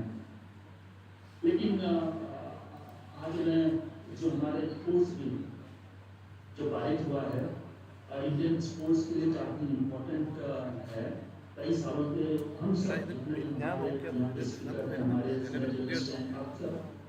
कई सालों से स्पोर्ट्स डेवलपमेंट पर काम कर रहे हैं, स्पोर्ट्स के लिए आप बोल रहे हैं, स्पोर्ट्स उभरने जा रहे हैं, देख रहे हैं, तो हम सब स्पोर्ट्स डेवलपमेंट में शामिल हैं। और मैं भी, मुझे भी मौका मिला देश के लिए खेलने के लिए, और अभी मैं हॉकी इंडिया के प्रेसिडेंट हूँ। मुझे भी कई सारे इम्पोर्टेंट रिस्पॉन्सिबिलिटी है जो कि हॉकी प्रमोशन के लिए। लेकिन जो बिल पारित हुआ है, मैं इसके लिए गवर्नमेंट को मैं काफ़ी बधाई देना चाहूँगा, प्राइम मिनिस्टर को बधाई देना चाहूँगा, और हमारे जो मंत्री जी हैं, स्पोर्ट्स मिनिस्टर जी हैं, और डॉक्टर मनसुख मंडल जी को बधाई देना चाहूँगा, स्पोर्ट डिपार्टमेंट को मैं बताना चाहूँगा। इंडियन स्पोर्ट्स खेल खिलाड़ी कैसे बेटर करेंगे फ्यूचर में इम्पोर्टेंट टूर्नामेंट में हमारे फेडरेशन हमारे एथलेटिक उनका कंट्रीब्यूशन कैसा बेटर हो पाएगा फेडरेशन में कई से पॉलिसी के ऊपर पॉलिसी बनाई गई है और मेरे ख्याल से फ्यूचर में हमारे लिए प्लेयर्स के लिए फेडरेशन के लिए खेलों के लिए काफ़ी इम्पोर्टेंट है। जैसे मैं कहना चाहूँगा कि sports regulatory board of India जहाँ हैं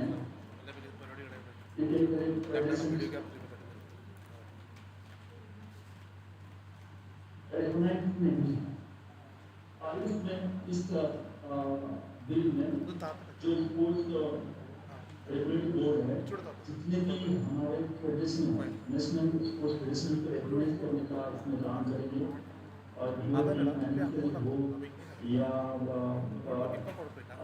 स्टैंडर्ड्स को मेंटेन करने होंगे इसके ऊपर ध्यान देंगे। उसके बाद आप जो स्ट्रक्चर है जैसे कि बात करें या पैरालंपिक्स कमेटी आप इंडिया की बात करें या नेशनल स्पोर्ट फेडरेशन की बात करें तो इस तरीके से फेडरेशन प्रॉपर रन कर पाएगी इसके ऊपर ध्यान दिया गया है। जैसे कि एक सीओ मस्ट होना चाहिए जो कि शरीर देश में जो प्रोफेशन वे में काम करें। जितने भी इस पॉलिसीज में जितनी भी एरियाज में ध्यान दिया गया मेरे ख्याल से ओलंपिक्स या पैरा ओलंपिक्स शहर को फॉलो किया गया है।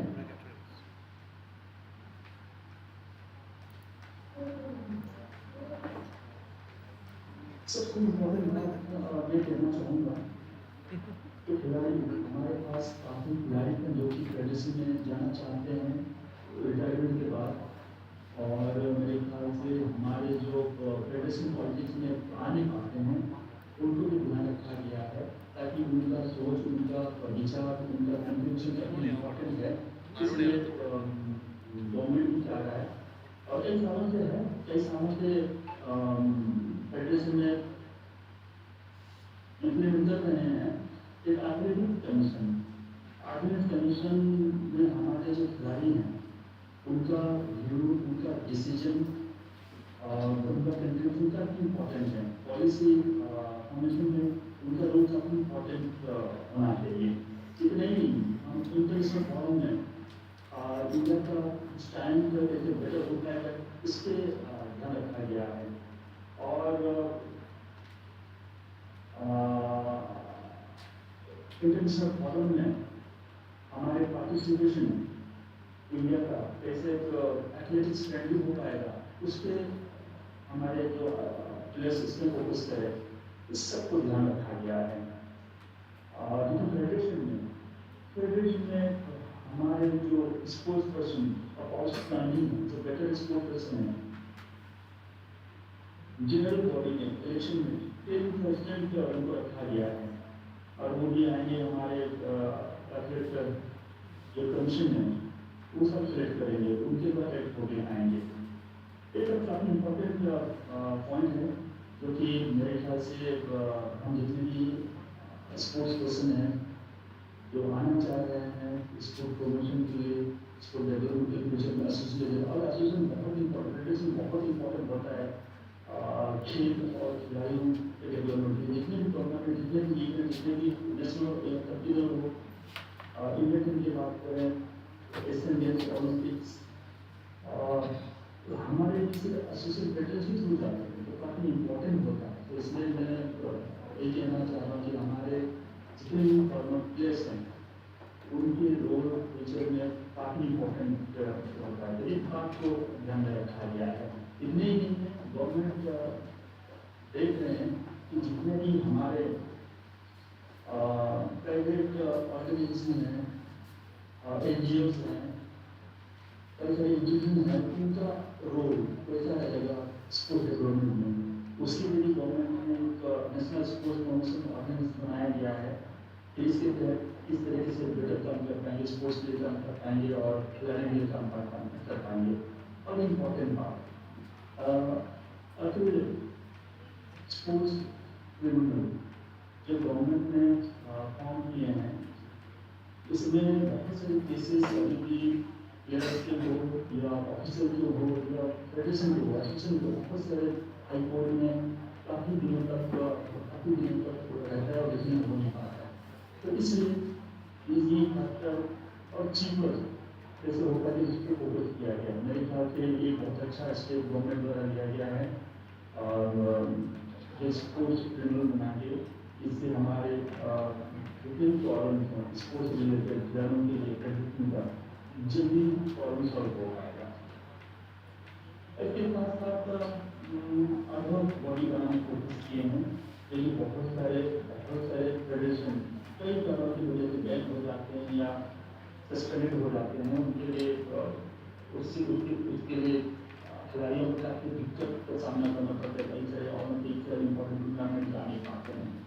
तो इसके लिए इंटरनेशनल बॉडी की सपोर्ट से उनका एडवाइस से एक अलग बॉडी बनाएंगे ताकि खिलाड़ियों को फ्यूचर टूर्नामेंट प्रॉब्लम हो। ये भी बहुत अच्छा कदम है हमारे गवर्नमेंट द्वारा पॉलिसीज में। हमेशा ध्यान रखा गया है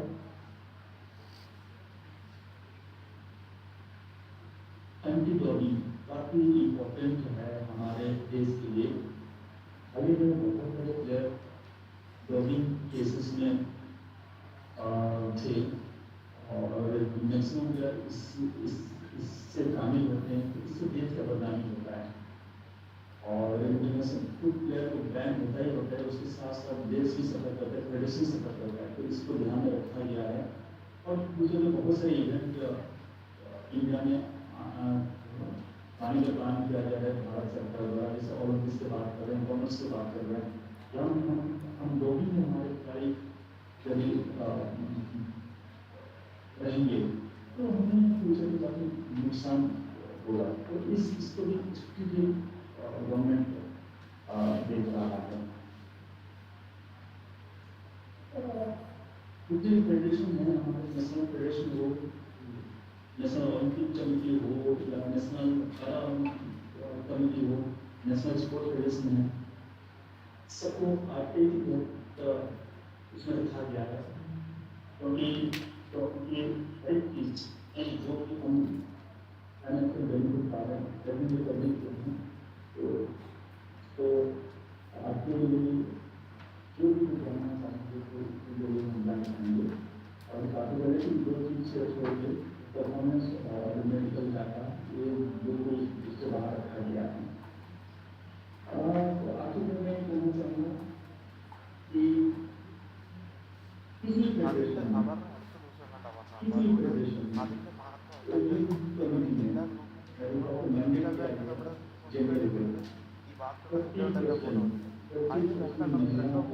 उसमें रखा गया और गवर्नमेंट पहले भी देख चुका हूँ कि मैक्सिमम बाहर हमारे फेडरेशन है या ग्लोबल ट्रेंड है उसको फॉलो किया है। मैक्सिमम फेडरेशन में 30% बच्चों के हिसाब से महिलाओं के बॉडी में लिया गया। तो यहाँ कोई प्रॉब्लम है ताकि हमारे जितने भी महिलाएं एथलीट हैं जो कि कोई अपने स्पोर्ट्स से काम करना चाह रहे हैं या स्पोर्ट्स में आगे बढ़ना चाह रहे हैं तो उनके लिए काफ़ी फायदेमंद होगा। और इम्पोर्टेंट बात ये रहा पॉलिसी में कि स्पोर्ट्स इलेक्शन पैनल बनाया गया है, क्योंकि हमेशा आपको देखने को पास में बहुत सारे फेडरेशन में इलेक्शन हुआ है, इलेक्शन बार बहुत सारे फेडरेशन को बैन कर दिया गया है या इनमें केसेस जो चल रहे हैं कई सारे जगह से। इसको स्मूथ करने के लिए गवर्नमेंट ने स्पोर्ट्स इलेक्शन पैनल बनाए हैं। इससे गवर्नमेंट इस पैनल में इलेक्टोरल ऑफिसर्स को भी काफ़ी एक्सपीरियंस होंगे और उसके हिसाब से इलेक्शन कंडक्ट किया जाएगा ताकि फ्री और फेयर इलेक्शन हो सके। आखिर में मैं इतना ही कहना चाहूँगा, उसमें भी हमारे नेशनल बॉडी है और जो इंडियन बॉडी है इसके पर भी ध्यान रखा है। देश में बहुत सारे ऐसे नेशनल बॉडी जो कि गवर्नमेंट द्वारा रेकमेंड नहीं है, बहुत सारे इंडियन इवेंट पार्टिसिपेट करने के लिए जा रहे हैं और देश का फ्लैग और सिंगल उसमें लगाते गए जो भी सही नहीं समझा, इसलिए गवर्नमेंट ने इसके ऊपर भी ध्यान रखा गया है और गवर्नमेंट ने फेडरेशन को रिकमेंड किया है। वही फेडरेशन अपना इंडिया नाम नहीं ले सकता है या सिंबल लगा सकता है और उसके बॉडी भी यदि गलती करते हैं या उसके बॉडी भी उसकी रिकमेंड नहीं है, फिर भी बाहर जा रहे हैं मिलेगी तो गवर्नमेंट इसके ऊपर भी गवर्नमेंट का मेरे ख्याल से फाइन भी 1 ईयर तक जेल भी हो सकता है, 10 लाख का फाइन भी है या दोनों भी हो सकता है। तो कई सारे गवर्नमेंट ने काम किया है, तो मेरे ख्याल से पॉलिसी में कई सारे ऐसे बातें हैं चीज़ें हैं जो देश के लिए अभी फायदेमंद रहेगा। और मुझे जानकर काफ़ी खुशी हुई है कि आज तक स्पोर्ट्स के ऊपर बात कर रहे हैं, गेम पर बात कर रहे हैं और इन सब का काम है, इन सब का जिम्मेदारी है कि आज पॉलिसी के जरिए हम स्पोर्ट्स को कैसे आगे बढ़ाते हैं। Thank you so much.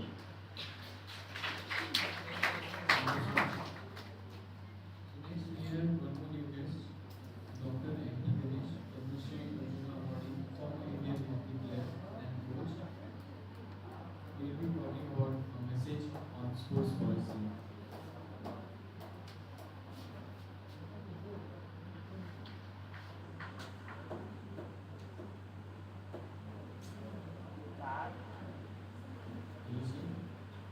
So your mic is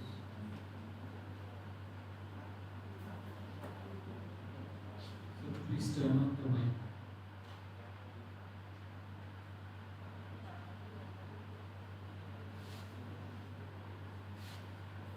So please unmute your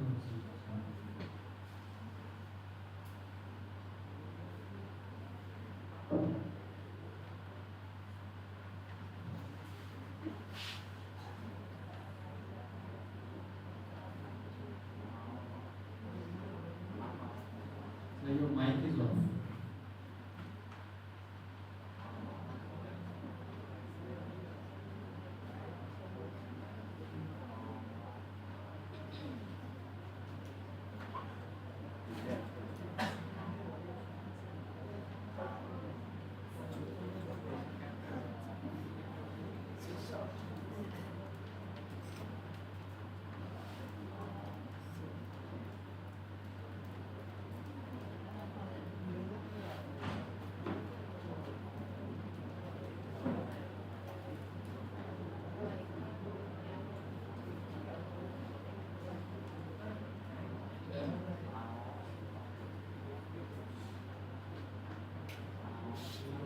Video is off.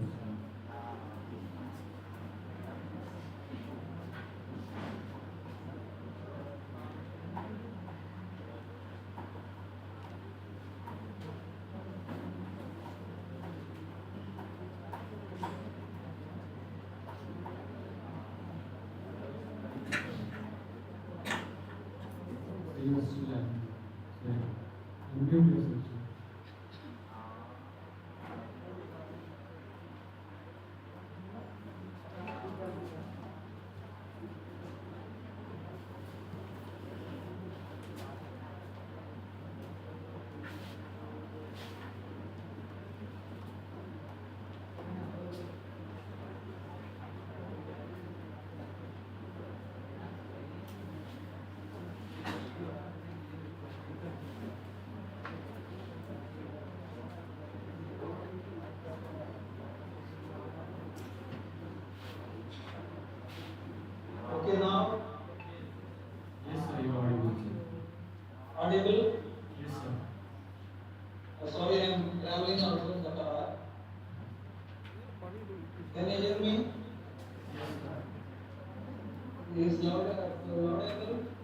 Yes, sir, you already.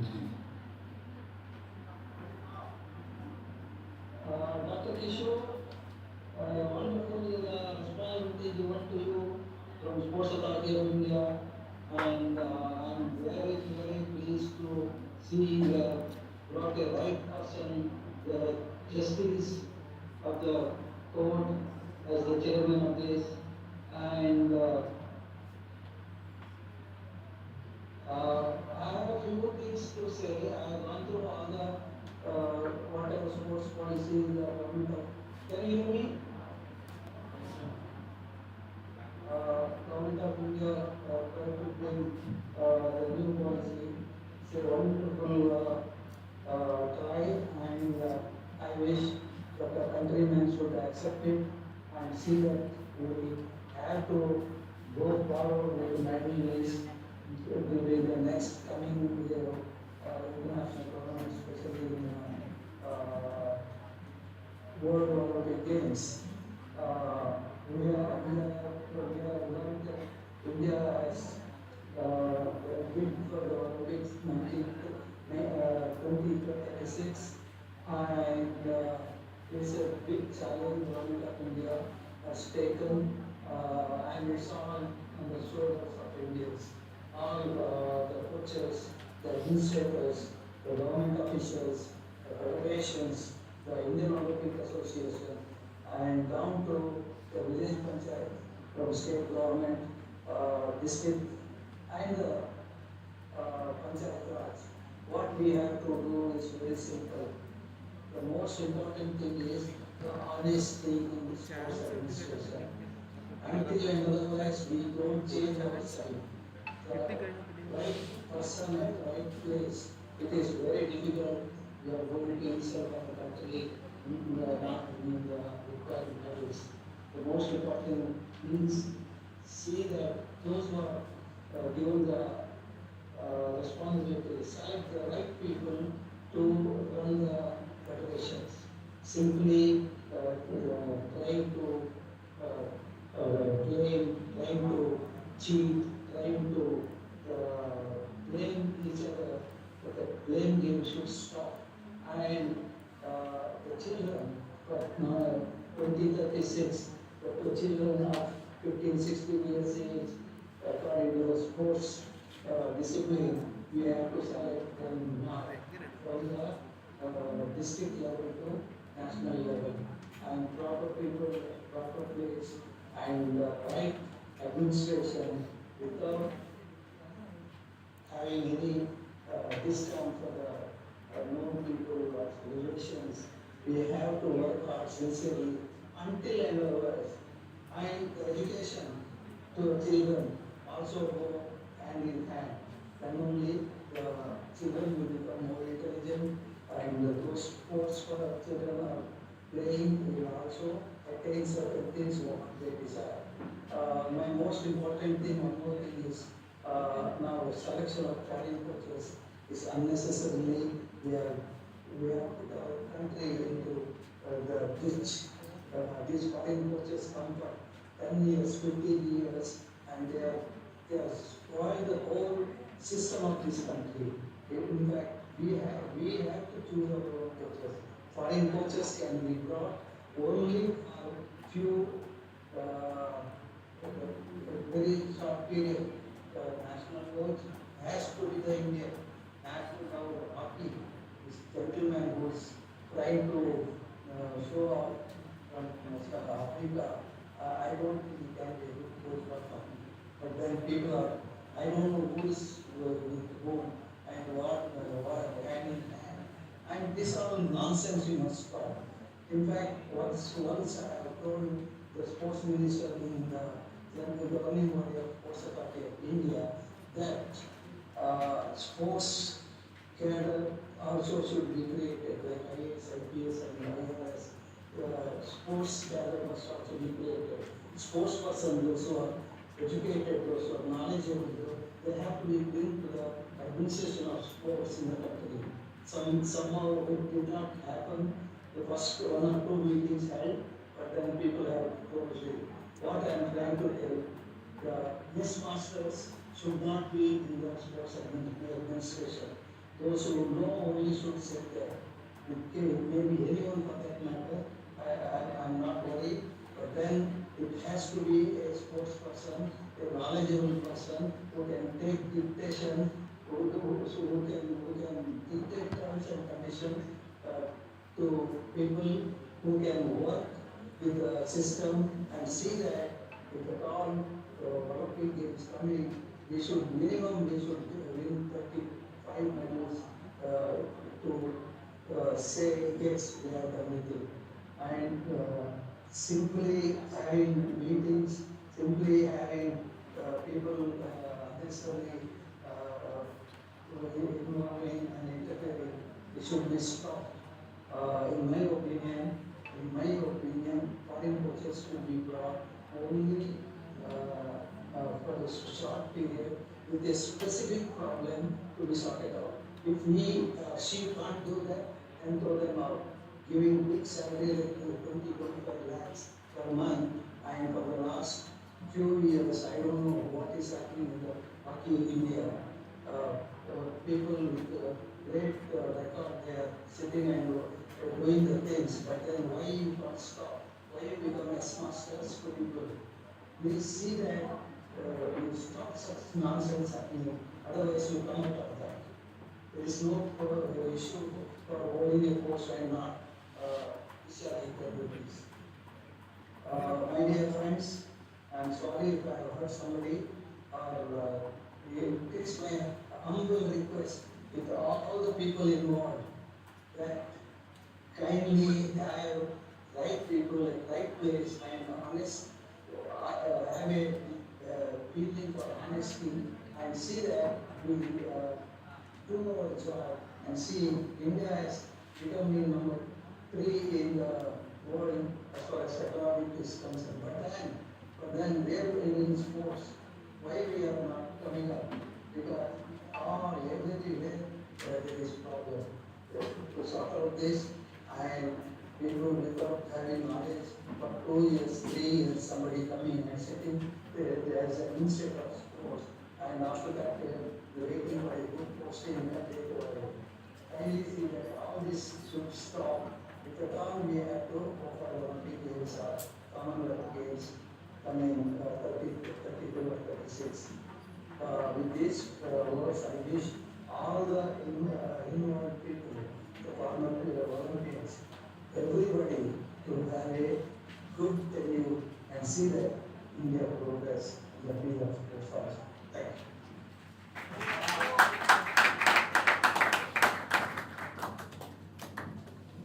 Thank you, sir. Your words will resonate with us for a long time. For the conclusion of this panel discussion, now I would like to call Dr. Ashutosh Acharya,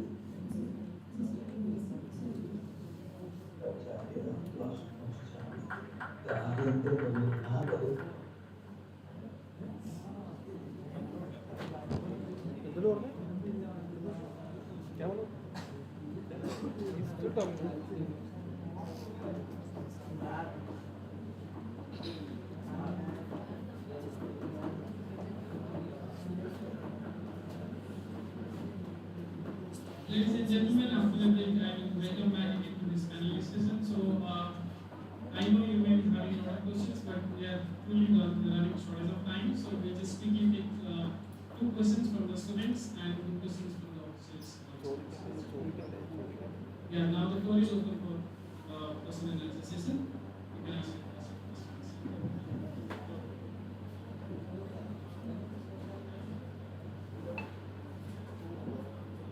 Any question from the student side?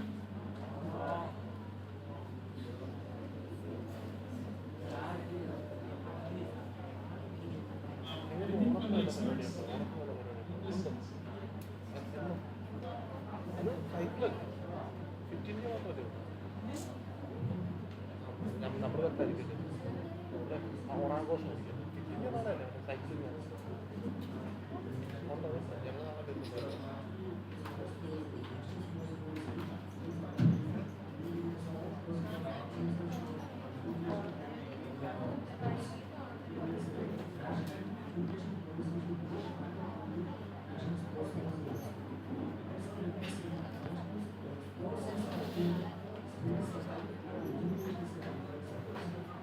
വീട്ടിൽ പോകണം. എത്ര സൗകര്യം എത്ര ഏതാ ഓപ്പണിങ്ങിൻ്റെ തുറക്കുന്നത്?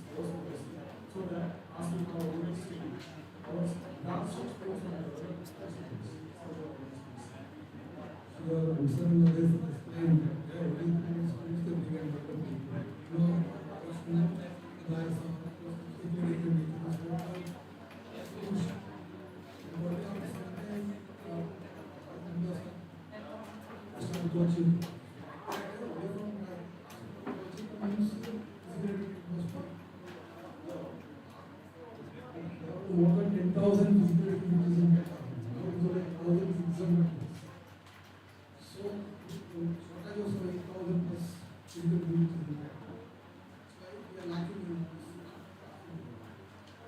Find this aspirant parents only from school, only from schools. Here, as yourself have pointed out, here the sports council and this education department from getting around there, they are applying all of this. In fact, they should cooperate and connecting the school games and school sports, etc. They should go ahead. Otherwise, we can take it. Because the department is going that way and it's going the other way. So, regarding the other thing, the aspiring time has come up, and after a level, we should identify her as a national asset. Then the government, central government must take it as it happens in the US and other states. That once the proof or potential, then we can get a medal in the Olympics or Asian Games. Because she should be addressed as a national asset. So the government should decide who should be the coach, where should keep his center so.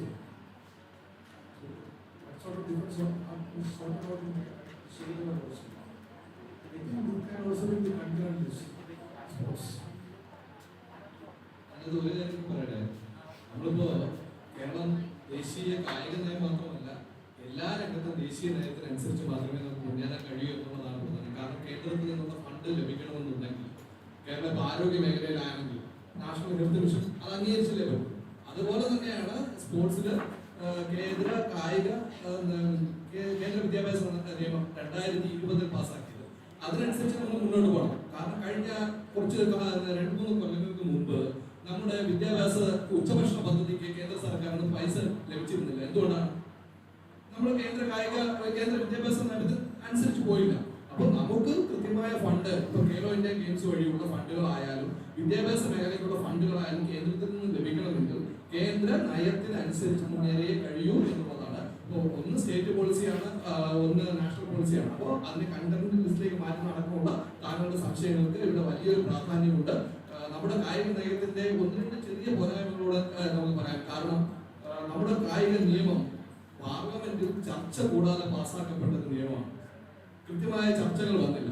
ഈ ഒരു ചർച്ചകൾ വരുന്നിരുന്നെങ്കിൽ താങ്കളുടേതായ ഈ സംശയങ്ങൾ നമുക്ക് അതിനകത്ത് മാറ്റങ്ങൾ വരുത്തുകയും അമെന്റ്മെന്റുകൾ വരികയും ചെയ്യുമായിരുന്നു. അത് ഇനിയുള്ള കാലത്തും നടക്കാം. ഇനി അതിനകത്ത് മാറ്റങ്ങൾ വരണം. അതിനകത്ത് പ്രധാനപ്പെട്ട ഒരു കാര്യമാണ്, പല സ്റ്റേറ്റുകളിലും സ്പോർട്സ് സ്റ്റേറ്റ് പോളിസിയിലാണ്, വിദ്യാഭ്യാസം സ്റ്റേറ്റ് പോളിസിയിലും സ്പോർട്സ് കേന്ദ്ര പോളിസിയിലുമാണ്. അപ്പൊ ആ ഒരു വ്യത്യാസം വരണം. അതുപോലെ തന്നെ നമ്മുടെ നിയമം ചർച്ച ചെയ്യപ്പെടാതെ പാസ്സാക്കിയപ്പോൾ ഉണ്ടായ ഒരു പ്രധാന കുഴപ്പം, ഒരു അമെന്റ്മെന്റ് മാത്രമേ വന്നുള്ളൂ. അത് സർക്കാരിന്റെ ഭാഗത്തു നിന്നാണ്. ക്രിക്കറ്റ് അസോസിയേഷനെ ഇതിൽ നിന്ന് അവർ ഒഴിവാക്കി. അവിടെ സർക്കാർ ഇന്ന് പൈസ വാങ്ങുന്നില്ല എന്ന് പറഞ്ഞു. അപ്പോൾ പണത്തിന് വേണ്ടിയിട്ട് പണമുള്ളവന് ഒരു നിയമവും പാവപ്പെട്ടവന് വേറൊരു നിയമവും എന്നൊരു സംശയം സ്വാഭാവികമായിട്ടും അവിടെ ഉടലെടുക്കുന്നു. അപ്പൊ ആ ഒരു പ്രോബ്ലവും പരിഹരിക്കപ്പെടേണ്ട ഒരു കാര്യമാണ്, അല്ലെങ്കിൽ ഇനിയും മാറ്റപ്പെടേണ്ട, ചൂണ്ടിക്കാണിക്കപ്പെടേണ്ട ഒരു നിയമമാണ്. ഈ ഒരു നിയമത്തിനകത്ത് ക്രിക്കറ്റിനെ ഒഴിവാക്കിയപ്പോൾ തന്നെ പിറക്കുന്നതിന് മുമ്പേ വന്ധ്യീകരിക്കപ്പെട്ടു പോയ ഒരു നിയമമായിട്ട് അത് മാറി എന്നാണ് എനിക്ക് പറയാനുള്ളത്. അതുപോലെ ഞാൻ ഒരു കാര്യം കൂടി കൂട്ടിച്ചേർക്കാൻ ആഗ്രഹിക്കുന്നു.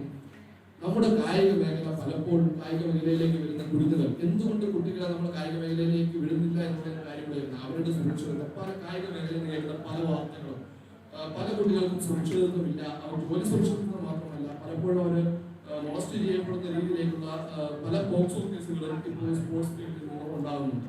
നമുക്കറിയാം, ഇപ്പോൾ ഇവിടെ സംസാരിച്ച നമ്മുടെ സ്പോർട്സ് കൗൺസിൽ സെക്രട്ടറി ആയിട്ടുള്ള അദ്ദേഹം കഴിഞ്ഞ മാസം ഒപ്പിട്ട ഒരു ഫയലിൽ ഒരു കോച്ചിനെ പുറത്താക്കിക്കൊണ്ടുള്ള ഉത്തരവാണ്, ടെർമിനേറ്റ് ചെയ്തതാണ് for being A POCSO country. അപ്പൊ അങ്ങനെയുള്ള ബുദ്ധിമുട്ടുകൾ ഈ കുട്ടികൾക്ക് ഉണ്ടാകാതെ, ഈ കടന്നു വരുന്ന കായിക താരങ്ങൾക്ക് അങ്ങനെയുള്ള ബുദ്ധിമുട്ടുകൾ ഉണ്ടാകാത്ത രീതിയിലുള്ള നിയമപരമായിട്ടുള്ള ഒരു കർക്കശമായ നിലപാട് കൂടി നമ്മുടെ പുതിയ കായിക നിയമത്തിൽ ഉണ്ടാകണം എന്നുള്ളതാണ് എനിക്ക് പറയാനുള്ളത്.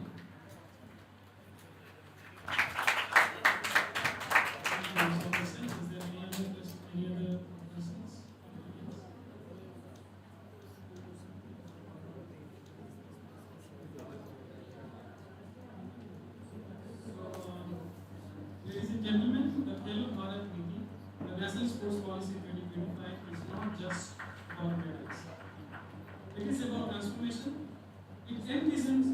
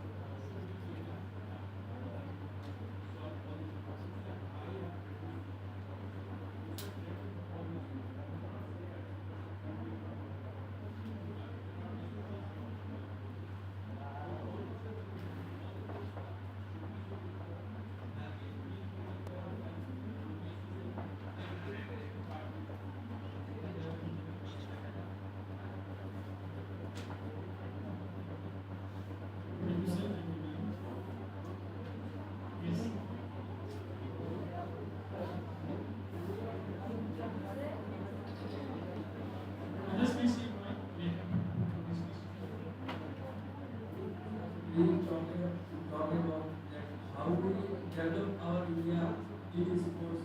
Because everywhere I see politics and corruption. Because I see everywhere where I do not live, everywhere demand for money and politics. This is the question.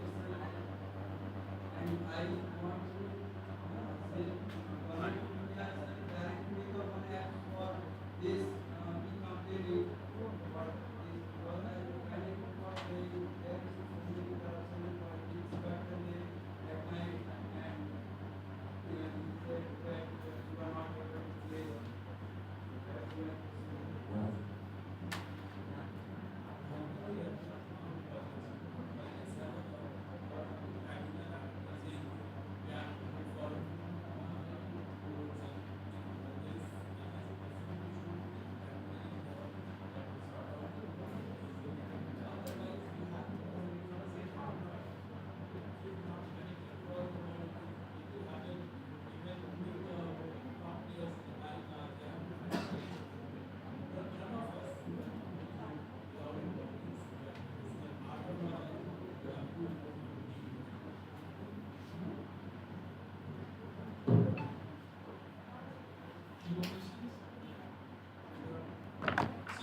Ladies and gentlemen, the Creative Bharat movement envisions India as a global sporting power by 2047, built on inclusivity, grassroots participation, and economy.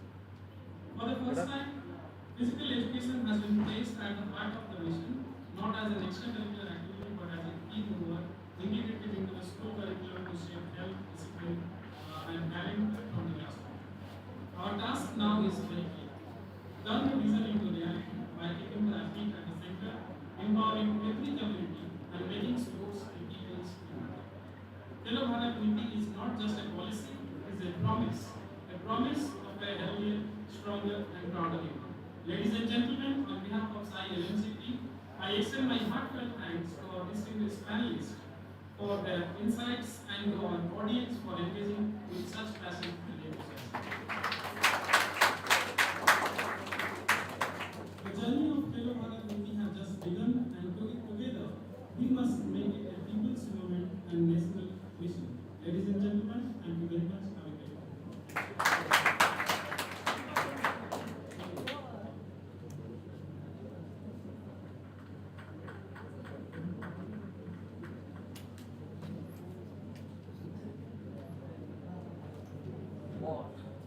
So before we move into that, I just wanted to introduce two other states where in today's the first one is here, no, Madam doesn't wanted to speak, Padma Shri Veena, who was the recipient of Khel Ratna, Padma Shri and Avina.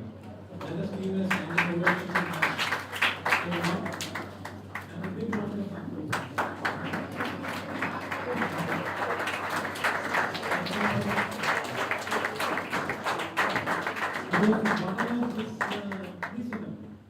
Whatever this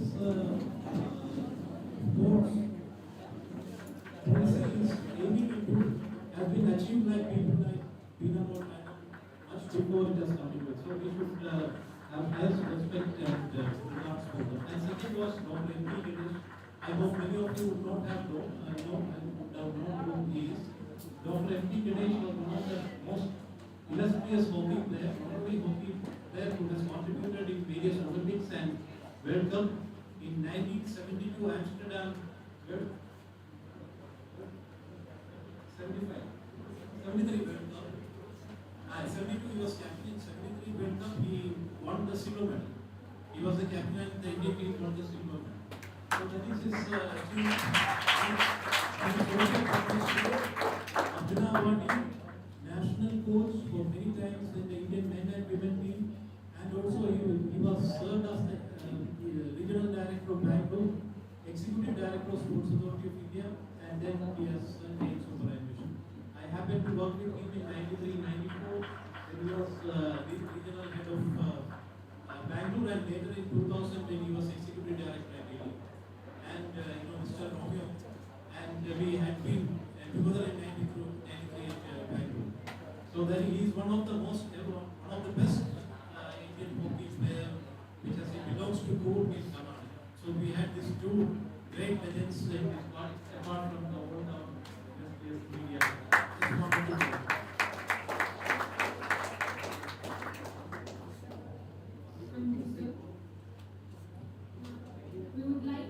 We would like to felicitate our esteemed speakers and panelists for gracing this event and sharing their knowledge with us. First, I would like to request our principal and missionary of science, G. Kishore, to felicitate our guests. First, we have Dr. Bindal Mohan, sports editor and news broadcaster in India.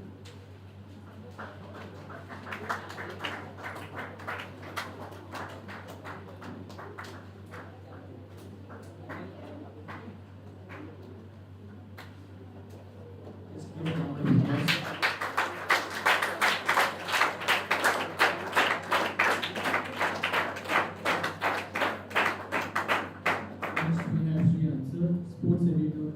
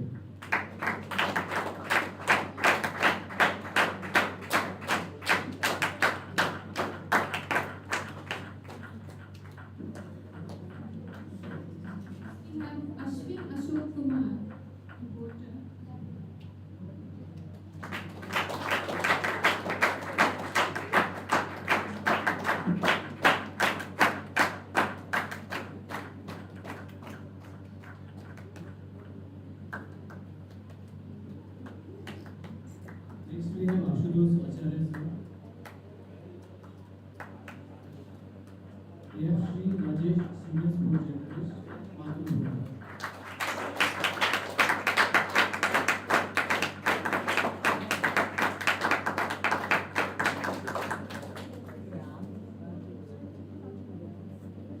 So moderating the session, also would like to congratulate Dr. Ashutosh Acharya, sir.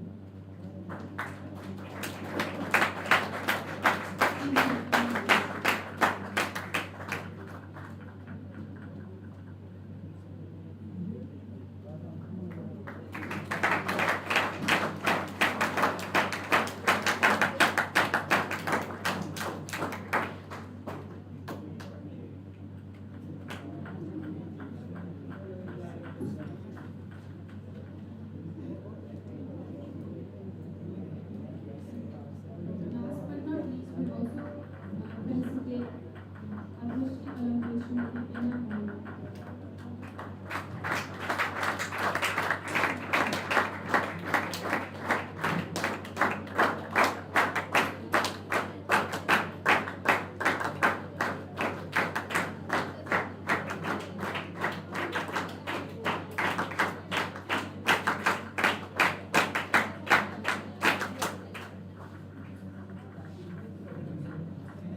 Lastly, it is my privilege to invite Reverend Yogi Prakash, Associate Professor SAI LNCPE, to deliver a vote of thanks.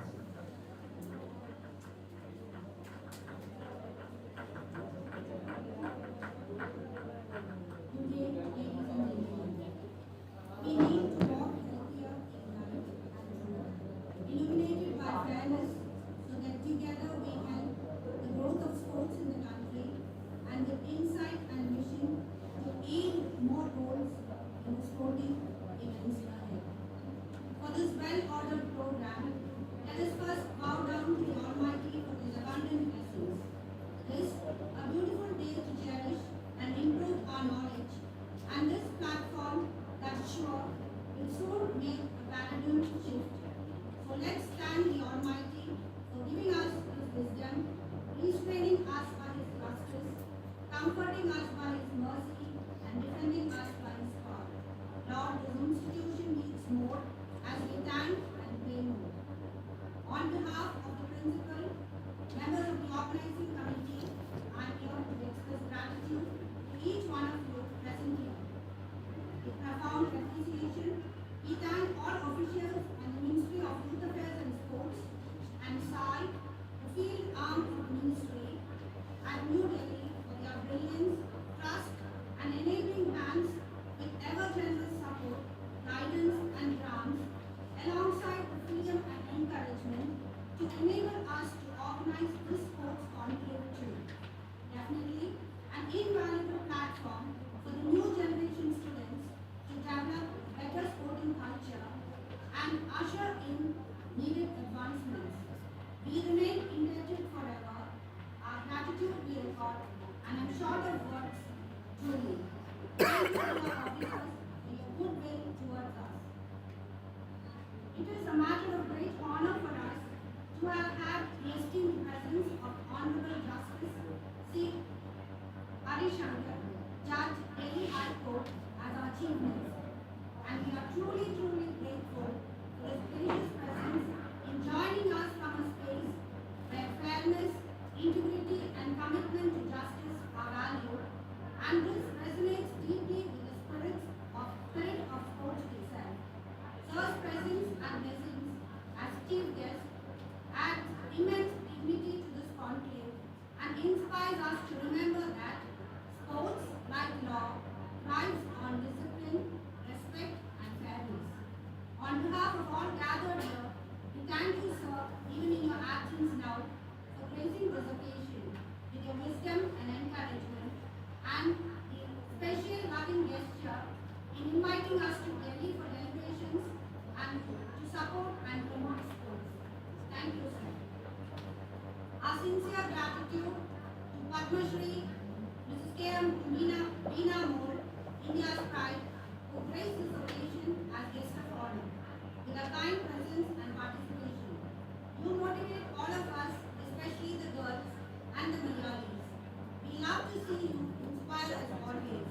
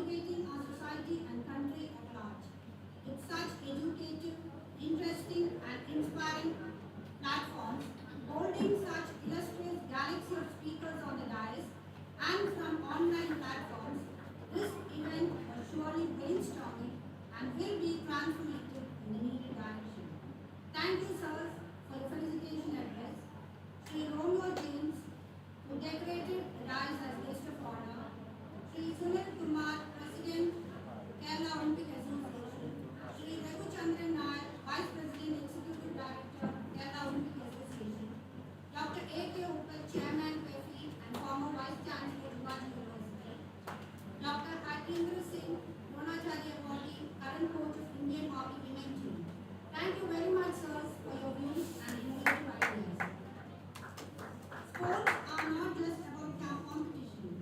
They are about stories, inspiration, and power to unite communities.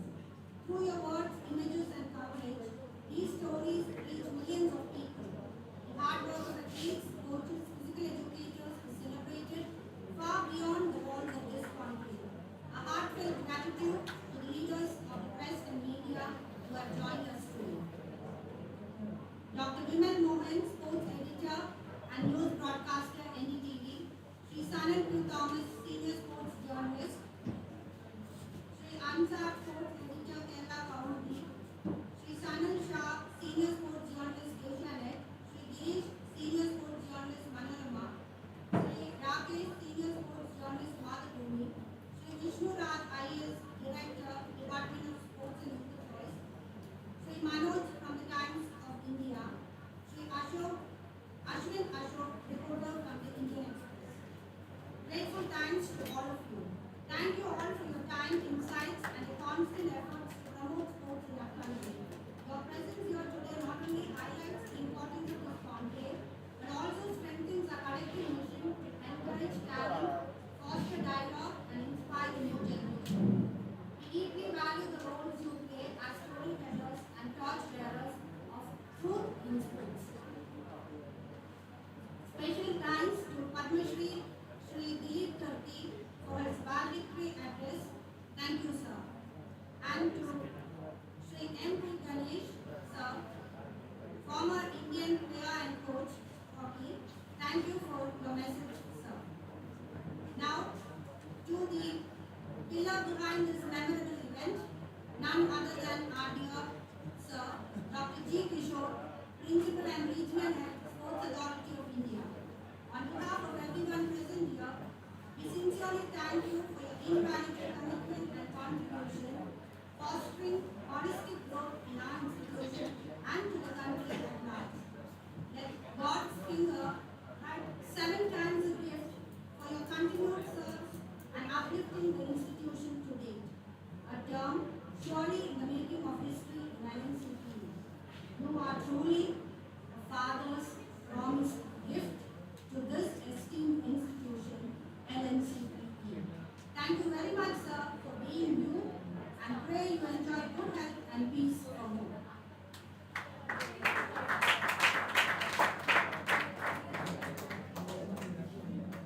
We work and build India better, stronger, and further when we are together, healthier.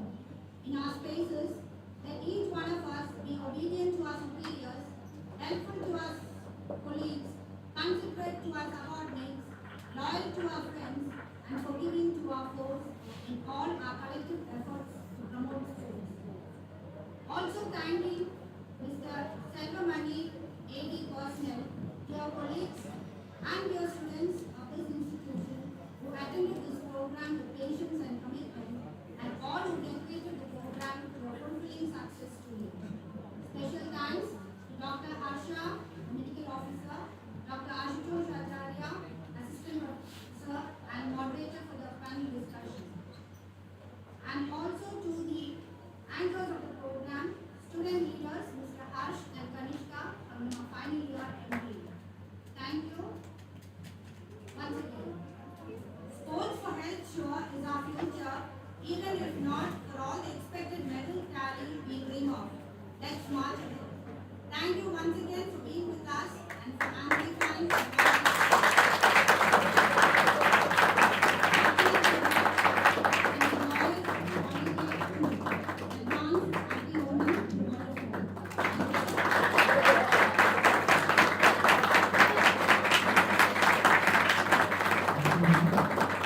Thank you all for your presence and active participation. We hope this conclave has inspired you to be a part of India's sporting movement.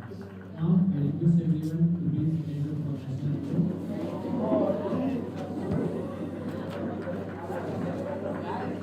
Please sing national anthem. अधिनायक जय हे भारत भाग्य विधाता पंजाब सिंध गुजरात मराठा